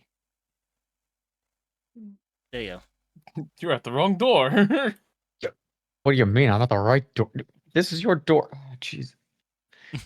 How is it possible that it almost feels like someone also put this through a freaking wood chipper? God, Roxas was like crazy this morning with that.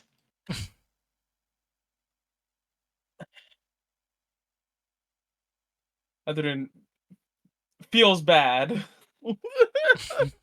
Why do you feel Adrian, why do you don't feel bad? It wasn't your fault at all. I mean, Roxas was just really caring about you. You know, I could feel the passion from her.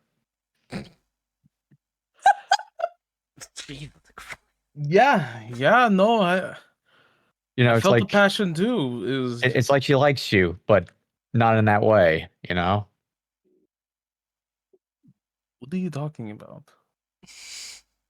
You're a really good friend to her, and it's obvious that she'd do anything for you. Like break down a door and kill whoever decides to harm you. That's friendship. That's a true friend. Mm. Okay.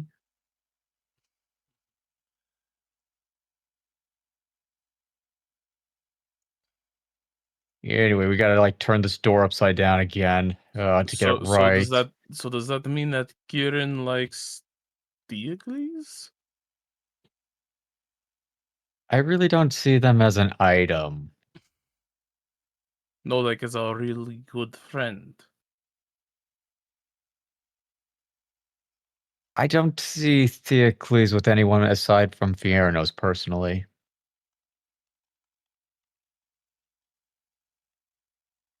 I wouldn't know on Yeah, that. I know. I wouldn't know either. Are we playing like this like a game of who would be the better match with who? I've never done something like that. Okay. Why? You do you sort of have feelings? Anyway, I gotta flip the door. Don't we all? Oh god damn it! Where the hell's the doorknob? Um. Oh my god, it's in It's two right here. freaking. No, it's in two pieces. Oh my god. This is gonna be tough.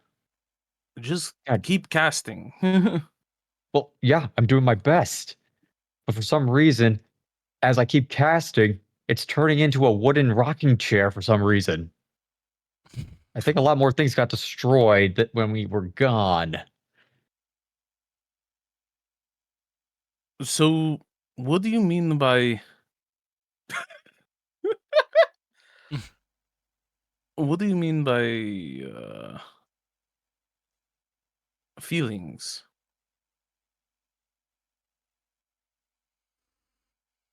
Well, the evil game that we played last night. I asked those feelings, and you know, I asked Roxas how she felt about you, and then you kind of did some things yourself. Personally, I'm not that great with feelings, but I had assumptions. Do you have feelings? And I don't mean feelings for like Roxas, but I mean, do you actually have feelings? Um. Like, I guess that's really what I was trying to Yes. get at from the beginning.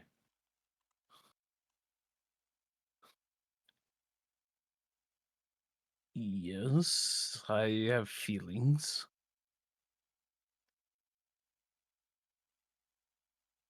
Okay. All Why? right. Why wouldn't I? Well, you're sort of like very professional, monotonistic, very lawyery, It's such something about lawyer talk that makes me think that they don't have feelings, Like lawyers, am I right? I've I've never met a lawyer. Pray that you never do.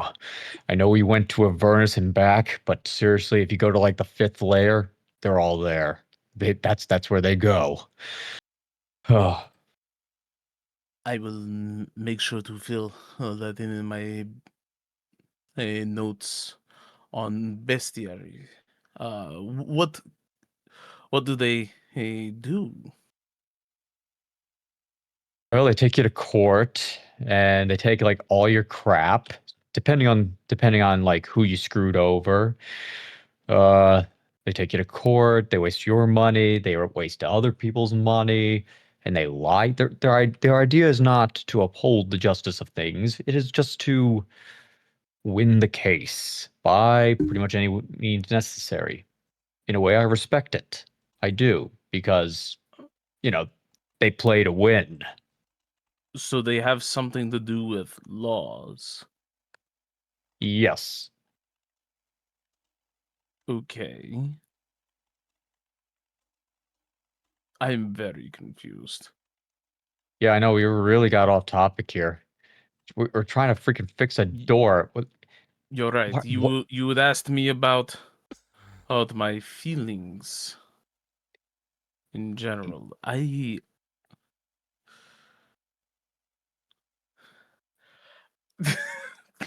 can't look at the side chat. Oh, yeah, the trick is to just not have it on screen.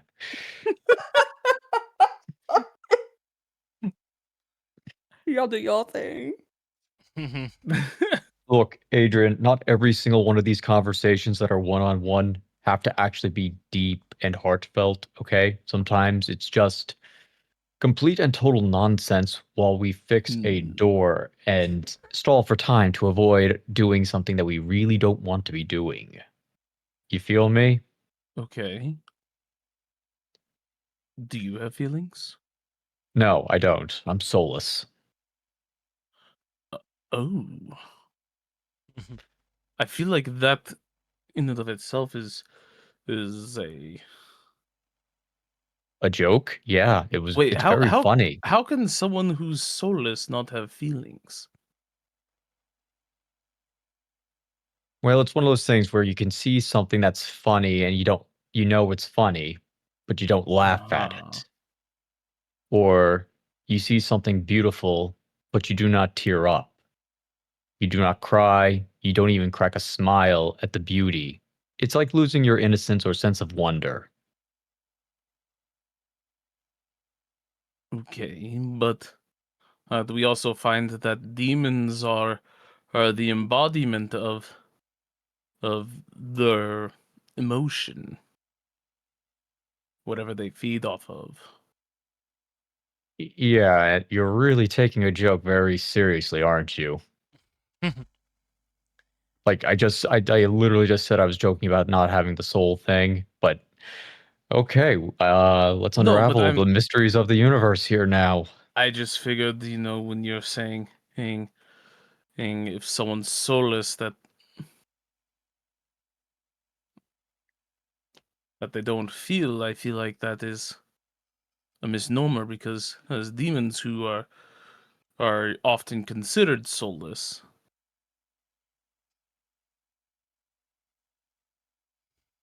feed only off of those specific emotions and embody that emotion.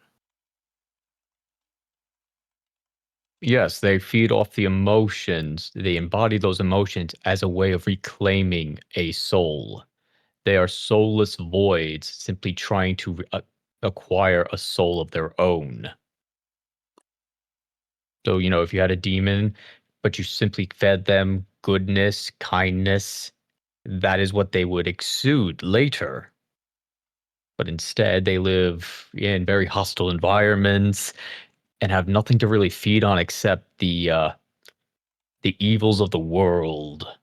For that is the only thing that has ever been provided to them. Would that mean there's a way Uh, to redeem them then? Like say pull them up to the heavens where you're from, or Oh, I don't so really that want they to talk can. about the heavens, but you're asking quite a little bit about this soul concept. Is there something on your mind about a soul that you need to get off your chest here? Well, I know I brought that up as a joke. You seem to be really keened on it. I was going to ask if is there. I know that there are ways that creatures are able to affect other people. You mean, Well, in a sense, kind of like how gods bequeath their power to people, or I suppose people who are created as warlocks. warlocks is a very interesting term. I would have said I would have gone with clerics as I am one, but now you bring up warlocks. Why warlocks now? I'll say most. It was mostly just curious as between. There's Hmm. not a whole lot of difference from what I've read in the books between warlocks, clerics, and paladins, in a sense. Caleb puts down whatever the heck, like the door pieces that he's currently working on, and just like, okay, this crap just got serious. This was fun. Now it's not really. It's getting serious. Adrian, Adrian, I can understand that, Yes. but you brought up a very specific point. You brought up warlocks. Is there something about warlocks and their patrons that you are just not telling us? Is there like is there like a danger involved with this? Are you involved with warlockery? No, I was was simply asking, because how do they, do they contact people, well, specifically in certain ways? How does that work? I want to do an insight check to see if he's lying to me about being with Warlockery. Sure. Sure. Go for us. I got because at that point it's just if I do really well, it kind of proves 2 points. One, you're messing with me. Or number two, I got to keep playing like this. Okay, so I'm going. 12. Okay. You know, I was going to say persistent giggles for Galen to roll for insight and Adrian to roll for persuasion. Oh my god, But you are you are freaking messing with me now. Oh my god. Oh, he's not messing No. with you. That's the thing. no, because like if you think about it, Adrian is trying to tell you this. You're doing an insight, so now you're trying to see is what he's telling you actually honest. So in a way, Adrian is either telling you the truth or he's bullshitting you. So he has to make a persuasion check as well to see if he's actually doing a decent Yes. job or if he's confusing you even more. How well am I getting across this information? That's basically what he's trying to say. It's like is he leading you on or is he just or are you just like losing yourself in the description of what he's trying to explain? Think of it as like you're trying to explain something and then it's like, you know, it's hitting, but it's not receiving. Hmm. So with that insight, Mm-hmm.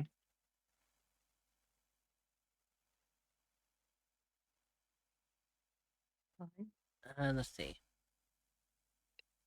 What? With that insight, you can tell that Adrian's not bullshitting. He isn't associated with warlockery. But Okay. that doesn't mean that he doesn't know a thing or two about warlocks. Got it. Hmm.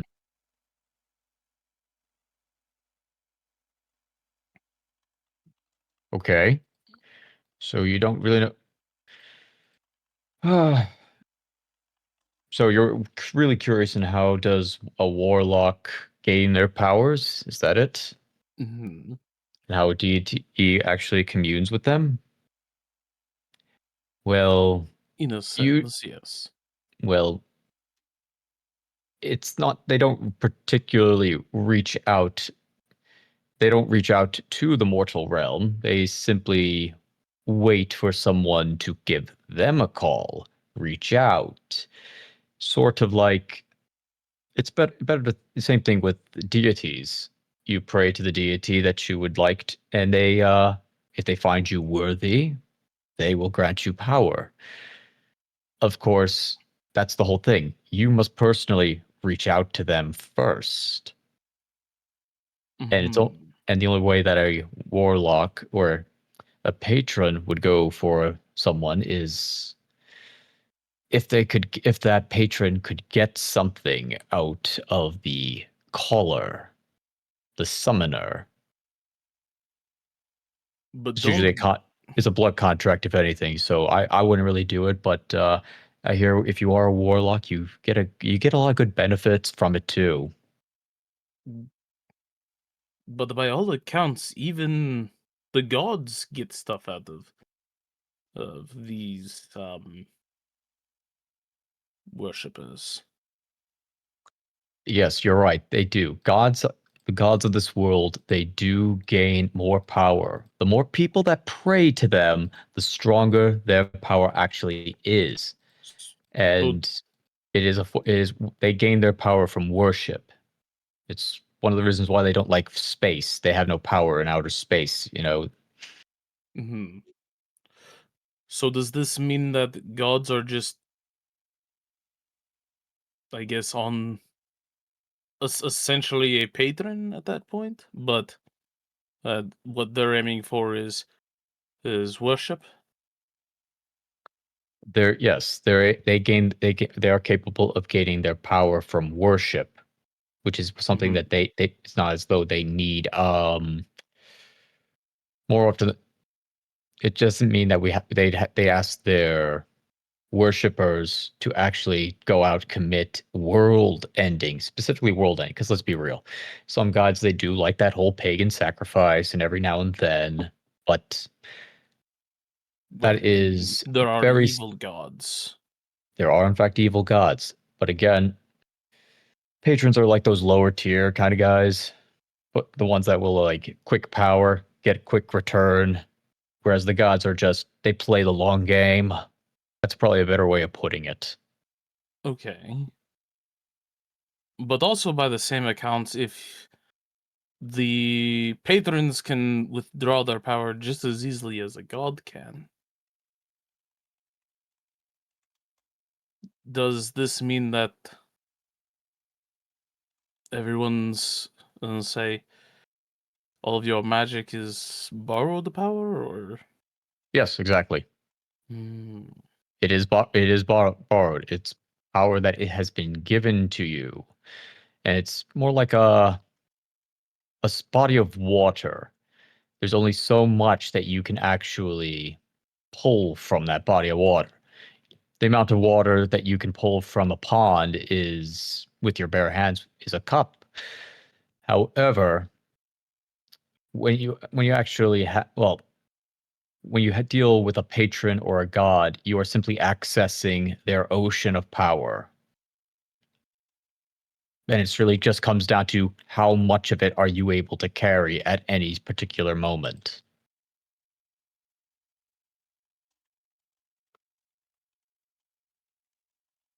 I see, I see. Or is this something more about you're asking a lot about gods, but you are a druid. Is there not something like that for you? Well, say us druids, we don't channel the power from the gods.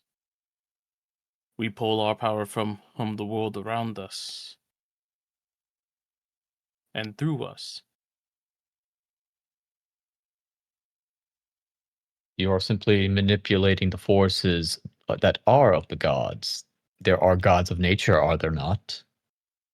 There are, but we do not necessarily pray to them to do and give them power. We You do simply not give them. control what's there. Oh, so you're simply someone who takes and manipulates the power without offering any equal exchange. All of my power is my own. Are you sure of that? You said it yourself, it comes from nature. It's not necessarily yours. Comes from nature and myself. Say, I can cast as magic can in any form, anywhere, without having to worry about one day someone just snapping their fingers and taking it away just because they're displeased with me. Well, why would they when you're simply just taking it, taking power that does not belong? I believe it is also similar to sorcerers and wizards. Well, wizards, yes, very much. The wizards themselves, there is a god of magic. You do know that, right? Yes. And even wizards must follow that god. They must, even though if they don't take power from the god of magic, they still must follow the god of magic's rulings. It's one of the reasons why you can't cast like, what is it, level 20 spells, 21 spells or something like that. Like there's a I, cap on the level of spell you can actually cast now because some asshole way back in the wet day tried to cast a spell that would turn him into a god. I, Seriously. I believe that was a And say I did read some history books on that. That was a 10th level spell. Yeah, it was ridiculously high as hell. Unheard of. All I know is he ruined it for everybody else. That's all I'm going to say. But the point is, when it comes to the rules of magic, there's always you always follow some manner of rules. It's not as liberal or free as one would think. Everything does, in a way, come with a cost.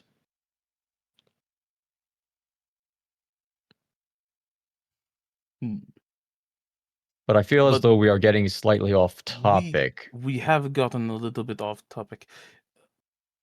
So, you're saying that patrons or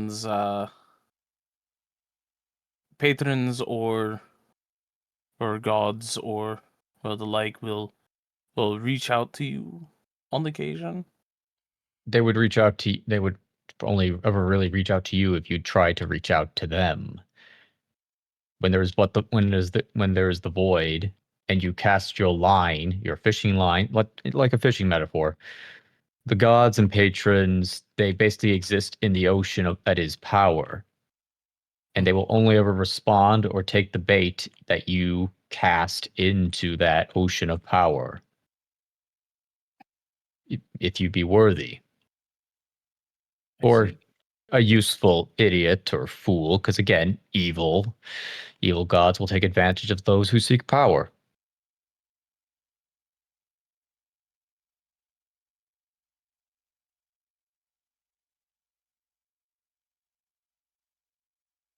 But yeah, you seem awfully interested in this topic, but you already seem to know so much as is. Why ask me? I was just curious. Curiosity does not just spring out of nowhere. There's usually a reasoning for it all. Are you trying to ask how someone can gain power? Is it someone close to you?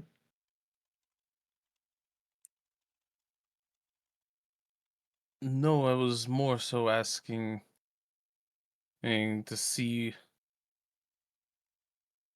if that might be an issue. What might be an issue? You speak as I thought initially this would be hypothetical, but you're now making it sound as though it's very real. There's a cause for concern right now.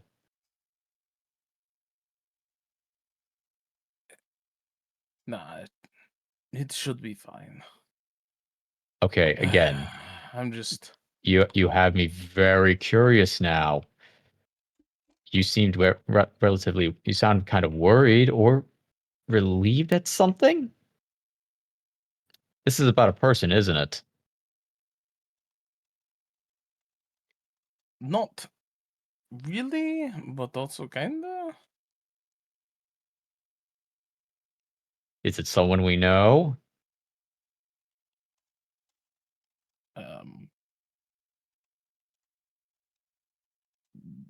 Yeah, it's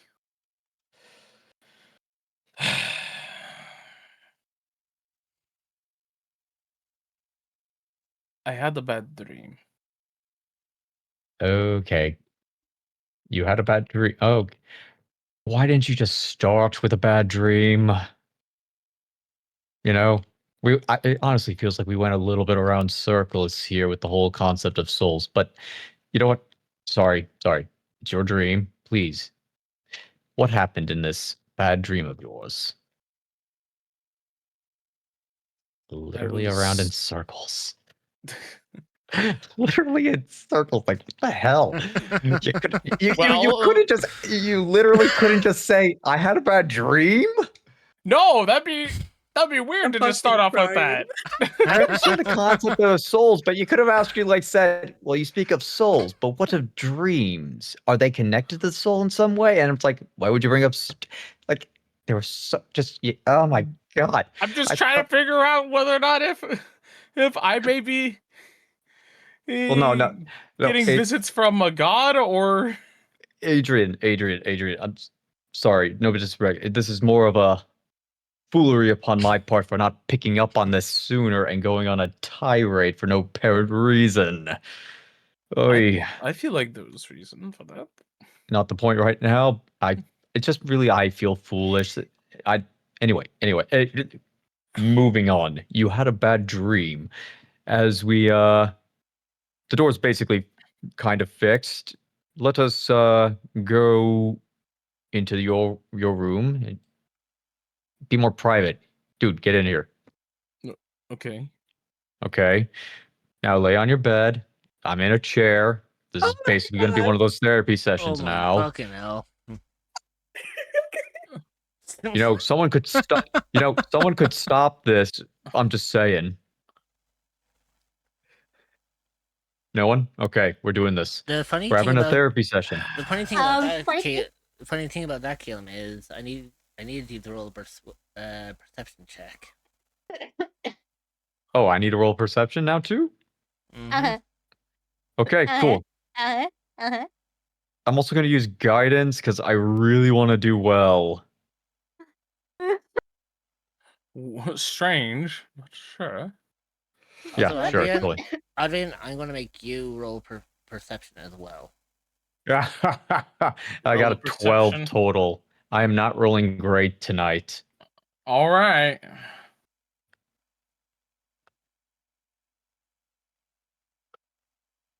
Well, Believe this in you. 16.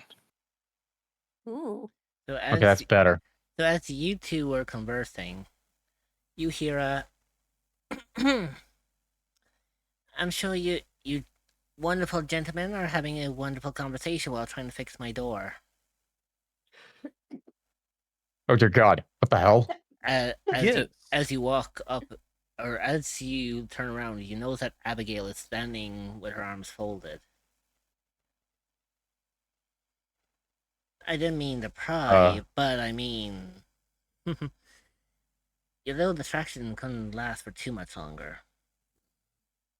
I mean, your friend downstairs did a decent job in trying to distract me, but I knew something was up. You forget I run a tavern, don't you? I hear riffraffs all the time. I know when things are going on. Look, I appreciate that you fixed the door. So, I'm going to compensate you. There's 2 stacks of 5 silver pieces downstairs for both of you. Oh, cool. And Also, don't, by the Very way, much it was. appreciated. By the way, just to clarify, we're fixing it, but Roxas broke it. Oh, I know. I know she broke it. You forget I came up this morning to all this, right? Correct. It's kind of very easy to tell, like, who's been swinging a sword. Don't worry, it's fixed now, and you have been greatly compensated. Anyways, I gotta go back to the tavern. So, when you gents are free to join us, you know where we are. as she waves as she walks away. I'm gonna be real. I do kind of get chills whenever she just pops up like that. She's very quiet. Okay, everything's okay. I mean, that's wolves for you.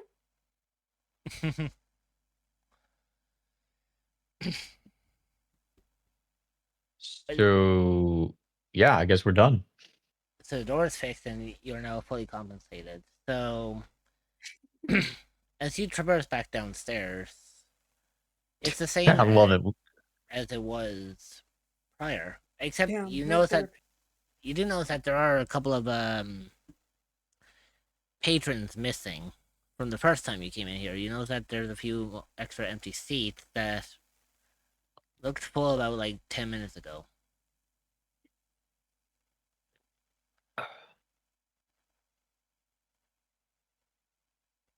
Okay, well, door's fixed. This is Yep. gonna hand you a sack of 5 gold. That's from Abigail. Silver. Silver. Yes, it's 5 silver each. Okay, we'll take that. Thank you. I mean, I would give you yours, but you're all the way over there. Oh. You just pick it up. It was like here's yours. You just fuck it across the Just across the chuck it. tavern. Yeah. It's like here, fucking take this. Fucking Dude. the moment Faisto repeated become projectile. I mean, they could with the right spell. Yeah, pretty much. Just give it to Syl. What? No, that's you're not in this episode. I love it. Like Probably during that needed. entire time, I'd also like to imagine like during that entire talk, after Kieran was handed the book of memories, that he probably like I would imagine Kieran began looking through the book of memories, trying to see if any of them are even vaguely familiar. Okay, as you do. You notice, do you want roll for? Let's see.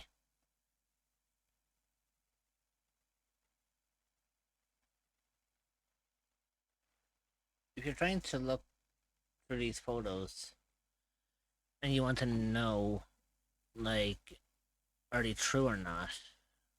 Give me a second.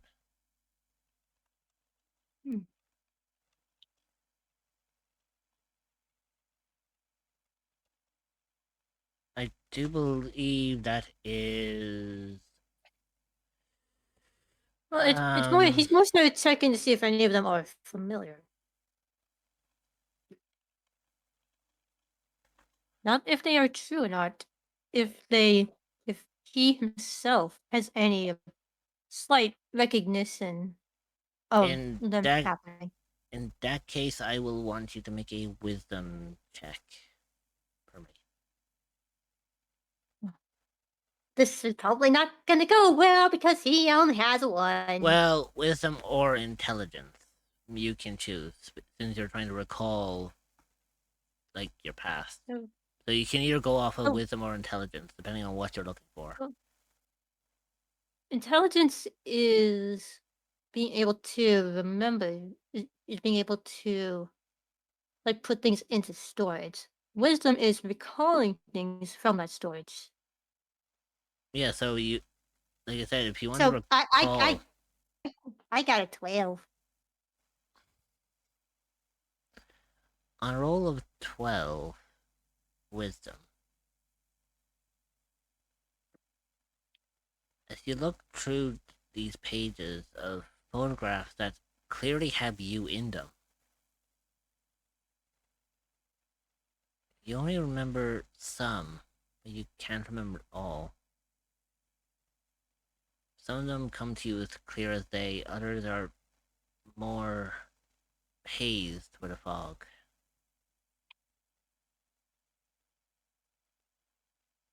And others you can't seem to make out at all. You can tell that the Vulpin in these photos are of you. But you're not sure when some of them were taken.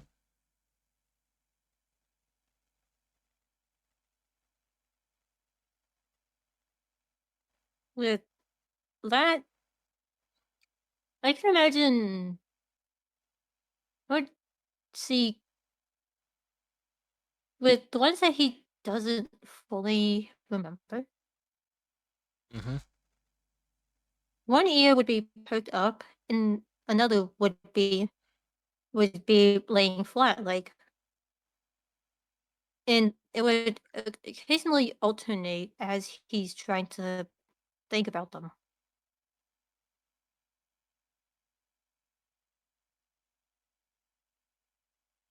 Yeah, so And under his breath, he would say, "Some of these are familiar, but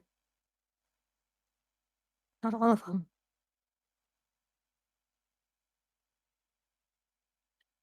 I hope I caught that. It did. Okay, good. So, for everyone around Kieran, you can tell, like, he's in deep thought as he is, like, scouring these pages. He's, like, taking in every single. Like, he's taking in every single, image that he's looking at, every word he's reading. He is heavily focused.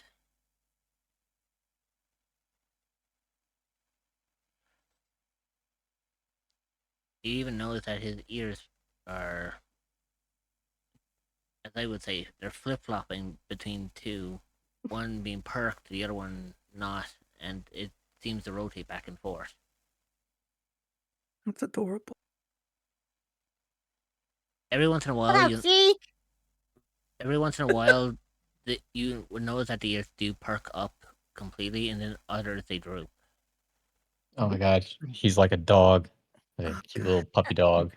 As he is trying to reminisce through these memories.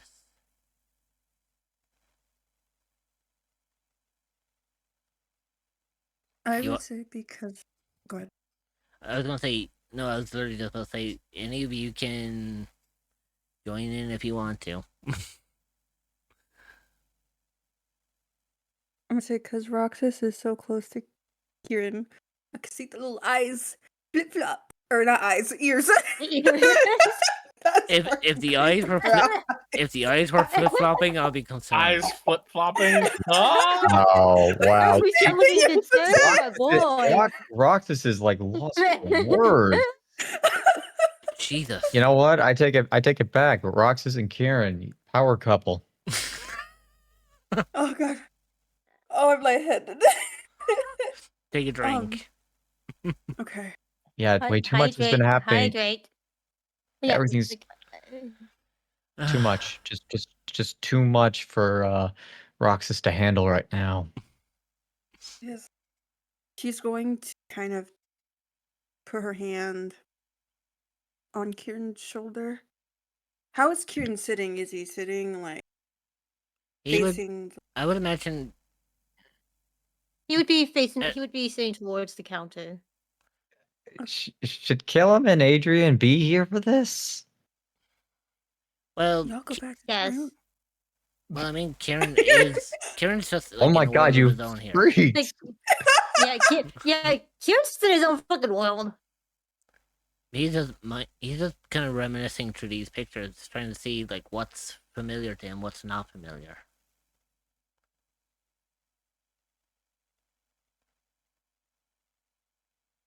Also, I put a little gif in the side chat of what I was describing. That's so cute. Okay, that is. My statement still stands. It's cute as fuck. She's gonna put her hand on Kieran's shoulder. Kind of lightly squeeze Kieran's shoulder. And kind of poke her head down a little bit to where Kieran could probably see in the corner of his eyes. And she'll say, "You're spacing out again." Hey. Oh. Are you okay? He would respond. I'm just trying to remember.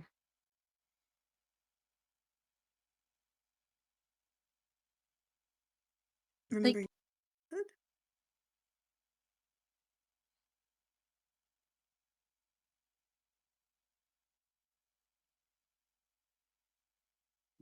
Play a brain broke. It just I had something, then I lost it. Kieran, I'm sorry. As you are flickering through to the pages, a small little parchment of some sort falls out and lands onto the floor. Huh? Yes, that was half in character. That was half Hmm. in character, half out of character. The confusion is so real. Like I can Oh. actually kind of imagine that there are times that Kieran would actually make fox-like noises. Basically, like how Oh my god. how you were holding the book, I would imagine you were holding like an actual book, so you had it slanted, and this parchment just slid um from one of the Onto the pages floor. onto the floor. But it didn't like float down. It just went. It slid out and then went straight to the ground It with a just went thud. So it's a little heavier than a piece of paper. This is like a parchment. seeing that he places the book down on the counter, and in order to grab it, he gets off the chair and like bends down to pick it up.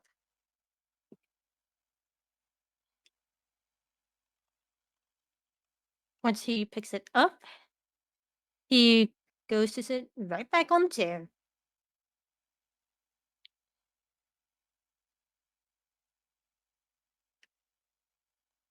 So as you are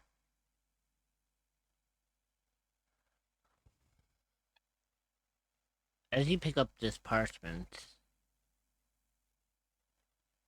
you look at it for a brief moment, and then, as if curiosity has gone the better of you, you unfurl this parchment. And what you see in front of you is something you never thought you'd see in a very, very long time. In front of you is a map of Nesca, your home. Gasp. By the look at this map, you can tell that these memories are 100% real. These are your memories.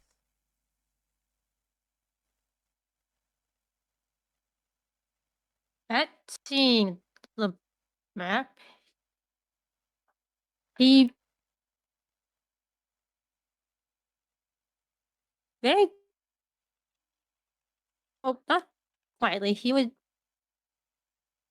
would think he's saying it quietly, but he would be using his normal voice. My hometown. What is it doing? Why is it in the book?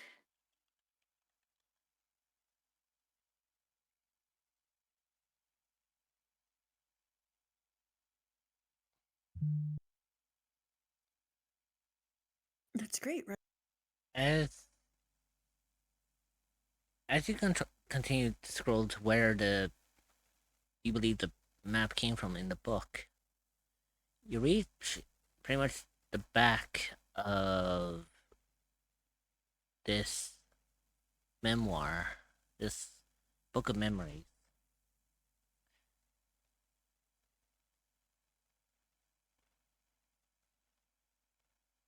What do you see in front of you, Kieran?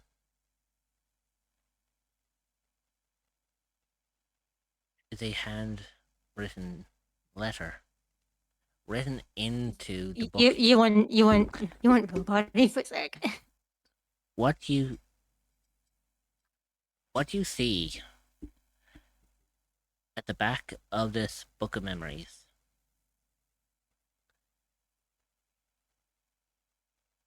is a written letter.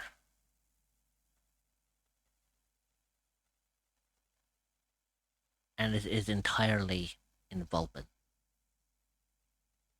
So only he'd be able to read it. Only you or anyone else who can read Vulpin can read it. But I assume no one else here speaks Vulpin. I could learn a spell that could help me with that. You leave. Is that a threat? No. I can't help but feel like Roxas wants us to Jesus go for Christ. some odd reason. And Kieran, as you look down into this book, the words in this letter come as clear to you as common is to everyone else.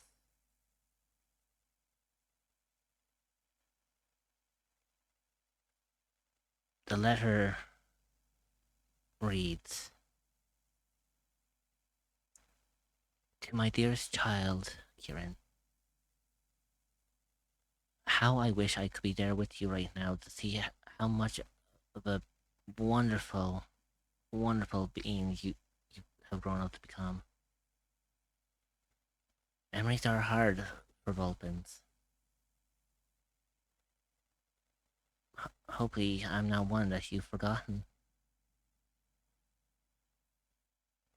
Just remember, Kieran, the world can be a dark and dangerous place. But as long as you are strong, as long as you are wise, then nothing can stand in your way. Perhaps one day, we will meet again. But not here, not now. I hope you are living a wonderful life, my child. And just know that I am so proud of you. From your loving mother."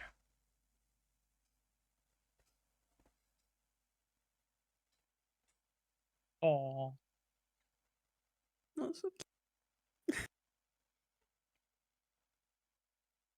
And here we are intruding on a beautiful moment. go get your own. as Kieran is reading that letter, there would very evidently be a few tears rolling down.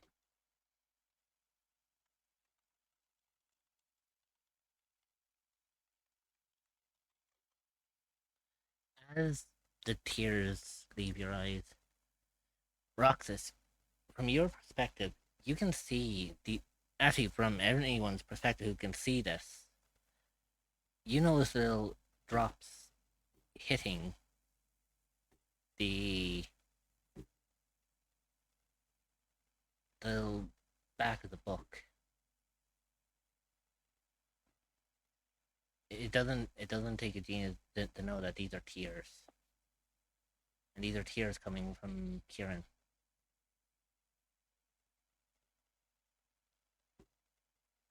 Instinctively, Roxas is gonna get up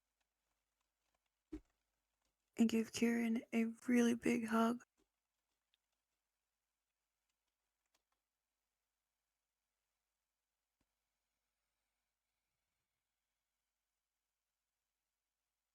And she's just gonna wait until Kieran says something.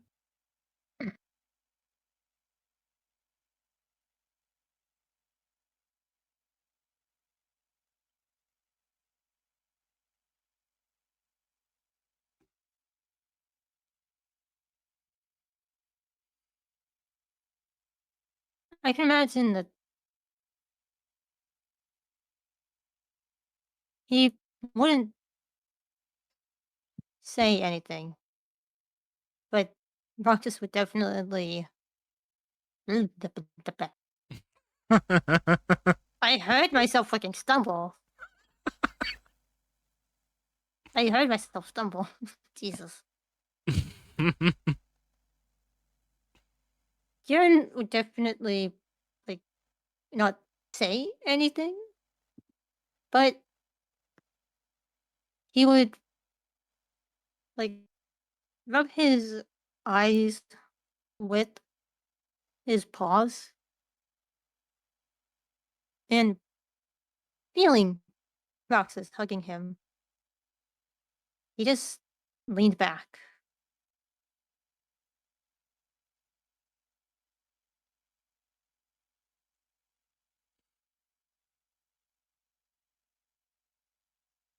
She's gonna keep hugging him. So even though you can't tell what is written on the back of this book, you can already you can tell just by sheer look alone that it has greatly affected Kieran.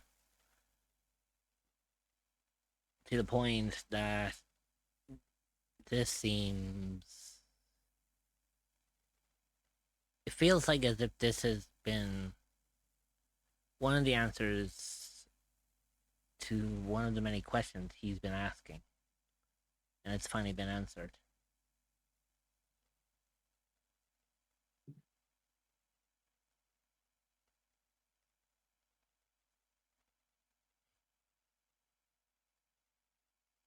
Yeah, I think Roxas is knowing that whatever Kieran read and how deeply moved Kieran is,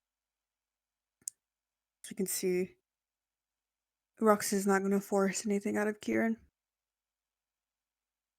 I mean, the only thing that you can see that isn't really written in any text, all you can see is a drawn heart. What you can imagine is probably a signature or a name. Yeah. But it is written in Bulpin. But you see this little heart, so you know I mean it's from someone very special or someone close to Kieran. I think after seeing that heart, she's going to make a rose blossom where that note is. She doesn't know what's written in it. She just sees a heart. And Kieran is crying. So she knows it's something or someone that Kieran might care about. Mhm. And she makes rose blossom for whoever it was that sent that letter for Kieran. She's going to continue to hug Kieran. She's not going to push anything. She's not going to say anything. More so hug Kieran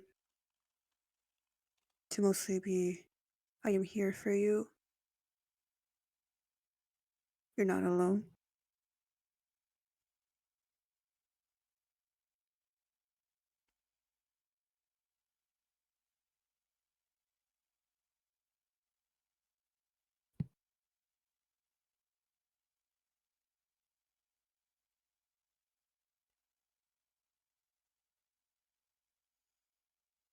So, with Mm.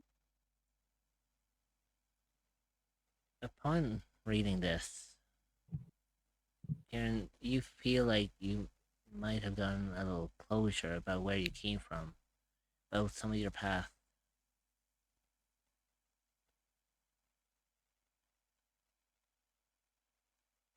And in all that time, you've become a far stronger fighter. Despite the fact you've taken a kind of a dark path, but I mean, I'm sure your parents wouldn't have had any problem with that one.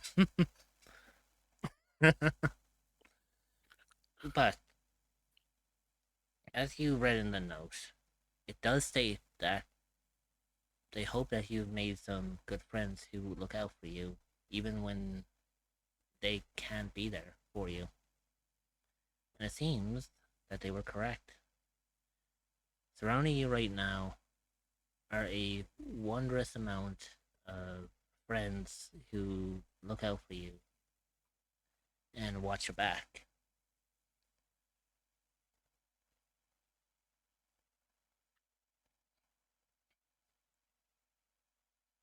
A few minutes go by, and things have calmed down a little bit. Now that the door has been fixed and everything has been sorted, what does everyone want to do now?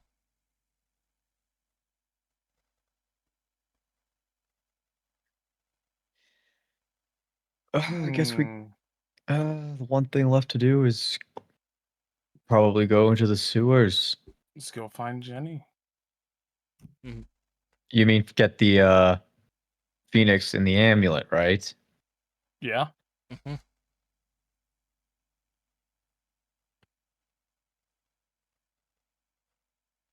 So, as you grab your gear,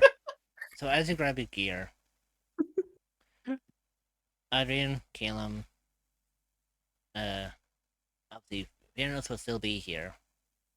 Anyway, Diocles is upstairs, like, asleep. All of you have gathered your gear. Kieran, for a moment, you still stare at the Book of Memories. But you know that it would be in safe hands here at the tavern.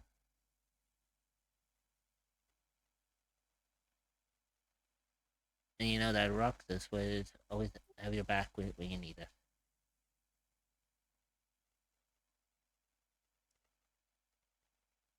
And I would imagine that he would keep the book there, but he would take both the letter and the map of his hometown. Certainly. So you tear out the page that contains the letter. And you take the map of Nesca and you fold them neatly into your pouch. With that, you go and search for the nearest, I guess, entrance to the sewer, which just so happens just to be outside. It's just outside the inn.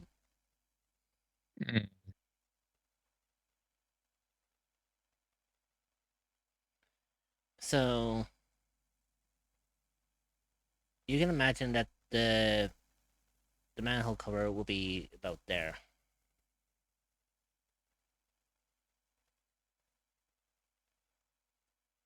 Okay, right about there. Mm-hmm. Where you're standing, Keelan. So once everyone is good to go, who would want to be the one to lift up the pipe or the manhole cover? Yeah, I kind of like to give it a shot. Okay. All right. Okay. Roll for strength. No, that's a saving throw. Wow, I got a 4. I'm terrible today. That's what you get for throwing me under the bus. So Keelan. No, it really isn't. It's not plausible because I was always rolling bad. Really? Yeah, all day today. I failed every single freaking roll. Oh. Oh. What do you mean? You succeeded on one. No, I didn't. You did. When you were trying to determine if I was telling the truth or not. To be honest, you did Oh my succeed. God. You did succeed in that one. Yeah. Okay. All right. Yeah. All right. In this one, you were trying to lift up the manhole cover, but you seem to see of having a hard time doing so. Now, Yeah. technically, That's to the point where I'm trying to. Yeah. if you want to, you can ask for others to help you lift it up, and in turn, I will.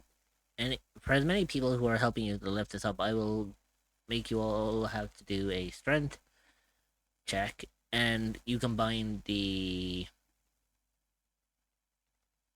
total? the total amount.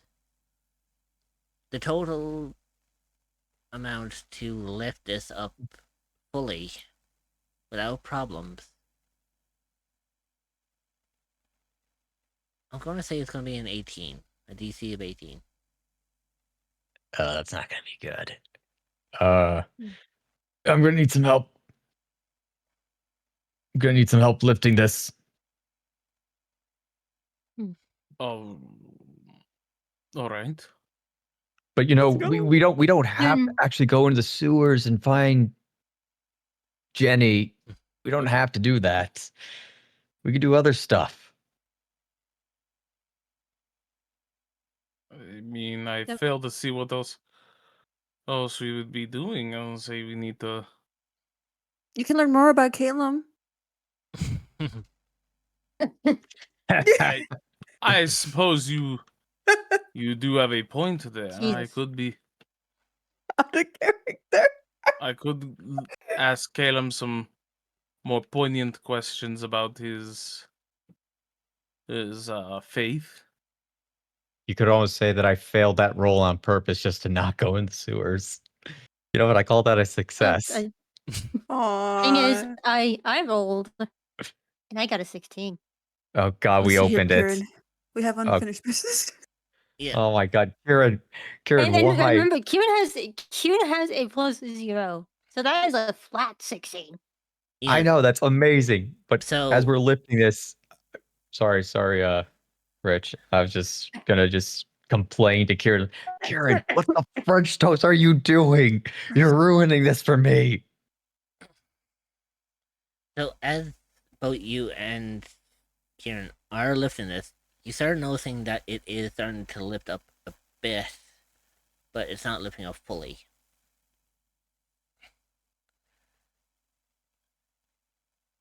This thing is still pretty heavy. I think we need a rest. Today was a pretty big day for some of us.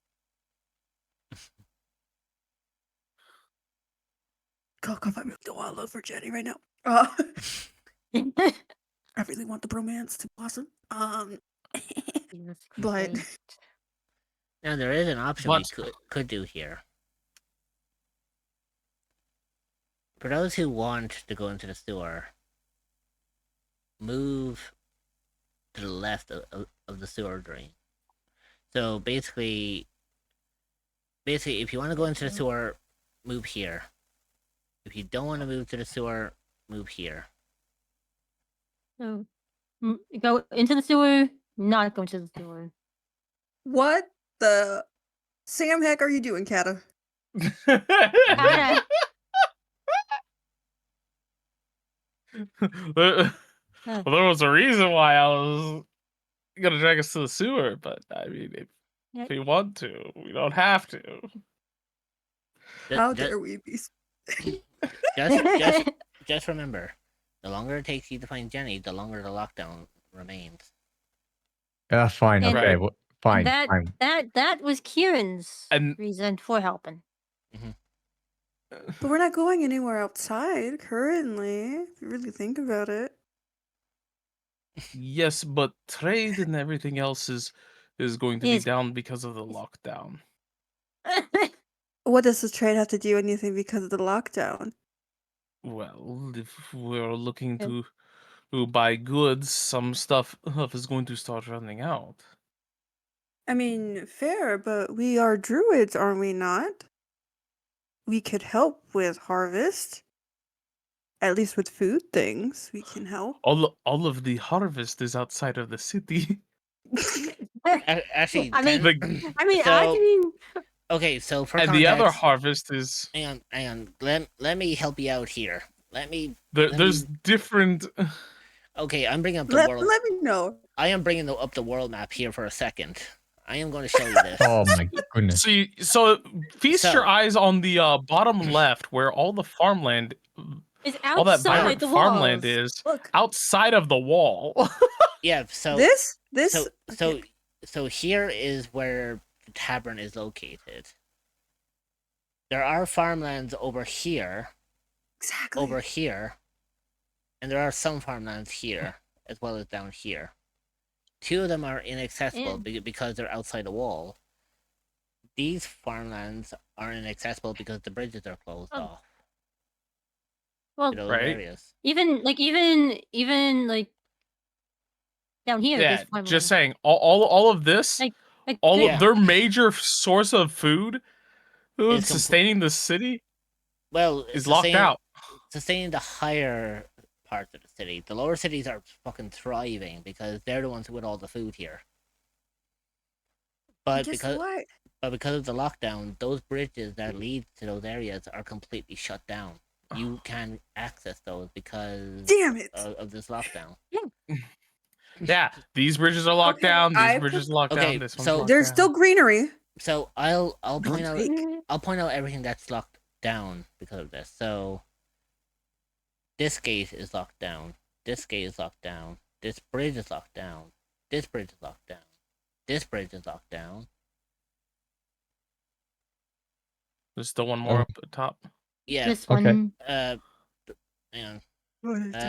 We have that bridge that's locked down, and then we have the little portcullis up there, and we also have this one over here that's locked down. Every one of those gates are all locked down, and these bridges here are inaccessible because they're also under curfew and lockdown. So primarily, the entire upper half or the high class of the city are now suffering because they don't have access to fresh goods.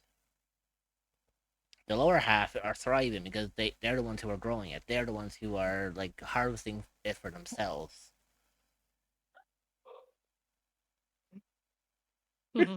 So by cutting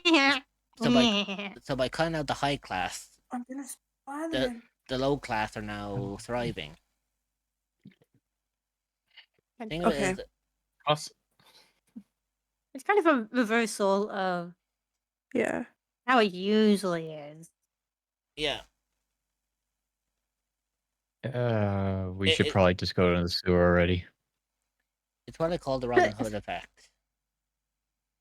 Yeah, that's it. By cutting out the upper class, the lower class are thriving, but very soon the higher class will begin to riot.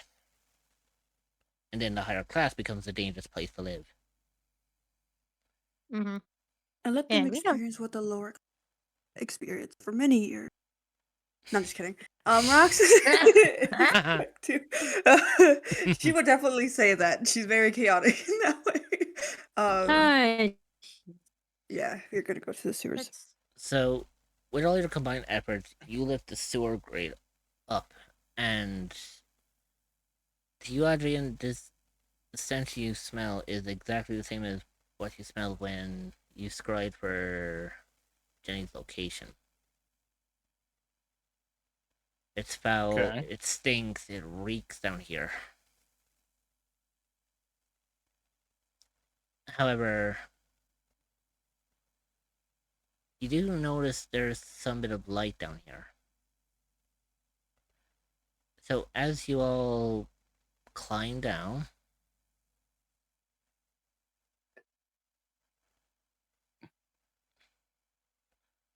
Oh, jeez. yeah, but Okay. yeah. By the way, I shifted the map a little bit. So I see. So Mm. you all end up here as you climb down.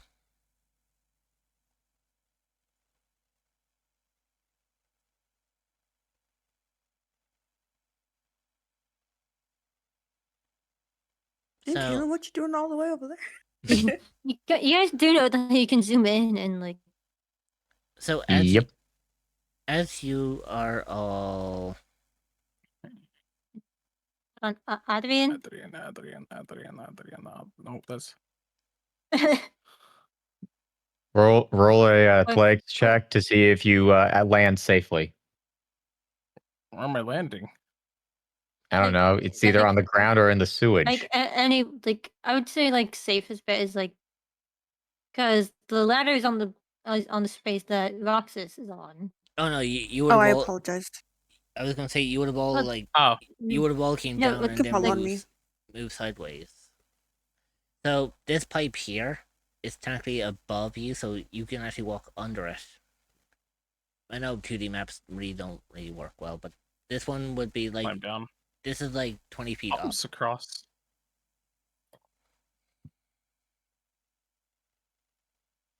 Ah, Yeah, you can kind of tell like these are easier to jump across because they're only like 5 feet apart. yeah, easy to jump across. Adrenalin's going to just go ahead and cast light. Keelan, do As you have dark vision? as you cast For light, people who did- don't have dark vision. I think the only one who really doesn't have dark vision is Dave, please. Yeah, Yeah. I think it is just Caleb who doesn't have dark vision. Well, I'm asking Caleb. I'm asking him. Oh, yeah. Caleb, Flute. Does Caleb have Yeah, dark vision? I actually do. That is a very good question. I do need to check, but Because I know uh, Kieran does. it would have to be a But racial feat. I would think I. well, Yeah, it I would do. be I do. Oh, it you I would do be have do. dark vision? I do Okay. yeah, have dark it would be vision. clumped in. Yeah, it would be clumped in with your like passive perception, passive investigation, and passive insight. Yeah, I got Most dark vision. Huh. So everyone's good? Yeah, I guess Yeah, I think so. I don't. Okay, should I cast the light spell then? Yeah, I guess we Well, don't need light spell. well, Wow, that's right. Because yeah. the equation here. The main caveat with dark vision is that we see things in like shades of gray. And yeah, but hey, that's basically how you see it. Okay. Calum is going to cast light on his shield. So now he has a bright light shield. again,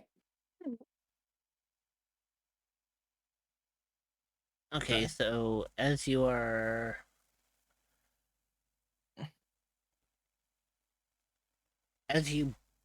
gleam up your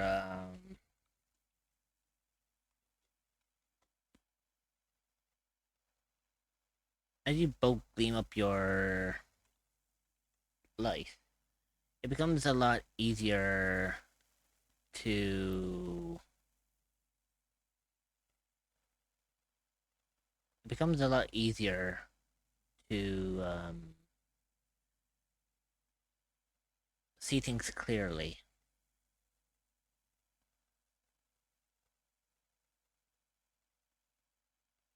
So from where you were standing, you can see, Caleb, that there is a what appears to be a door right here. Okay. ooh, Uh, I would like to check it out. Okay. As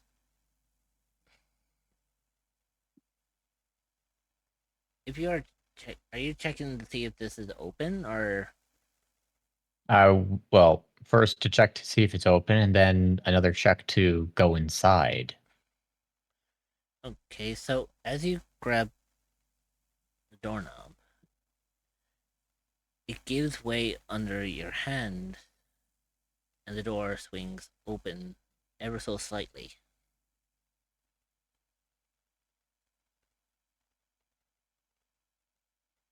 So as you open it, you take a peek into the room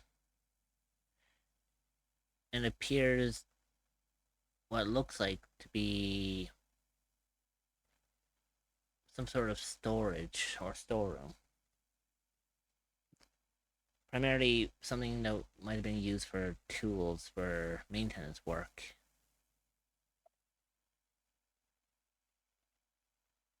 Oh, anything else really useful in here? No, it's just a box. Just crushed boxes. Workman's tools. Spanners, hammers, screwdrivers. You name it. Flashlights. Oh, flashlights. Oh, I guess that's something that probably would have Well, been good. like lanterns, kind of like. You kind of get the idea what I mean.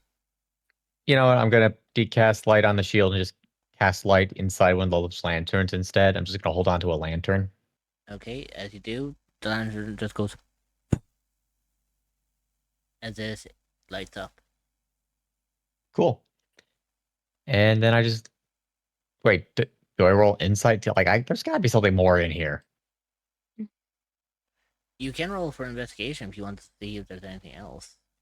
Yeah, I'm gonna roll for that investigations. I got an 8.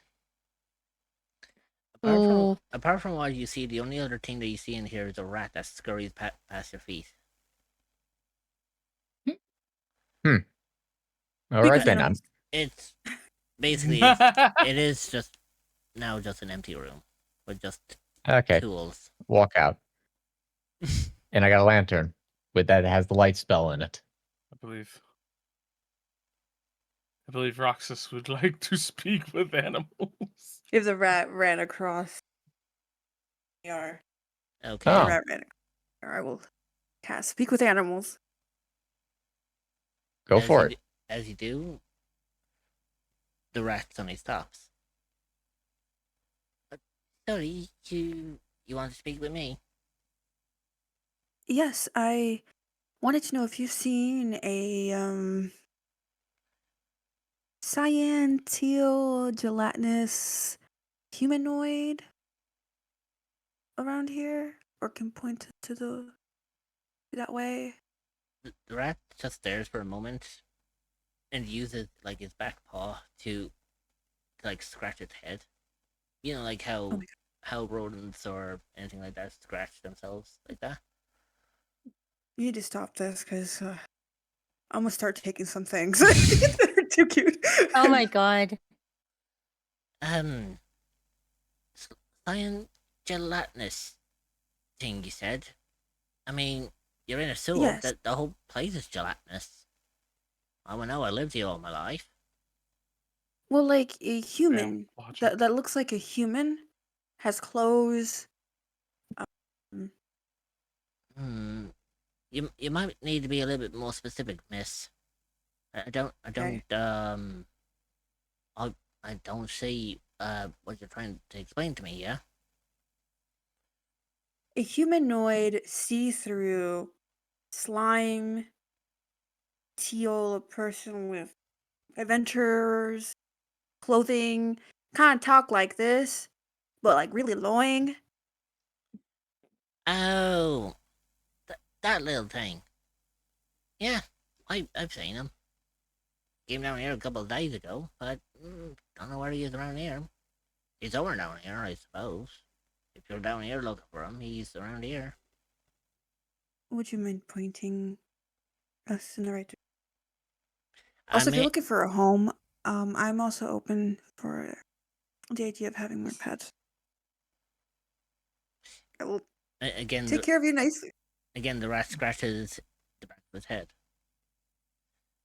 You're offering a sewer rat a place to live. I mean, you're an animal. Just Why do you another. take me for a charity case? And, No, I'm just kidding. Oh my god. well, don't get me wrong. You're sweet and all, but I do have a family down here, Unless you're willing to take them in as well.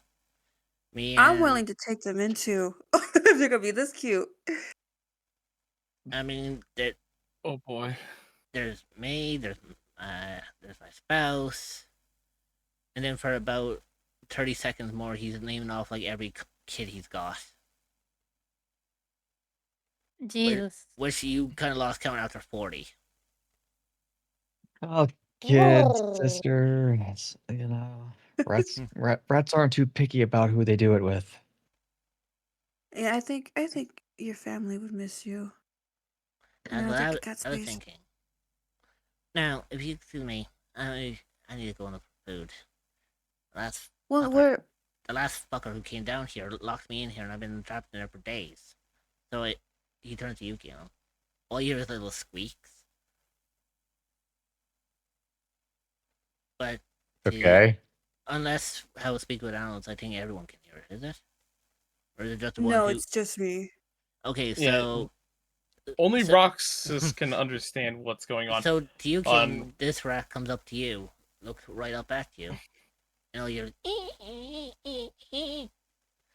you Roxas, you literally just hear him saying, "Thank you, Giant, for getting me out of that infernal place. I have been stuck in there for far more longer than I need to. I thought I was gonna die in there." As he scurries back down this way. So What was that all about? so he went from Hmm. here and scurries down this way. Well, him. The rat says thank you for rescuing him. He thought he was gonna die in there. Oh. Oh. Well, okay. All right. And we should Did- follow the rat. Oh, did the rat tell you anything else? The rat said that they've seen Jenny around here. Came down here a couple days ago. Yeah, okay. All right, let's do that. Felt bad. I was gonna use bee sense on that thing. Mhm. I'm on uses the way. beast sense, gets pinged through the entire dungeon. Jesus. Yeah, it's just like rock. It's just like, Jenny, you down here? Okay, we tried. So, as you come around the corner, Adrian and Kieran, I need you to make a perception check for me. Okay. Got it.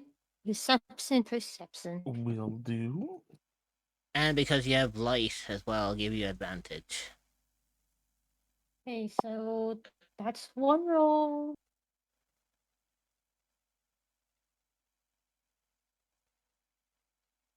23. Okay.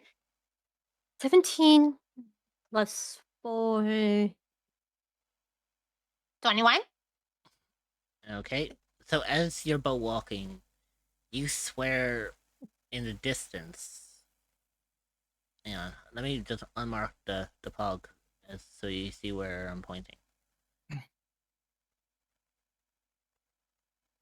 You feel like somewhere down here, you saw something move in the dark. It looked big-ish, but not. It looked humanoid, but quite large.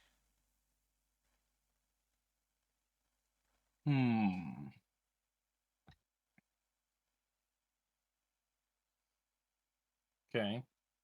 So my dark vision doesn't see further.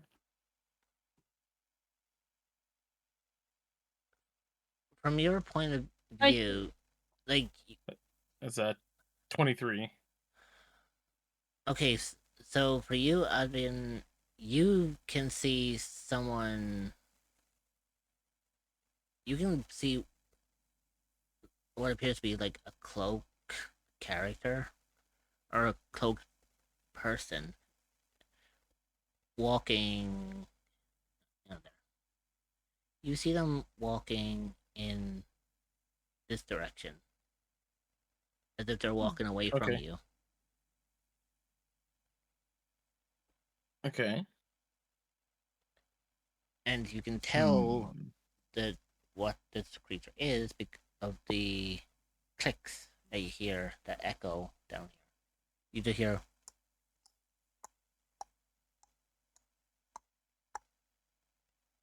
as if it's healed on cobblestone. Okay. So not Jenny. Gotcha. Definitely not Jenny. Alright, I'll look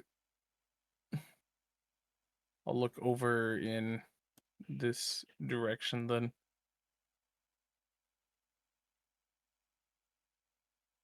As you do. So, how far does light or the thing go for? The light my spell goes a 20 foot radius from me, and then an extra dim light for another 20 feet after that. Yeah. meanwhile, So I better have just- dark vision up to 60 feet. yeah. So from here you see. 60 feet. So from here, I mean, you see all this lit up, but from here, hang on, I overshot it a little bit. That's okay. Basically, Yeah, furthest you would see that is for- like this set of blocks. Yeah, Yeah. basically, you can tell that there's a door down here.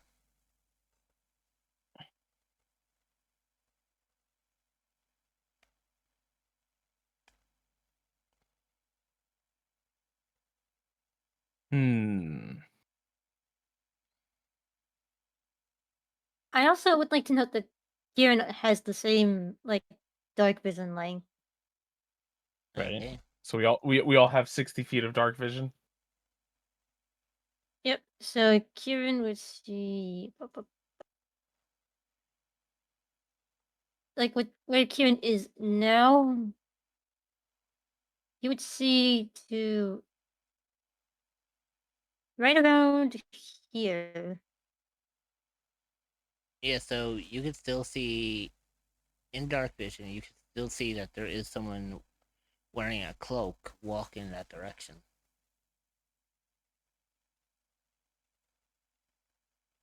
Hmm. Well,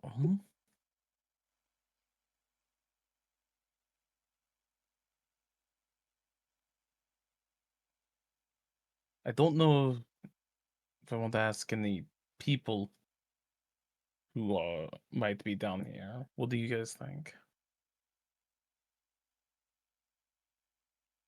You never do know exactly who or what could be lurking down here. I learned that all too well. But we'll be fine. We've handled tougher things beforehand, right?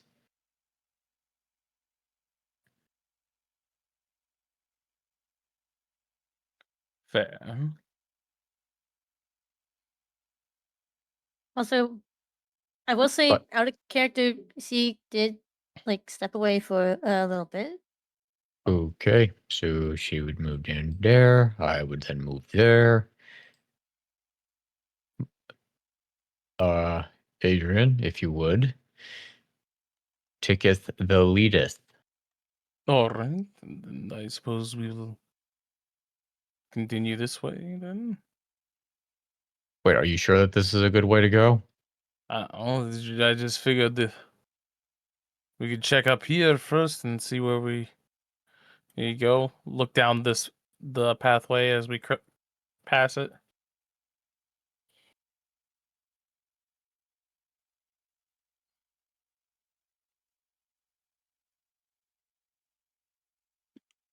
As we're walking, I would imagine Kieran is like intentionally staggering behind a little bit to keep an ear out.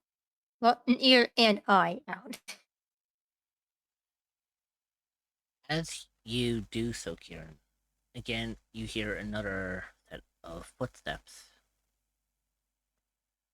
This time coming from down, coming from here.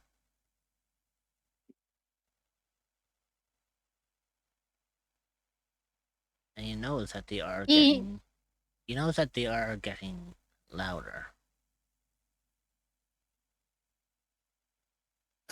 He, hearing that, he sets his he sets one of his paws on his dagger. As you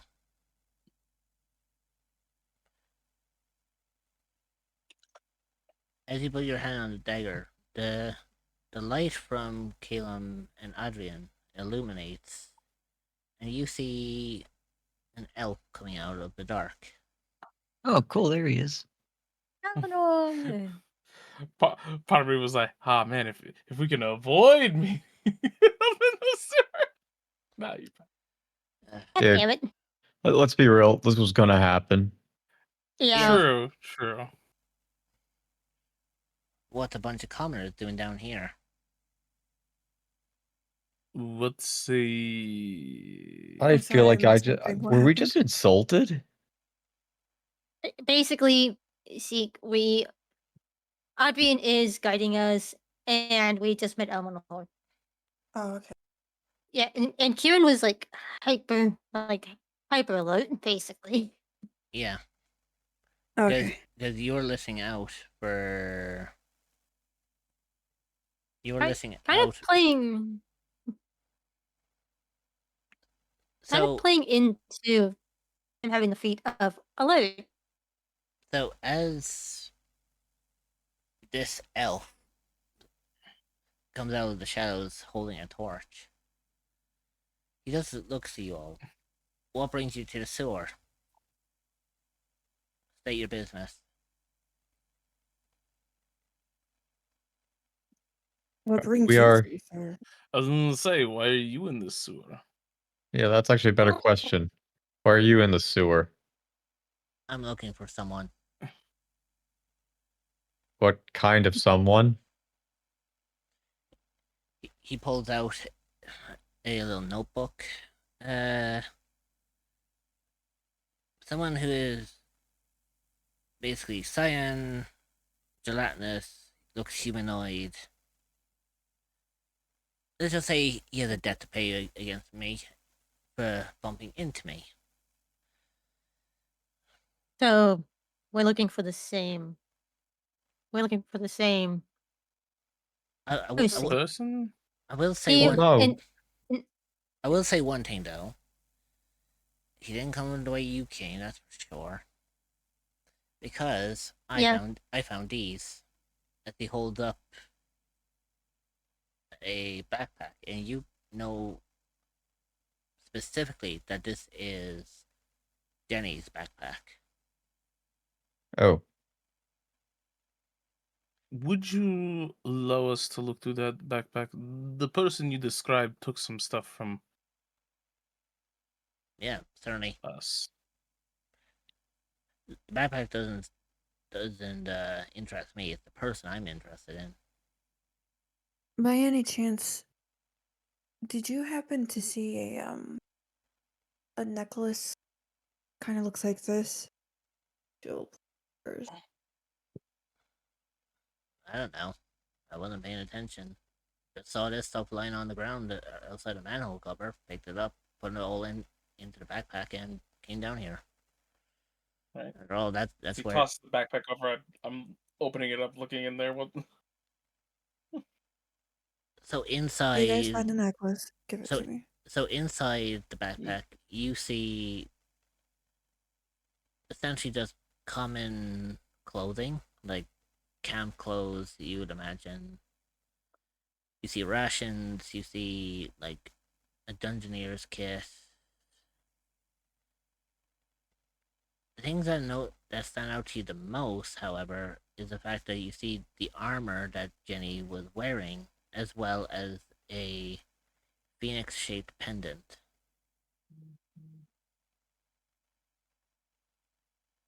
And that's pretty much everything that's in the backpack. Alright. I will take out the pendant and hand it to Roxas. Oh, thank you. All right, I think we're done here, everybody. We got the pen. Just kidding. we're already down here. You may be We've you already may be done, but we've already come this far. you may be We- done, but we're not. We're not. I'm kidding. Elminor is just going to lean back. I believe these are the friends you were talking to me about. And again, you hear footsteps from behind Eleanor.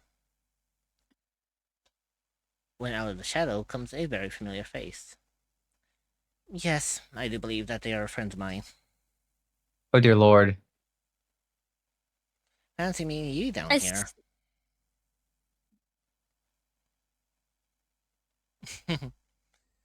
Okay, out of character, as soon as Elmore said that, I was just like, it's gonna be Aspen. I was thinking, it's gonna be Aspen. And I was Well- right. What brings you fine, amazing individuals down here?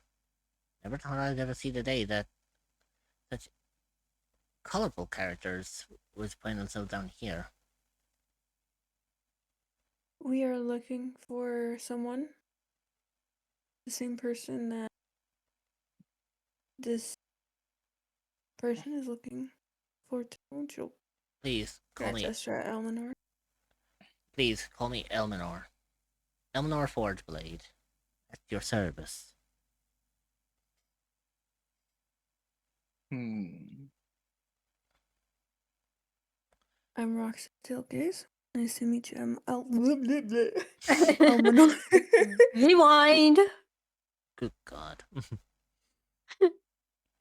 Yeah, rewind all the way back before you met them. No. Right.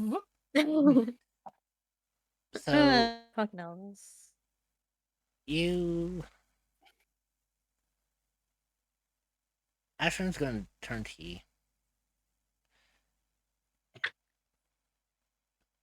So you said you were looking for someone. Yeah, the gelatinous person that Elminor is looking for. He used to be part of this group. The whole reason that this city is in lockdown. Ah, so that's the reason why I can't go to the lower sections. Interesting. Well, if you wish, I'm sure you wouldn't mind if me and Elminor join you on your little adventure.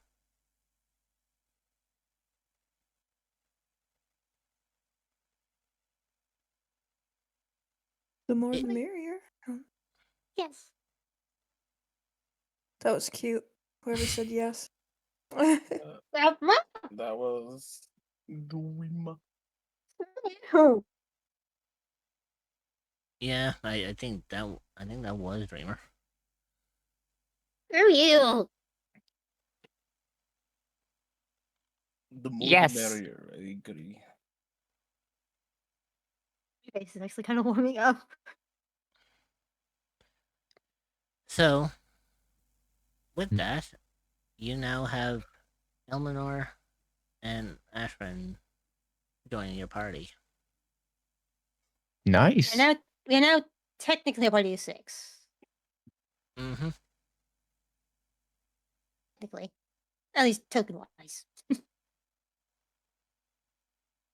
Now, as you're all conversing, you notice Ashrin's ears perk, and her hand immediately shoots up. Quiet. Something's coming. As the sewer goes quiet, you just hear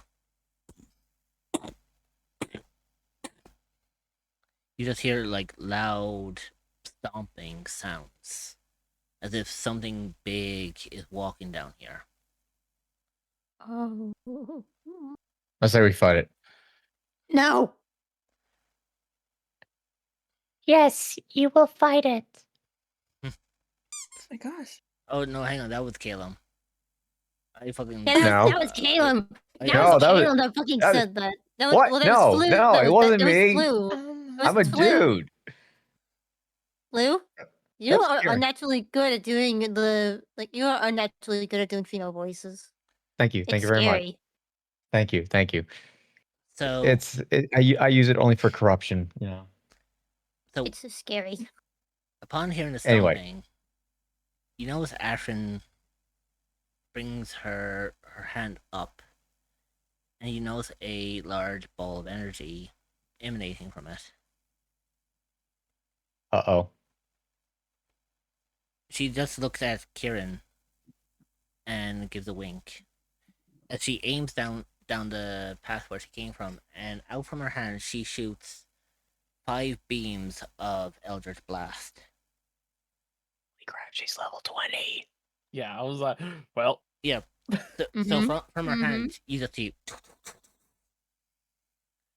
Wow, this is All- like Astrid from the future. all aimed in the exact same direction. Wait, Yeah. is Astrid from like the future? Wait, are we in the future of another campaign? I suppose. in my well, Yes. not really. This version of Ashran is the. In this version, Ashran is an actual drow, not what she is in Oh, Not the other campaign. not a half and half. She's not a half and We half. could've She's a full on drow. Full oh on. no, I get it. Just we could have done time travel. That would have been funny. It is Anyway. interesting concept. However, as the 5 Eldritch Blasts shoot down the thing, 2 of them miss whatever she was aiming for, but 3 of them hit. Aw. And what she ended up hitting, what she ended up Wrong. what she ended up Okay. hitting. Now, her Eldritch Blast did light up a large chunk of the thing, of the sewers. Of the tunnel. Yeah, but what her Eldritch Blast ended up hitting was a large Otok wandering the sewers. No, and no, because of no. that, Oh, I say roll Ow. initiative. No. Really, darling? I can't help but feel like What the? you grabbed a nope monster. So, I rolled a 1, and my initiative is +9. Nice. So technically 10, There but you still go. not 1. I mean, it's a 9. Oh, I mean, it's a 10. That would fucking suck. Oh shit! Hang on, I just lost connection to the map for some reason. God, this know. thing looks gnarly. The Yeah. Otik, what? Yeah, it's a Wait. gnarly motherfucker. Wait, Okay. why Okay, so do I? Why do Yeah, I I'm remember just this? rolling really, really terrible today. So Same. Yeah. so somehow me with the fucking nat 1 rolled better. Yeah. Yeah.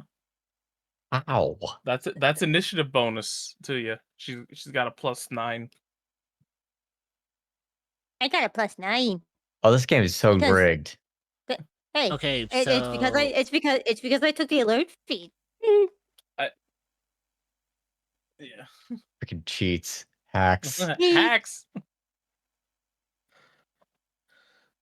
If you guys want to put your initiative order in the side chat for Rich. For easy, keep track. easy. yeah, so I'm just adding in all of you guys and the enemy. So let me just have a quick gander at the side chat.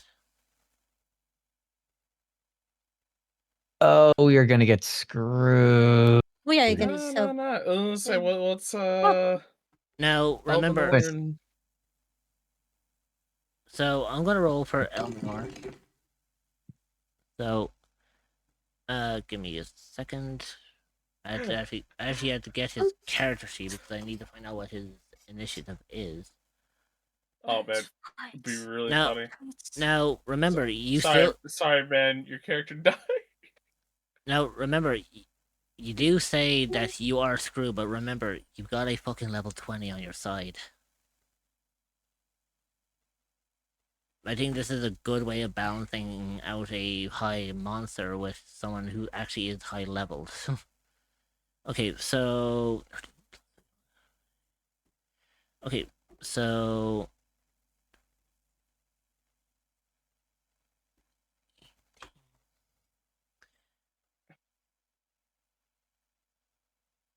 Okay, so... High level warlock in the front. So with that, Um.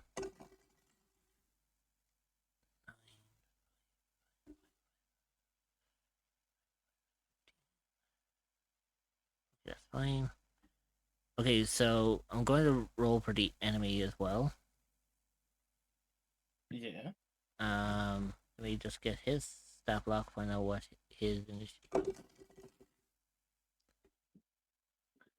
Okay, so that's oh boy, that's okay. Uh-huh. We'll work with that. Uh-huh. Oh no. Now we'll move on to the characters Good. on the thing. So 7 for Calum. 10 for Kieran. 9 for Roxas. And 6 for Kata. Okay, so here's how it's gonna go. The first one that's gonna go is Elmnor Forgeblade. So he's going to strike first. Excuse me. Now, let's see what he can do.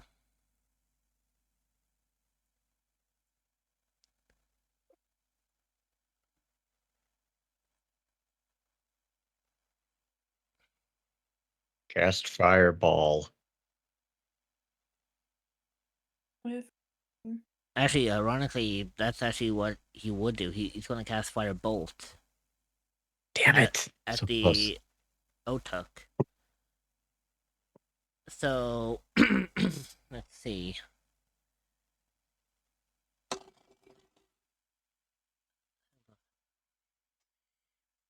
Okay.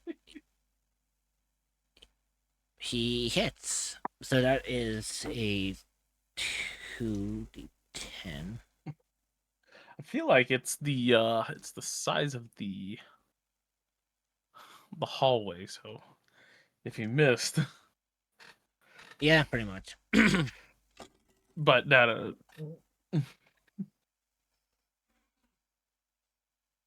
So, oh wow. Fuck, okay. So out of a 2d10, he did 11 points of fire damage. okay. Fucking else, gimme. Okay, with that, next up is Ashrin's turn.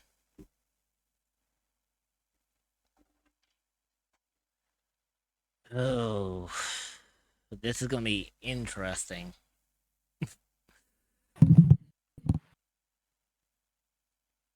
Ashrin is going to cast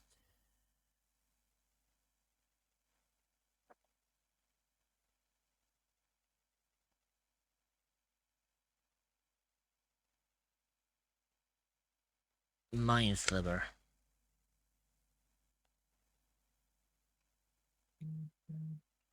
So she has to. So the Otak has to make a intelligence of 19, and it's not looking great. It fails. So it takes it takes 4d6.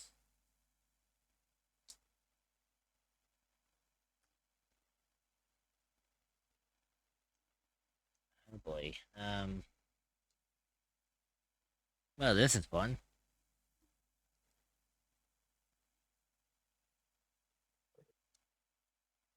Okay, I'm just gonna have to roll one extra. Yeah.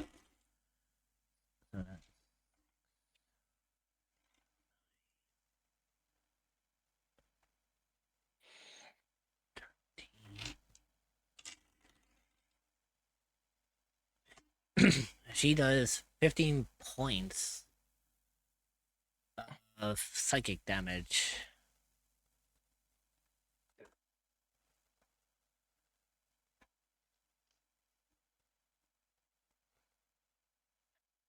And she is going to move up towards Adrian.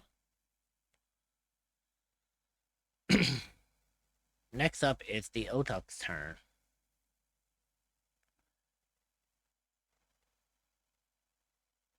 So this creature is going to move 5, 10, 15, 20.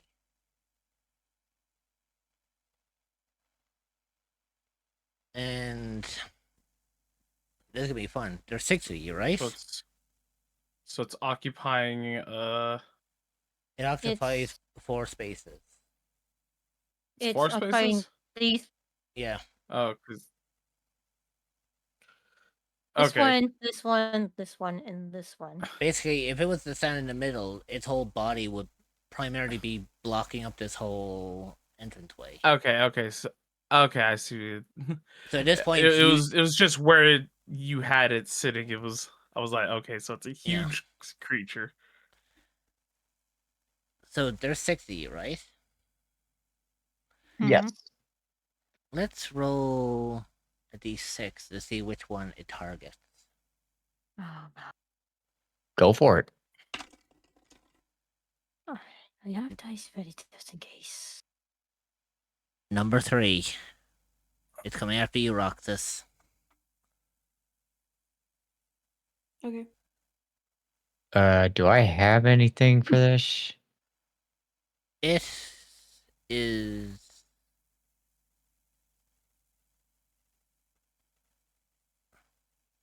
Darn, I need to be a certain level before that I get that.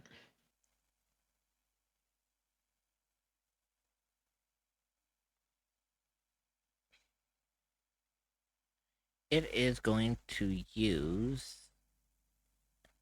its melee attack, and it is going to use one of its tentacles to reach out towards you.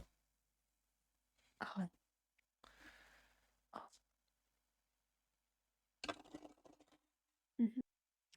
It fucking fails because they got a nat 1. So, Roxas, because they got a nat 1, you get a reaction. How do you want to do this? I'm going to take out. Actually, no, I'm not going to do that. Just remember, you don't have your legendary weapons to help you down here. Yeah, I know. Yeah. I'm Yeah. debating whether a spell or another weapon. You know what? I'm just gonna do this. She's going to scoop up some of the sewer water. Oh. And in her hand, you see a blue light. And you see it swirling in her hand.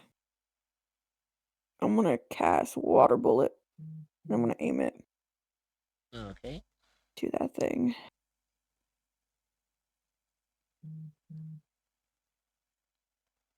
Does an 11 hit? Probably not. Actually, give me a second. I just realized the music that's playing is unusual. So there we go. Oh. That's better. You're in battle, and the music that was playing was too calming. We need like battle music. Okay. So what do you roll? 11 to hit. That misses. And that is my reaction. So the Otok will take what he did and shake it off as if it did nothing to him. And it now looks directly at you and begins snarling. And all you see is just a face full of teeth staring right back at you. With that, it is Kieran's turn.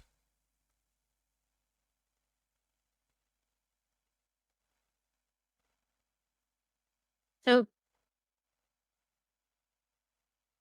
hold on.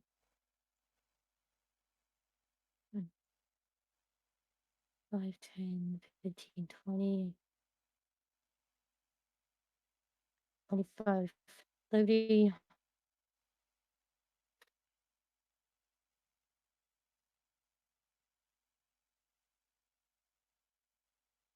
Kieran is going to move here. And Okay. having had a firm grasp on his dagger this entire time, he's going to use that to try and attack the Otiak. Okay. So roll to see if you hit. Rolling to hit. 8 plus 1, 2, 3, 4, 5, 6. 15! That hits. Roll for damage. 1d4 plus 4. 3, 1, 2, 3, 4. 7! 7 damage. You do 7 points of piercing damage. As your dagger impales into it, it roars. As it begins, it starts shaking. From behind you, you hear a faint rumble. Oh no. And from both Adrian and Ashran's perspective, they can see that there is another sewerway up here with a little cavern leading in.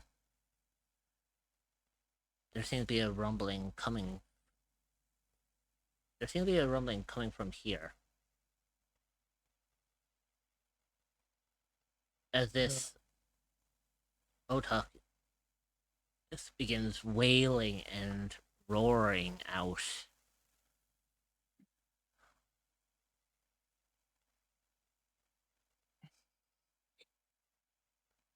So, Karen, I believe that was your action. Do you have a bonus action that you wanted to do?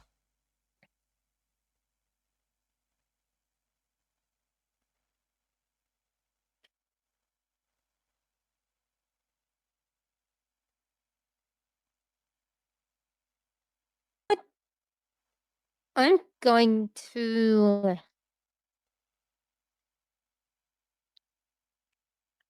Hmm.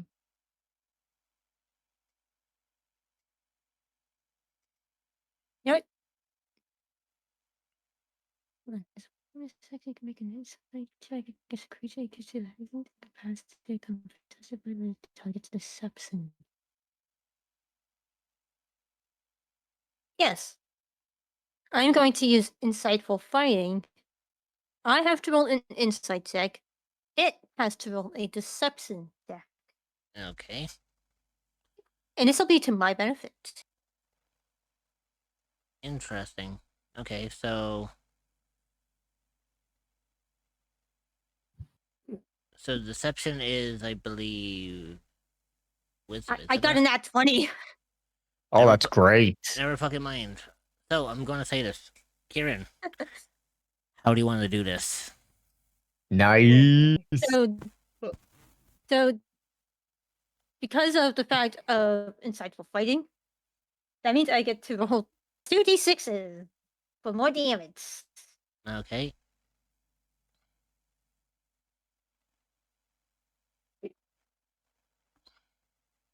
Three. Well, no, 6 total. So 6 more damage.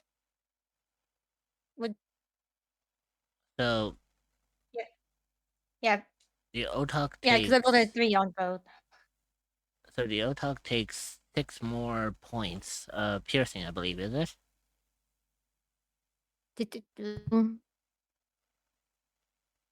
Yeah. Okay.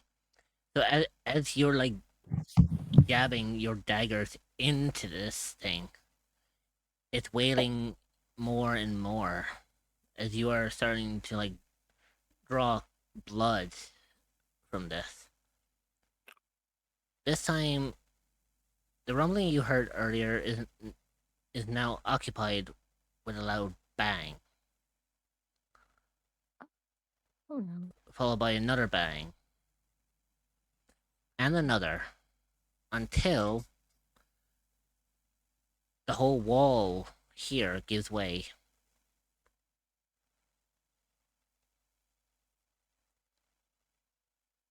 you have like this massive dust cloud bellowing from outside of the room.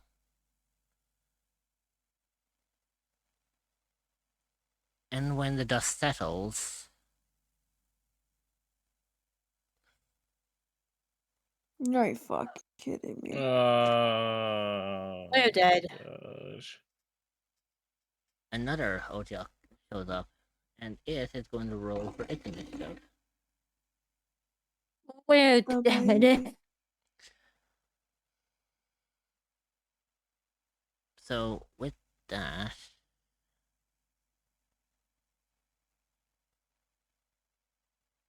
give me a second.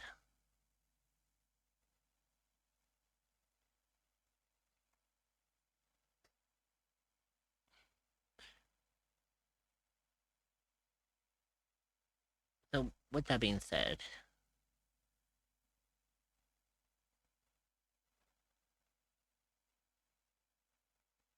Kieran, that was your bonus action. We are Yeah, moving and that's on. all I can do. We are moving on to Roxas. It is now your turn. She is going to run up to this one. And she's going to slash it with her short sword. Okay, roll for damage. Are you fucking kidding me, brother? 12. Oh, Hit. That misses. Give me a second. Give me a second. I do believe if anyone's been keeping tabs, who still has their inspiration die? I do. Because I do. because I believe you have 2 d6 inspiration dice. I do, but it's not worth it on this one. So that's one of my attacks. I'm gonna attack again. Okay, roll to attack.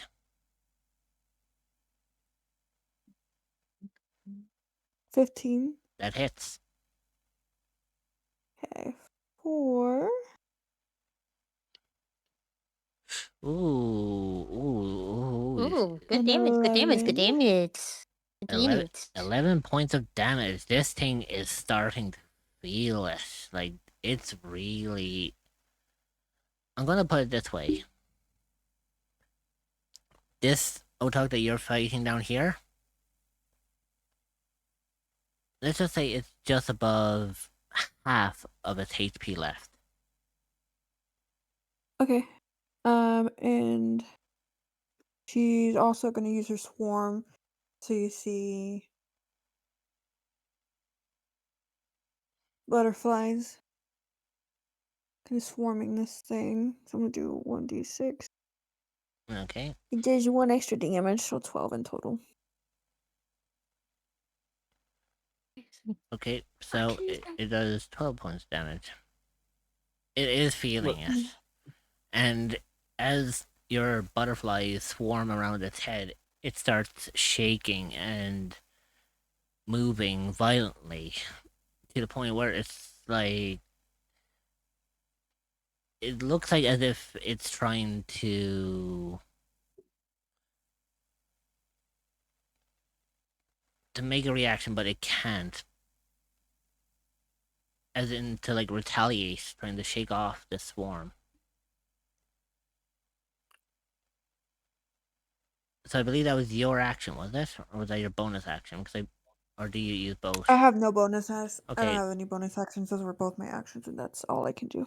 Okay, in that case, Caleb, it is your turn. Okay. I need to move a little bit into position, get a good, nice little range. And I think I will use, what is a good spell to be using here?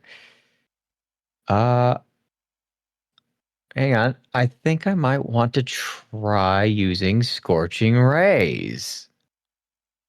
Okay. I create 3 rays. Each of them is like their own individual attack. Yeah. And upon a hit, 2d6 fire damage. Okay, so roll to see if they hit. I'll just roll 3 just to get that first second, third. So 18, 15, and a 27. They all hit. Nice. Nice. Okay. Nice. So roll for damage. 2 damage Okay. for 1. Yeah, I know, right? That's amazing. 2 Oh, freaking this. another 2 damage. Another 2 damage. Okay, so I think I that's need the 4. D6s. And So. a 12 to make it all worth it. I think. So So 16 4. damage total. Yeah, That's 20 damage total. No, 16. Oh yeah, 16. Yeah, I 2 freaking to rolled 12. Yeah. oh my 2 god. to 12. Yeah. I got So 2 snake eyes. yeah. So as your rays of light hits this Ojok, it really is feeling it. Like you can now see the individual marks where these rays of light have hit it, and it's left these perfect markings of a circular beam on its forehead. Primarily painting a target right onto its forehead. Oh, nice. Loving it. Quite literally. So that was your action. Do you have a bonus action? I do not have a bonus action at this time. Okay. I end my turn. Okay, next up is Adrian. Your turn.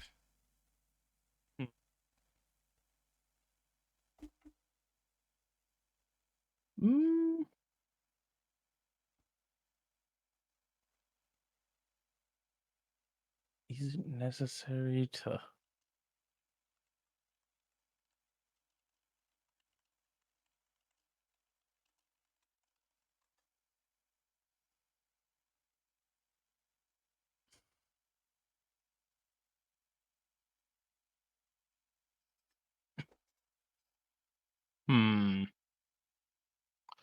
Well, you guys have been wailing on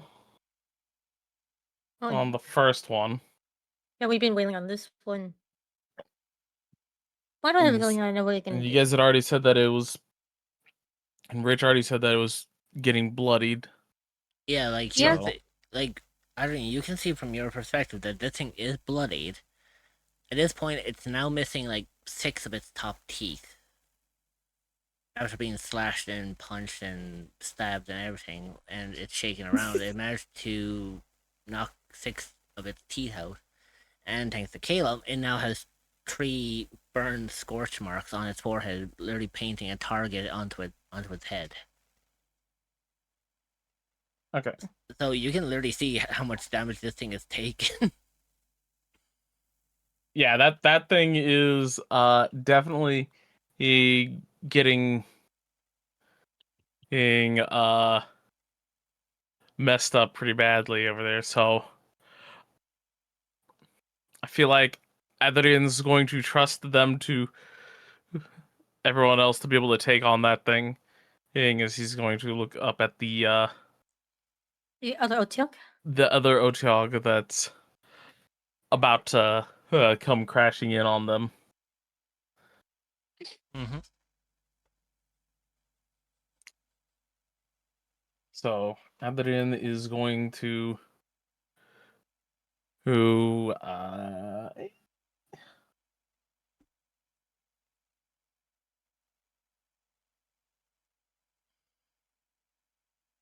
we'll say that Adrian's going to who move forward, and he's going to go ahead and wild shape. Ooh, interesting. Okay. Let's see here.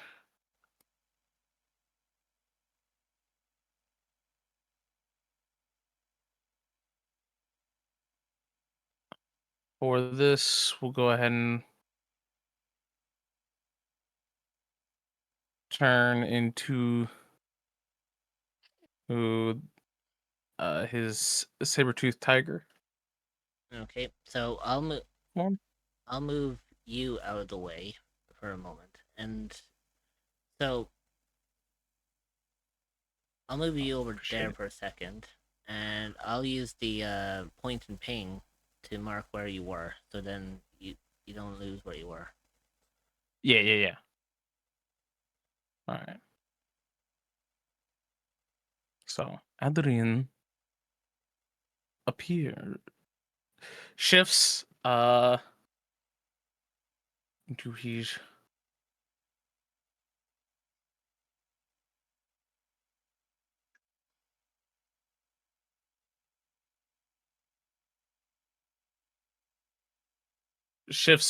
mostly, yeah, now blocking the way here to who begin attacking this creature that is in front of him. Okay, and just for a little taster on this one, Roxas, as you hear Adrian cast Wild Shape, you immediately look back, and the form you see is not the saber-tooth cat you once remembered. This one seems darker, but it has the same white glowing apparitions coming from these scratch marks, these cuts, these markings it's got across its body. However, this doesn't seem like the saber-tooth cat you remember Adrian turning into before. This one is darker and looks a little more ferocious. So, Adrian. Is there anything? Oh, go ahead. Oh no, that's what you would have seen. Okay. Is there anything on the bond she can feel right now? She can feel a faint bond. She knows Adrian is still in there. But it's like something is trying to sort of sever that connection. Something is getting in the way. Muted, you could say. Yes, it's muted. Like, you can still feel Adrian in his wild shape, but it is very faint. Something is standing in the way of you and Adrian having a full connection. So, with that, Adrian, what would you like to do? Well, okay. Just had to flip a coin there for a second. No reason.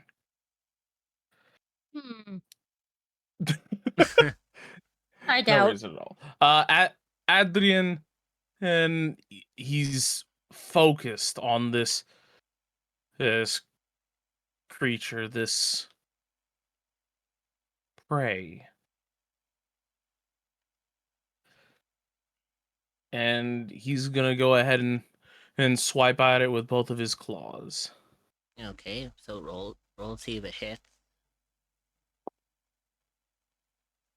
That is a 19 on the first That hits. strike,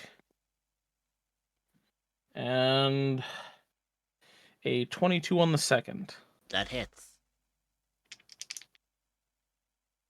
Oh god, I heard that dice. Oh. I This heard that so thud. nice. No, the thing about it is the fact that I'm wearing noise cancelling headphones, so when I hear those dice rattle, it really fucking rattles. Like, I can hear the sound of that going off in my ears. I got ASMR dice rolls there. And not Mhm. gonna lie, that was a very nice thud. I actually heard it Yeah. too. God I damn. commented. So 13 on the first slash. Okay.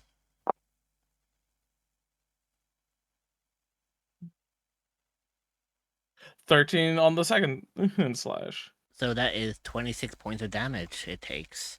26 points of damage. Oh. As Adrian is now Ooh, hunting. interesting. As you're as both your claws come down on top of this Otiok, it doesn't just cut into it; it tears chunks from it.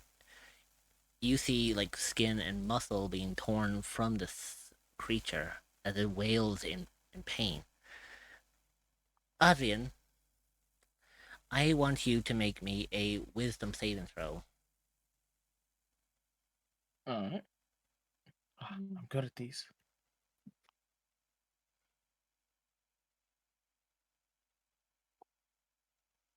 That's a net 20. So 27. You hold on for just a little bit longer. Adrian flew. Adrian, it's uniform, just fucking yeet the fuck out of here. He's doing fuck this shit. He's a, Yeah, the yeet. Mhm. So with that, it is now going to be the Otiox's turn, and it's not going to be too nice about being attacked. So yeah. it is going to attack you, Adrian. And it too got in that 20. Okay. Oh, Hey, no, that's oh. good. That's good. So that does, let's see,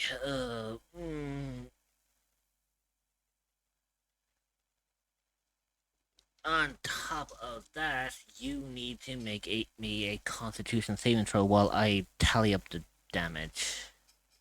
Oh no. Constitution saving. Wow, what the hell? Actually, do you Well, want? how much damage you No, doing? do you know what? Hmm. I'm going to roll it in front of the board. Okay. Dude. Show me the damage. 2A plus 3. Okay, so it did 9. You got a lot of damage to chunk through here. Yeah, but 9 damage. it did 9 damage to you. Oh no, hang on. Okay. It crit, so double that. Yeah. 18.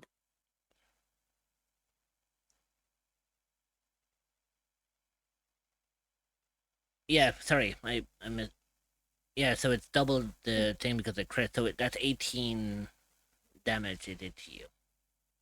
18 Now- damage. Now you need to make a Constitution saving throw for me. Mm-hmm. I believe it's half the damage or I lose concentration. It's half the damage or whatchamacallit. Well, for the Otiaks, Oh wait, let's say what you're is making this con save for? Con save. basically For the if, Ochuck's no special basically thing or when it bites down, you must Okay. make a Constitution saving throw. If you fail, you get poisoned, and you will okay. you will remain poisoned until the disease is cured. Gotcha. 18 That on the con succeeds. save for that. So you I are thought you not- were asking for a Oh no, the con was you become poisoned, which on a dice roll of 18, it does nothing. You are safe. But it did like lunge its teeth into like your shoulder. Primarily Okay. the same shoulder that Rox had attacked earlier. Ow. So Dude. So I believe that was your you- action, was it? No, wait, that was his action. Does he have a bonus action? Yes. No. He Also, doesn't. your mic got my- all. Long story short, my mic There we go. But- Okay, it's good now. yeah, sorry. The arm kind of came loose, and I almost was wearing the fucking mic on my lap. Oh, So I was like, give me a Yes. second. I had to fucking readjust this. Otherwise, you're gonna hear my audio coming from my crotch. But yeah, it doesn't have a bonus action, so it's going to go back to Elminar, and Elminar again is going to cast Firebolt. So let's see.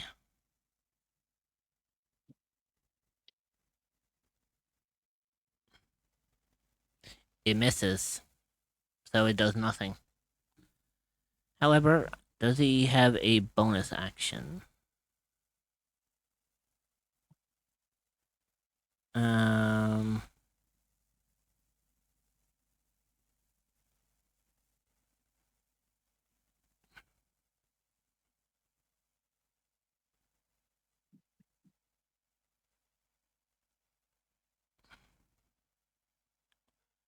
No, he doesn't. So now it is Ashen's turn.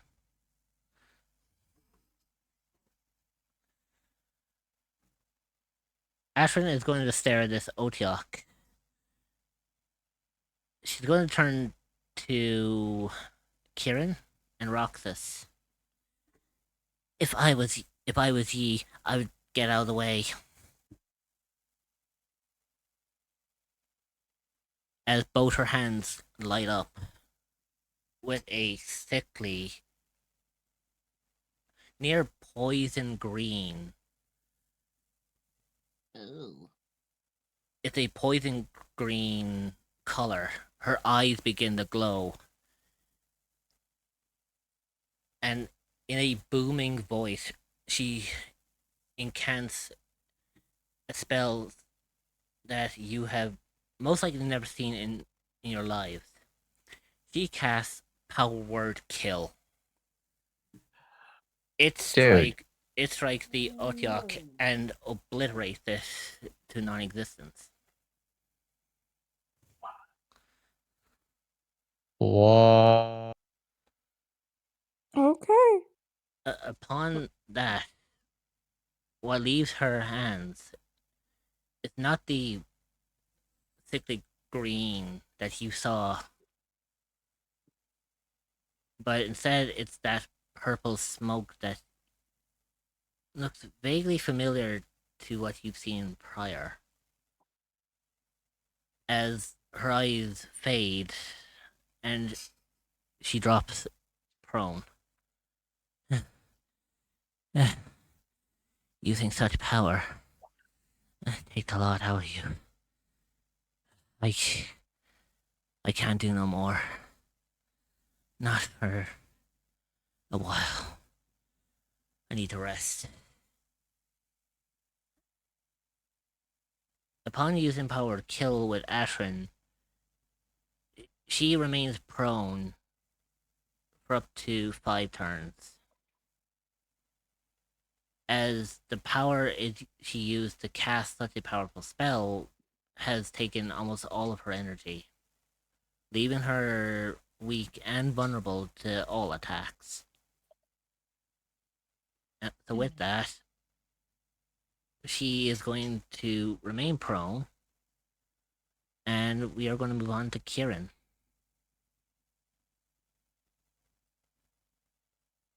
It's a little like flavor thing. He looks between where the Otiog was in Ashton, and is a little bit cell shocked. But he does snap out of it and move to Oh. essentially right beside her. Uh-huh. And he readies. And he tucks away his dagger and pulls out his sword bow. And because flanking exists, flanking bonus exists. Mm-hmm. Yeah, you're essentially flanking here, so Yeah, so I forget what this. I know flanking is a thing. It gives. Wait, you're attacking me? No, I'm not No. attacking you. I'm attacking the Otiok. The Otax is not being flanked. well, it's kind of I'm interesting because using. technically Kieran is using you, Adrian, as cover because you're about the same size as this Otiok, so this Otiok can't even see Kieran behind you. So you're So- you're basically giving Kieran the perfect opportunity to flank. Mm-hmm. And again, so hold on, I need to. I was like, doesn't your ability already give you the advantage Well, that you need? No, that was for the other Ocha. Okay. Mm-hmm. Okay, yeah. Okay, so I get to roll 2 dice. One, I get to roll with advantage because of Yeah. flanking. Yeah. So that's what I was gonna say.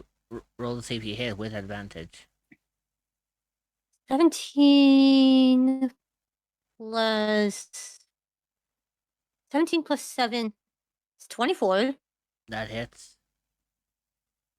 And I'm actually gonna roll 3. I'm actually gonna roll 3d6s because I'm also gonna use my sneak attack. Oh, nice. Okay, go ahead. Because the sneak attack can apply to ranged weapons. So That is 6 damage. it does 6 damage. Is that in total? Yep. In total. Okay. So as you struck this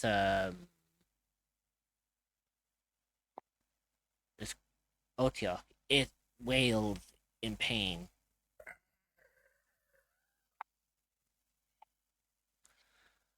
But it is still kicking. I believe that was your bonus action? And actually, Like, sneak attack is not a bonus action. It's a entirely separate action. okay, so It is part of the other. But the only thing I can do as a bonus action is 2-weapon fighting, which would not be useful here. Wrathful Smite, which would not be useful here. Cunning action where I can like dash, disengage, or hide. Eye for detail, but that wouldn't really be useful. Hexblade's Curse, which like within the like context of him being a warlock, he wouldn't know how to do that yet. And I believe there is I one thing could- you could technically do. I could, but nah, I'm not. Okay, so you're not taking the bonus action? Or. Nope. Okay. In that case, it is on to you, Roxas. Given that I just saw Adrian wild shape into this thing that isn't even a saber tooth, but looks like a saber tooth, and she's kind of freaking out and seeing Ashrin kind of go prone. She's going to go up to Ashrin. She's going to help them out and drag them back. Hold on. I need to figure out where I was. You were there, so. Okay, 5, 10. I'm gonna help you. Yeah. 15, 20. That's where we're gonna go. So essentially, you probably like instead of putting her prone, you literally just place her up against the wall, Yeah. like to catch her breath. Don't worry about me. Focus on that.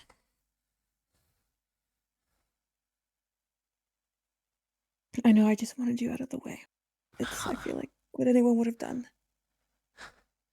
I'd be fine. Just focus on that thing. And then. So that's one of my actions. And I believe you still have a bonus action, I think. and I'm just gonna stare at this thing that once was Adrian. Oh, so this you're directing this. Bewildered. You're directly doing this to do Adrian. Is that like your action? Is it? Yeah, she's. I mean, my action. I only have one action. Well, right? I yeah, can't really you know what I attack 'cause mean. I already used What- my action. Yeah. Okay, so what's you doing for the bonus? That's it. I only helped out Ashrin, and I'm just Alright. looking at Adrian right now. Okay, next is Calum. You're up. I guess this time first level spell. Going to use Guiding Bolt upon this thing. Guiding Bolt. Gonna get Okay. Guiding Bolt it. Around a So- wall, but yeah. Oh, right. Yeah. I forgot about Yeah, that. there's a Jump, wall jump, right jump, jump. Wall here. there. Okay. Okay. Yeah, Yeah. there we go. There we go. Guiding Bolt upon the demon. Okay. Which I one? know it's not really a demon, but I'm going with that anyway. Okay. All right. 21, does it hit? It hits. Oh, please be good damage. Please. Oh, that's good. 20 damage. Ooh, That's Wow. good. That's good. nice. And as a Now- bonus, the next person to make attack upon it has Which- advantage on it. Ooh, Which is gonna be interesting. pretty obvious. It's pretty obvious. Mm-hmm. Yeah, so Sick. Good job. Good job. Adrian, What guys? Adrian, you get advantage on your attack. Yeah. So with that, we move on to Adrian. Mm-hmm. Okay. Oh, By the way, guess I said shoot, yeah. By the way, this thing is starting to hurt. Like, it's really hurting. Yeah.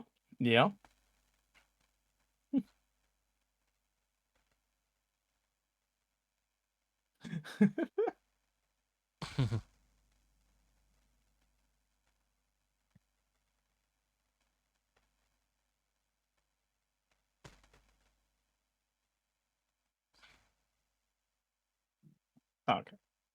Let's say Adrian will all take. I suppose that is a strike against it at advantage now. Mm-hmm. Oh, he will continue to rake it with the claws. Maybe also throw in a bite. Ooh, okay. Multi-attacking. Perfect. Okay, roll to see if you hit and roll it. And we'll see. So,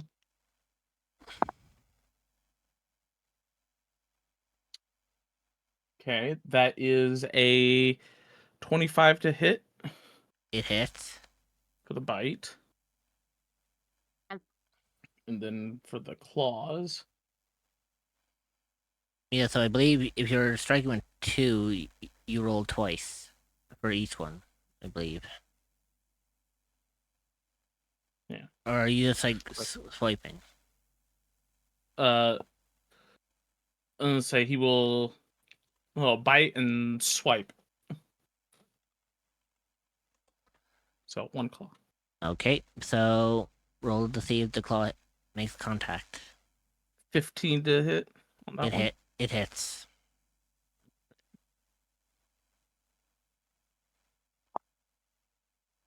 That is 6 damage on the bite. Okay, so 6 on the bite.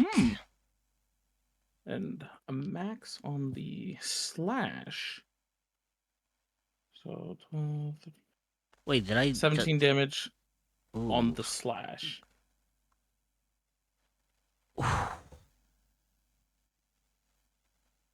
Adrian, your bite and your slash are really taking chunks out of this thing. Mm-hmm. Your claws caught its chest and it dug deep into its chest as it ripped pretty much the skin and muscle from its front of the chest cavity, exposing its rib cage. It is severely hurt to the point that it was it had heavy breathing before, but now it's wheezing. Mhm. So what went from a it's now more a Oh, because I know not only it's meant to be serious, but I'm sorry. because not only did you tear open its chest to expose the ribcage, but now its lungs are exposed to the elements. So I know that was meant to be serious, but I can't. so this because Utiak is a old man waking up in front of the TV. pretty much that's actually the sound it would make. However, Oh with it, shit! but now not only is it wheezing to you, Adrian, in front of you, Eero.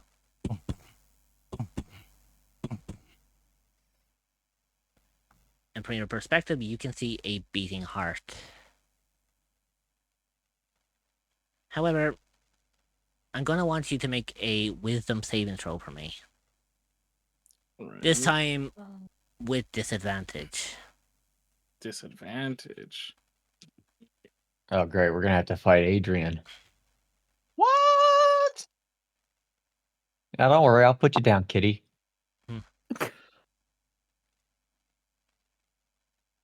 That is a 18. That You live another day.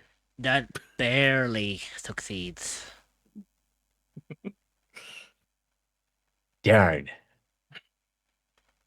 So, for you, you hold on for another little bit longer. However, for people around you, you notice that the light coming from these, what looks like wounds from Adrian, flickers for a moment. As if a light within this form of Adrian almost got snuffed out before it reignited.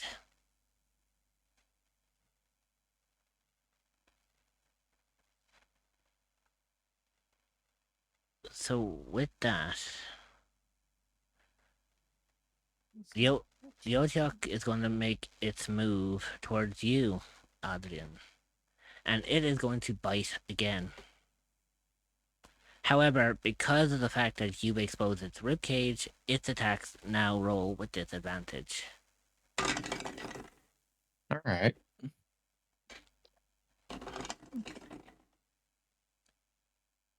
Well, it rolls with a disadvantage, and I don't think you can get any more of a disadvantage than that one.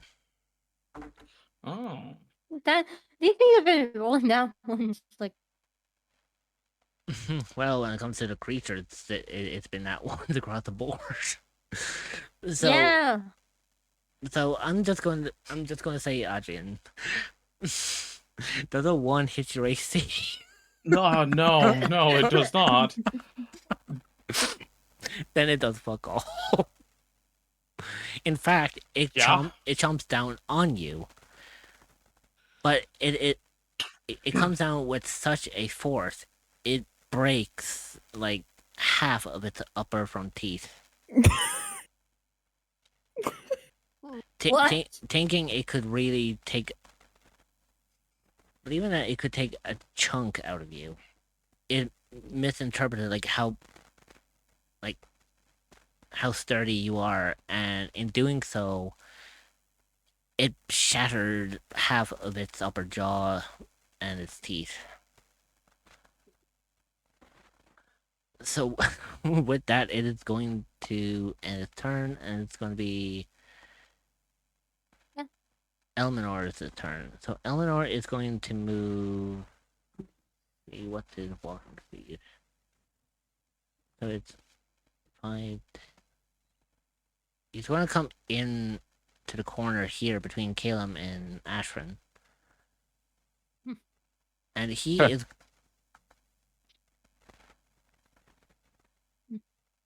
And he is. I'm gonna fucking do it. Oh, He's gonna cast Fireball. Okay. no. Do Oh it. no. So. he is going to aim at the Otiok. And Please, please, please. Uh-huh. I'm gonna Please. roll this in front of the board. Yeah, it's a Dex save from me. it's a deck And the save. Otiok. It's a deck save from both the Otiok and And obviously Adrian. yeah. Yeah. Because Fireball has a 10-foot radius? Oh no, it's 20. Oh, 20. So I do believe Kieran, you are also in the blast zone. Yeah. Yep. Like, So he's deck targeting there. saving throw. And Caleb.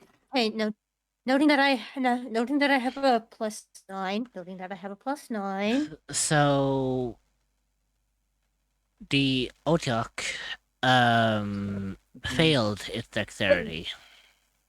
Does a 28 save me? It does, because you need a dex 15 to pass. Yes. So Okay. Kieran, you survived. Adrian? That is a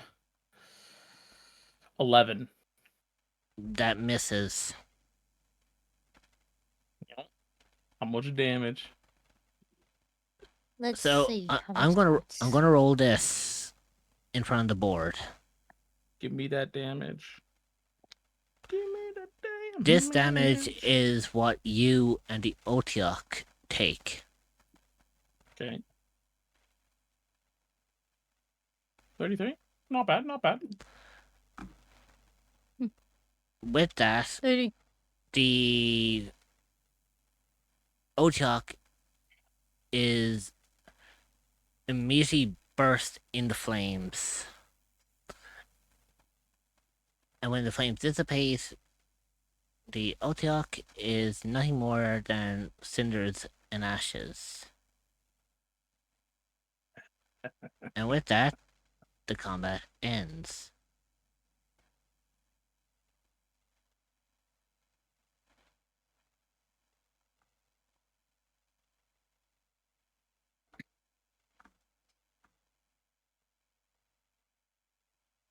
I guess you could say Eleanor came in with the clutch. Right. Yeah? definitely. Yeah? Definitely needed this help. So now that both Otioks have been essentially obliterated, Freaking blindsiding us with the second one.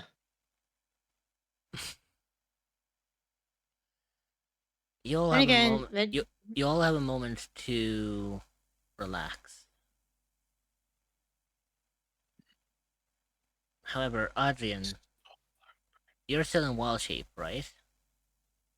Yeah.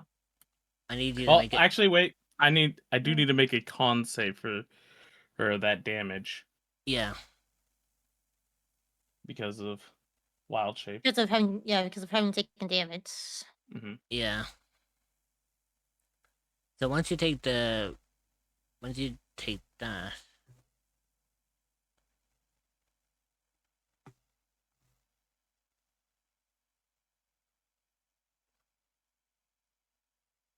I believe I'm supposed to. I believe you're. Right? I believe how I think wild shape lasts for like what, an hour? Is it or? Let's say 2 hours. I can stay Okay. in wild shape. So and I take the Constitution to see if you can maintain your wild shape. Right. Although I'm just like, oh wait, no, that's I believe that is actually apologies. That's for God, and I thought you knew better. Yeah, I know, right? I was thinking of polymorph rules, which is essentially wild shape, just technically with more- better, but also more technically variety. worse. So yes, no, I'm still in wild shape. Yay. Okay, so with that, I need you to also make a wisdom saving throw for me. What? Okay. I'm sorry, Roxas, but we gotta put him down. Ooh. No, it's just Roxas, as you watch Adrian in his wild shape, Adrian, the feeling you have in your wild shape begins to take hold. Roxas, that light you saw gleaming from the markings on this wild-shaped Adrian begins to fade.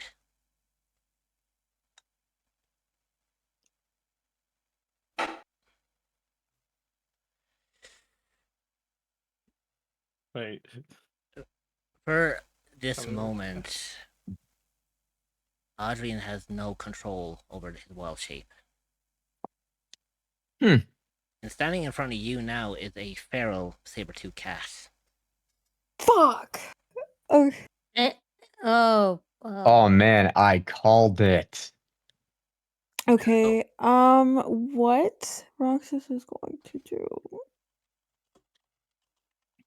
She is going to go up to whatever the fuck this is, and she is going to use beast sense.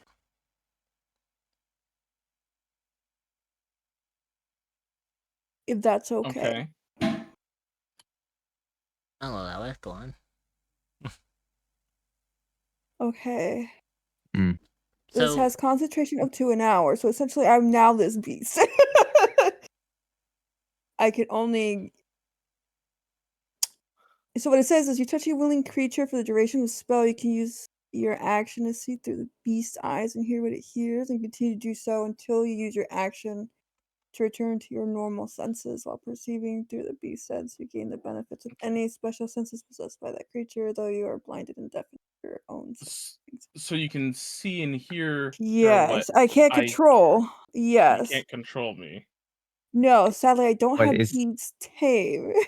It But- also had a touch a willing beast. yeah, I was You're gonna say that feral. too. Is he Fuck. willing? Hold on, give me a sec. You know what? I'm gonna do something else. Yeah, I was like, if this is untamed, you can do it, Roxas, but you would have had to roll with disadvantage on that one because this is not a willing beast. This is a untamed wild feral. Roxas, would you like a little bit of assistance here? There is a No. thing that I could do. It does Okay. not mean I'll kill him. Well, I haven't cast anything yet. yeah.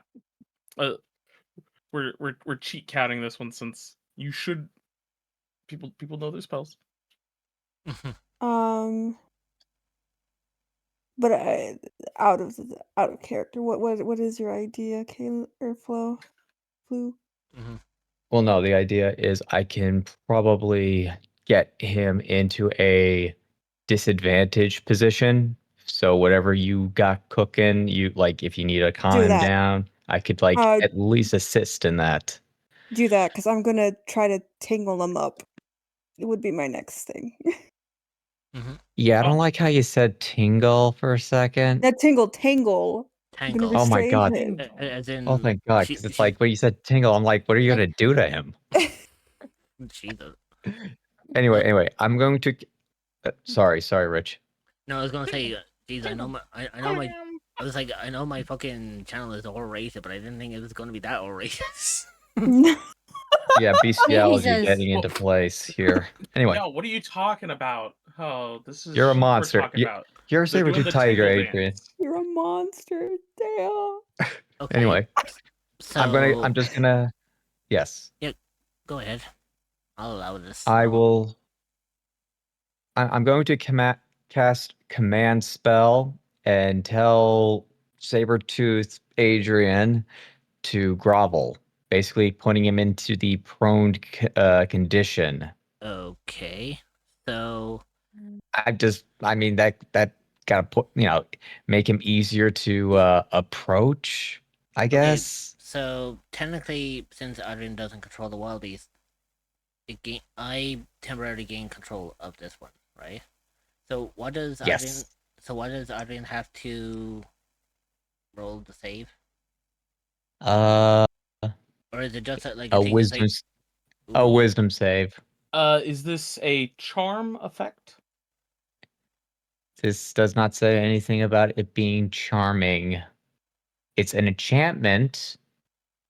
Right. I'll say, but I'm asking if it was a charmed status. But okay, No, it's gotcha. not a charm. Yeah, it's not charmed. It's not a status effect. Its tags are control. So that's it. Gotcha. Okay, Okay. just needed to know. I know So- you're immune to being charmed. Okay, Not so immune. what's the wisdom in Adrian's wild shape has to make? 16. Okay, Okay, so it's a +7. yeah, Wait, how do you have a +7 when you're a beast? Let's say, hey, you're it's wild shape. yeah. Even though I'm wild shaped, my I mean, it's the same stats with polymorph. You take on the physical stats of the creature, but you still have the mental stats. Yeah, Okay. yeah. So That's pretty good. basically, that's how that works. So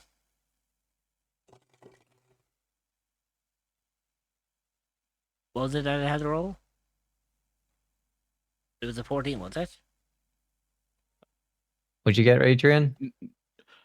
No, he said 16. Okay, so it's a 16 he has to roll. So if 16 he for the has save. a +7 already on thing, he Mhm. must. Although the question is since I'm given over to the primal form right now, we could also just go based off of what the primal version's wisdom would Oh, be. good idea. That's would be what. Like could that's work. what I thought it was. I thought it was like Right. a Yeah, that's different what Caleb was asking. personality and That stuff like would make that. more sense at that point. It's not It Yeah, would Adrian. because I'm you're not doing you it on. anymore. Yeah, You're not an me at the animal. moment. Yeah. this is like as if they've encountered a saber-tooth tiger itself. Yeah, so it's Yeah, a just big +1 old kitty instead. cat. Oh, +1. Okay, so Yeah. Give you guys a little bit more of a chance. so with an 8 wisdom saving throw, Adrian's wild shape bends to your will, Caleb, as it is put into a prone state. Yes, basically, this is like what I do for my dogs, raising my hand up and saying down. I'm a cat right now. I don't care. You're down. So just by uttering that word, Adrian in the saber-tooth tiger form does exactly what you say. Okay, make it quick, Roxas. That ain't gonna last forever. Forced to comply for a round. Roxas is gonna walk up to this thing. She's gonna kneel down on the ground and she's gonna take out the pin that Adrian gave her so long ago. She starts to cry. And in her hand, you see the butterfly pin morph into a small spider that then grows. And it's like a beautiful golden spider, and it starts making thick webs around Adrian to restrain him. You know, that's funny. I can picture like as Roxas is doing this, she's just like, I'm sorry. Yeah, she is. That's why she's crying. Well, he's just using a pin that he gave her, too. So as you step Ew. back, you see this giant golden spider pull at its silk as it starts to bind around this saber-tooth tiger. It takes about a minute, but within 1 minute, Adrian is fully restrained. Okay. And then I'm going to... Oh, go ahead. Sorry, go on. No, it's just No, like you go go. ahead It went quiet for 2 seconds, though. I thought no one was talking. Oh. Well, I was gonna say, okay. Well, the command spell lasts for 1 round, but all right. Now, at this point, Adrian, I want you to make me another roll. Except this time, I want you to make a intelligence saving throw with advantage. Okay. Oh, that is a.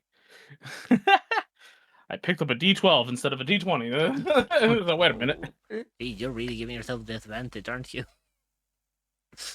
I gotta know. Okay, that is a 15 on the intelligence save. Adrian, as you watch with Roxas, you see tears beating down the side of her face as she is continuously saying, I'm sorry, I'm sorry, I'm sorry. As you become more and more restrained, you regain control. The faded light that was coming from this animal's wounds illuminate once more.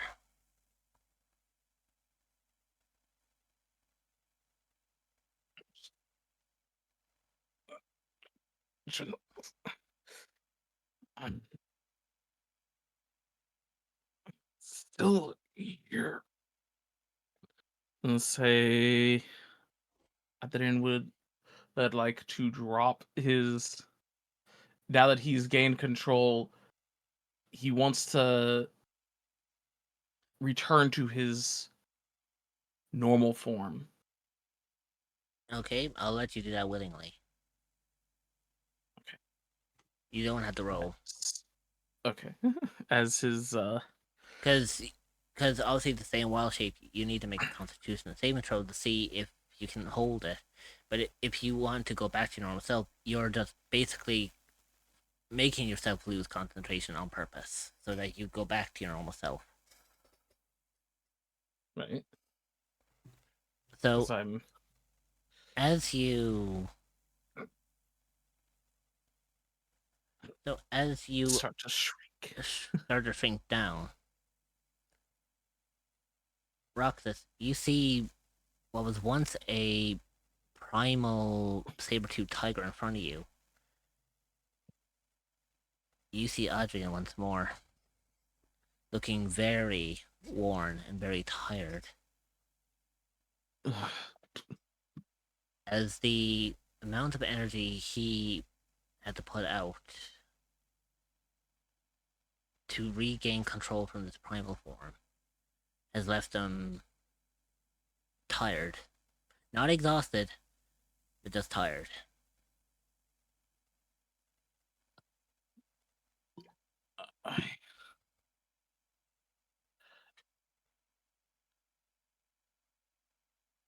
She's gonna grab a dagger from her thigh strap that she had made at the blacksmith.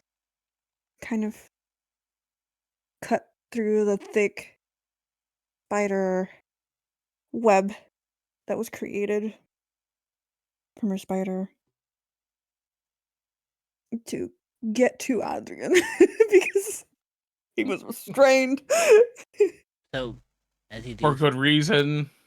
that, your blade just cuts through the web like it was nothing. It just goes.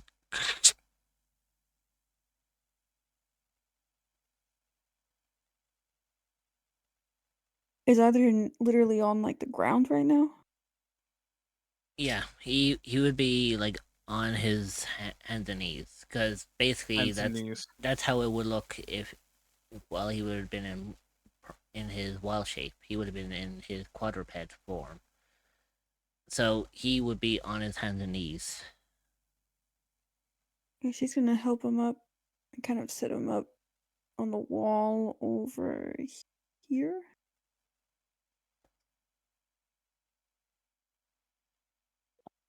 to straighten him out a little bit so he's not on his hands and knees.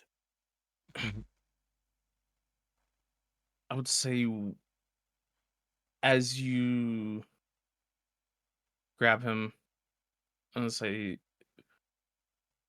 the exhaustion definitely gets to him.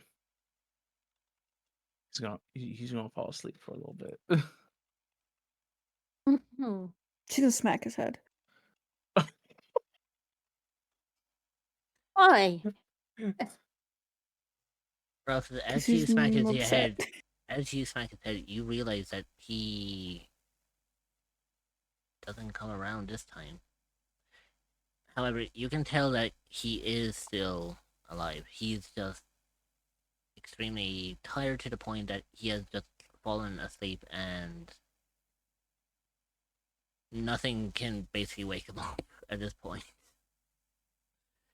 It now, if you want to, you could leave him here and you continue on looking for Jenny elsewhere.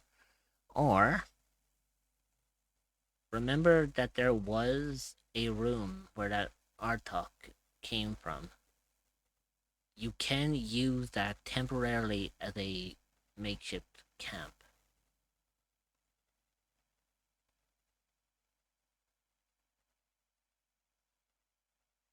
What would you like to do?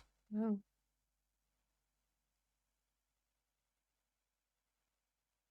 So, I guess you'll. just remember, you have this room right here that can be used as a temporary camp if you want Since we to. took out the Otyug who was Yeah. residing in there. Mm-hmm. And by the way, there is no door here. Like, remember that thing It's blasted through the wall. It's just a gaping hole. it just now. went boom. Yeah, she's just gonna drag him into Okay. that room, and she's So- just gonna tell everybody we're gonna do camp. So as you all head into camp, Elminor picks up Ashran and carries her into the room. You'll find places that allows you to rest and recuperate.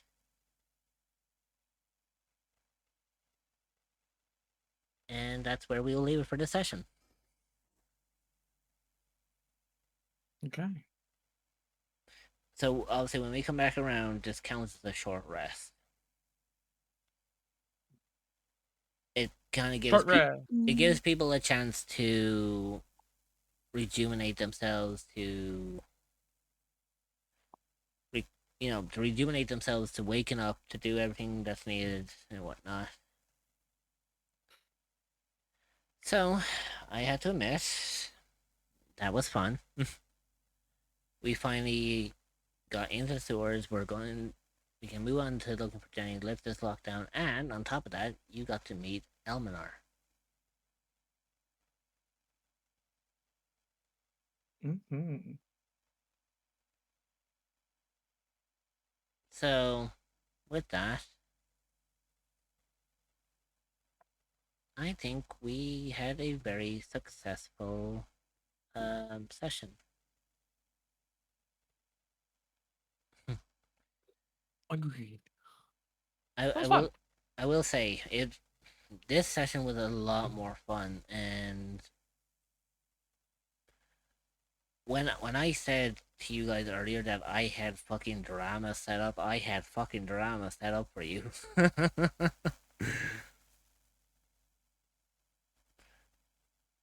But I believe that is where we will leave this adventure for another day.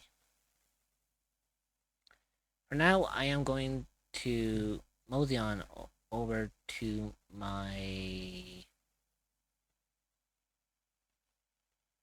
chatting community to see who we can raid into. So, I will be back to you all in just a moment. Don't go anywhere. And I will see you all when I get back.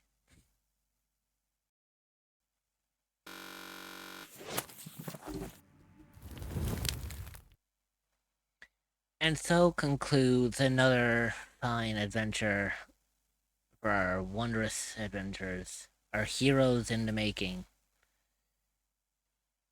Journeys are finally being foretold, new friends and alliances have been made, and a deeper mystery awakens. Will our party find our wondrous adventures? Will they find the outcrop that has been stated in the scry to Adrian? Will the party find Jenny? Or will it fumble and fall? There's only one way to find out. Tune in next time for the Echoes of Eldoria.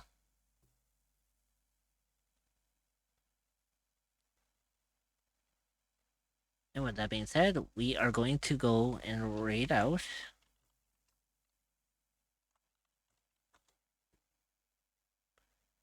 We are going to go and raid. Let's see. Who can we raid into?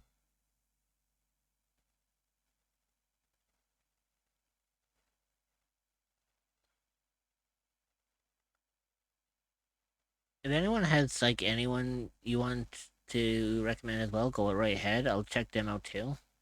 But what I'm going to also do is I'm going to check through the Dungeons and Dragons and see if I can find maybe someone in D&D to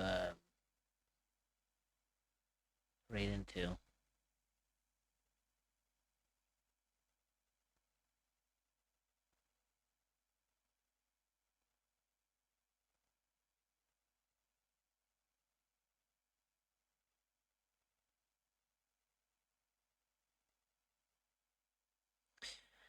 Let's see.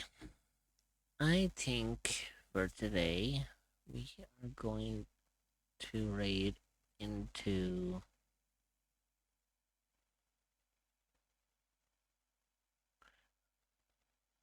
Look, I don't actually know who to raid into, actually. A lot of people I tend to raid into are really live right now. That's a problem. Oh boy.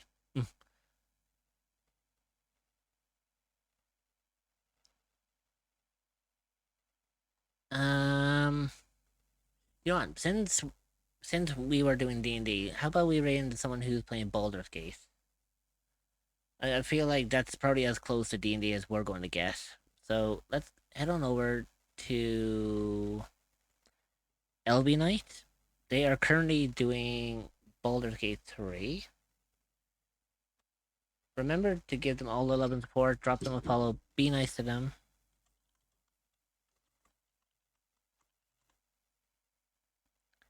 Remember to be nice to them. Don't give them too much hassle. I'll leave the link here for you all. Until the next time, my wondrous adventurers, my darling cryptids, my seekers of knowledge. I have been your DM. And I bid you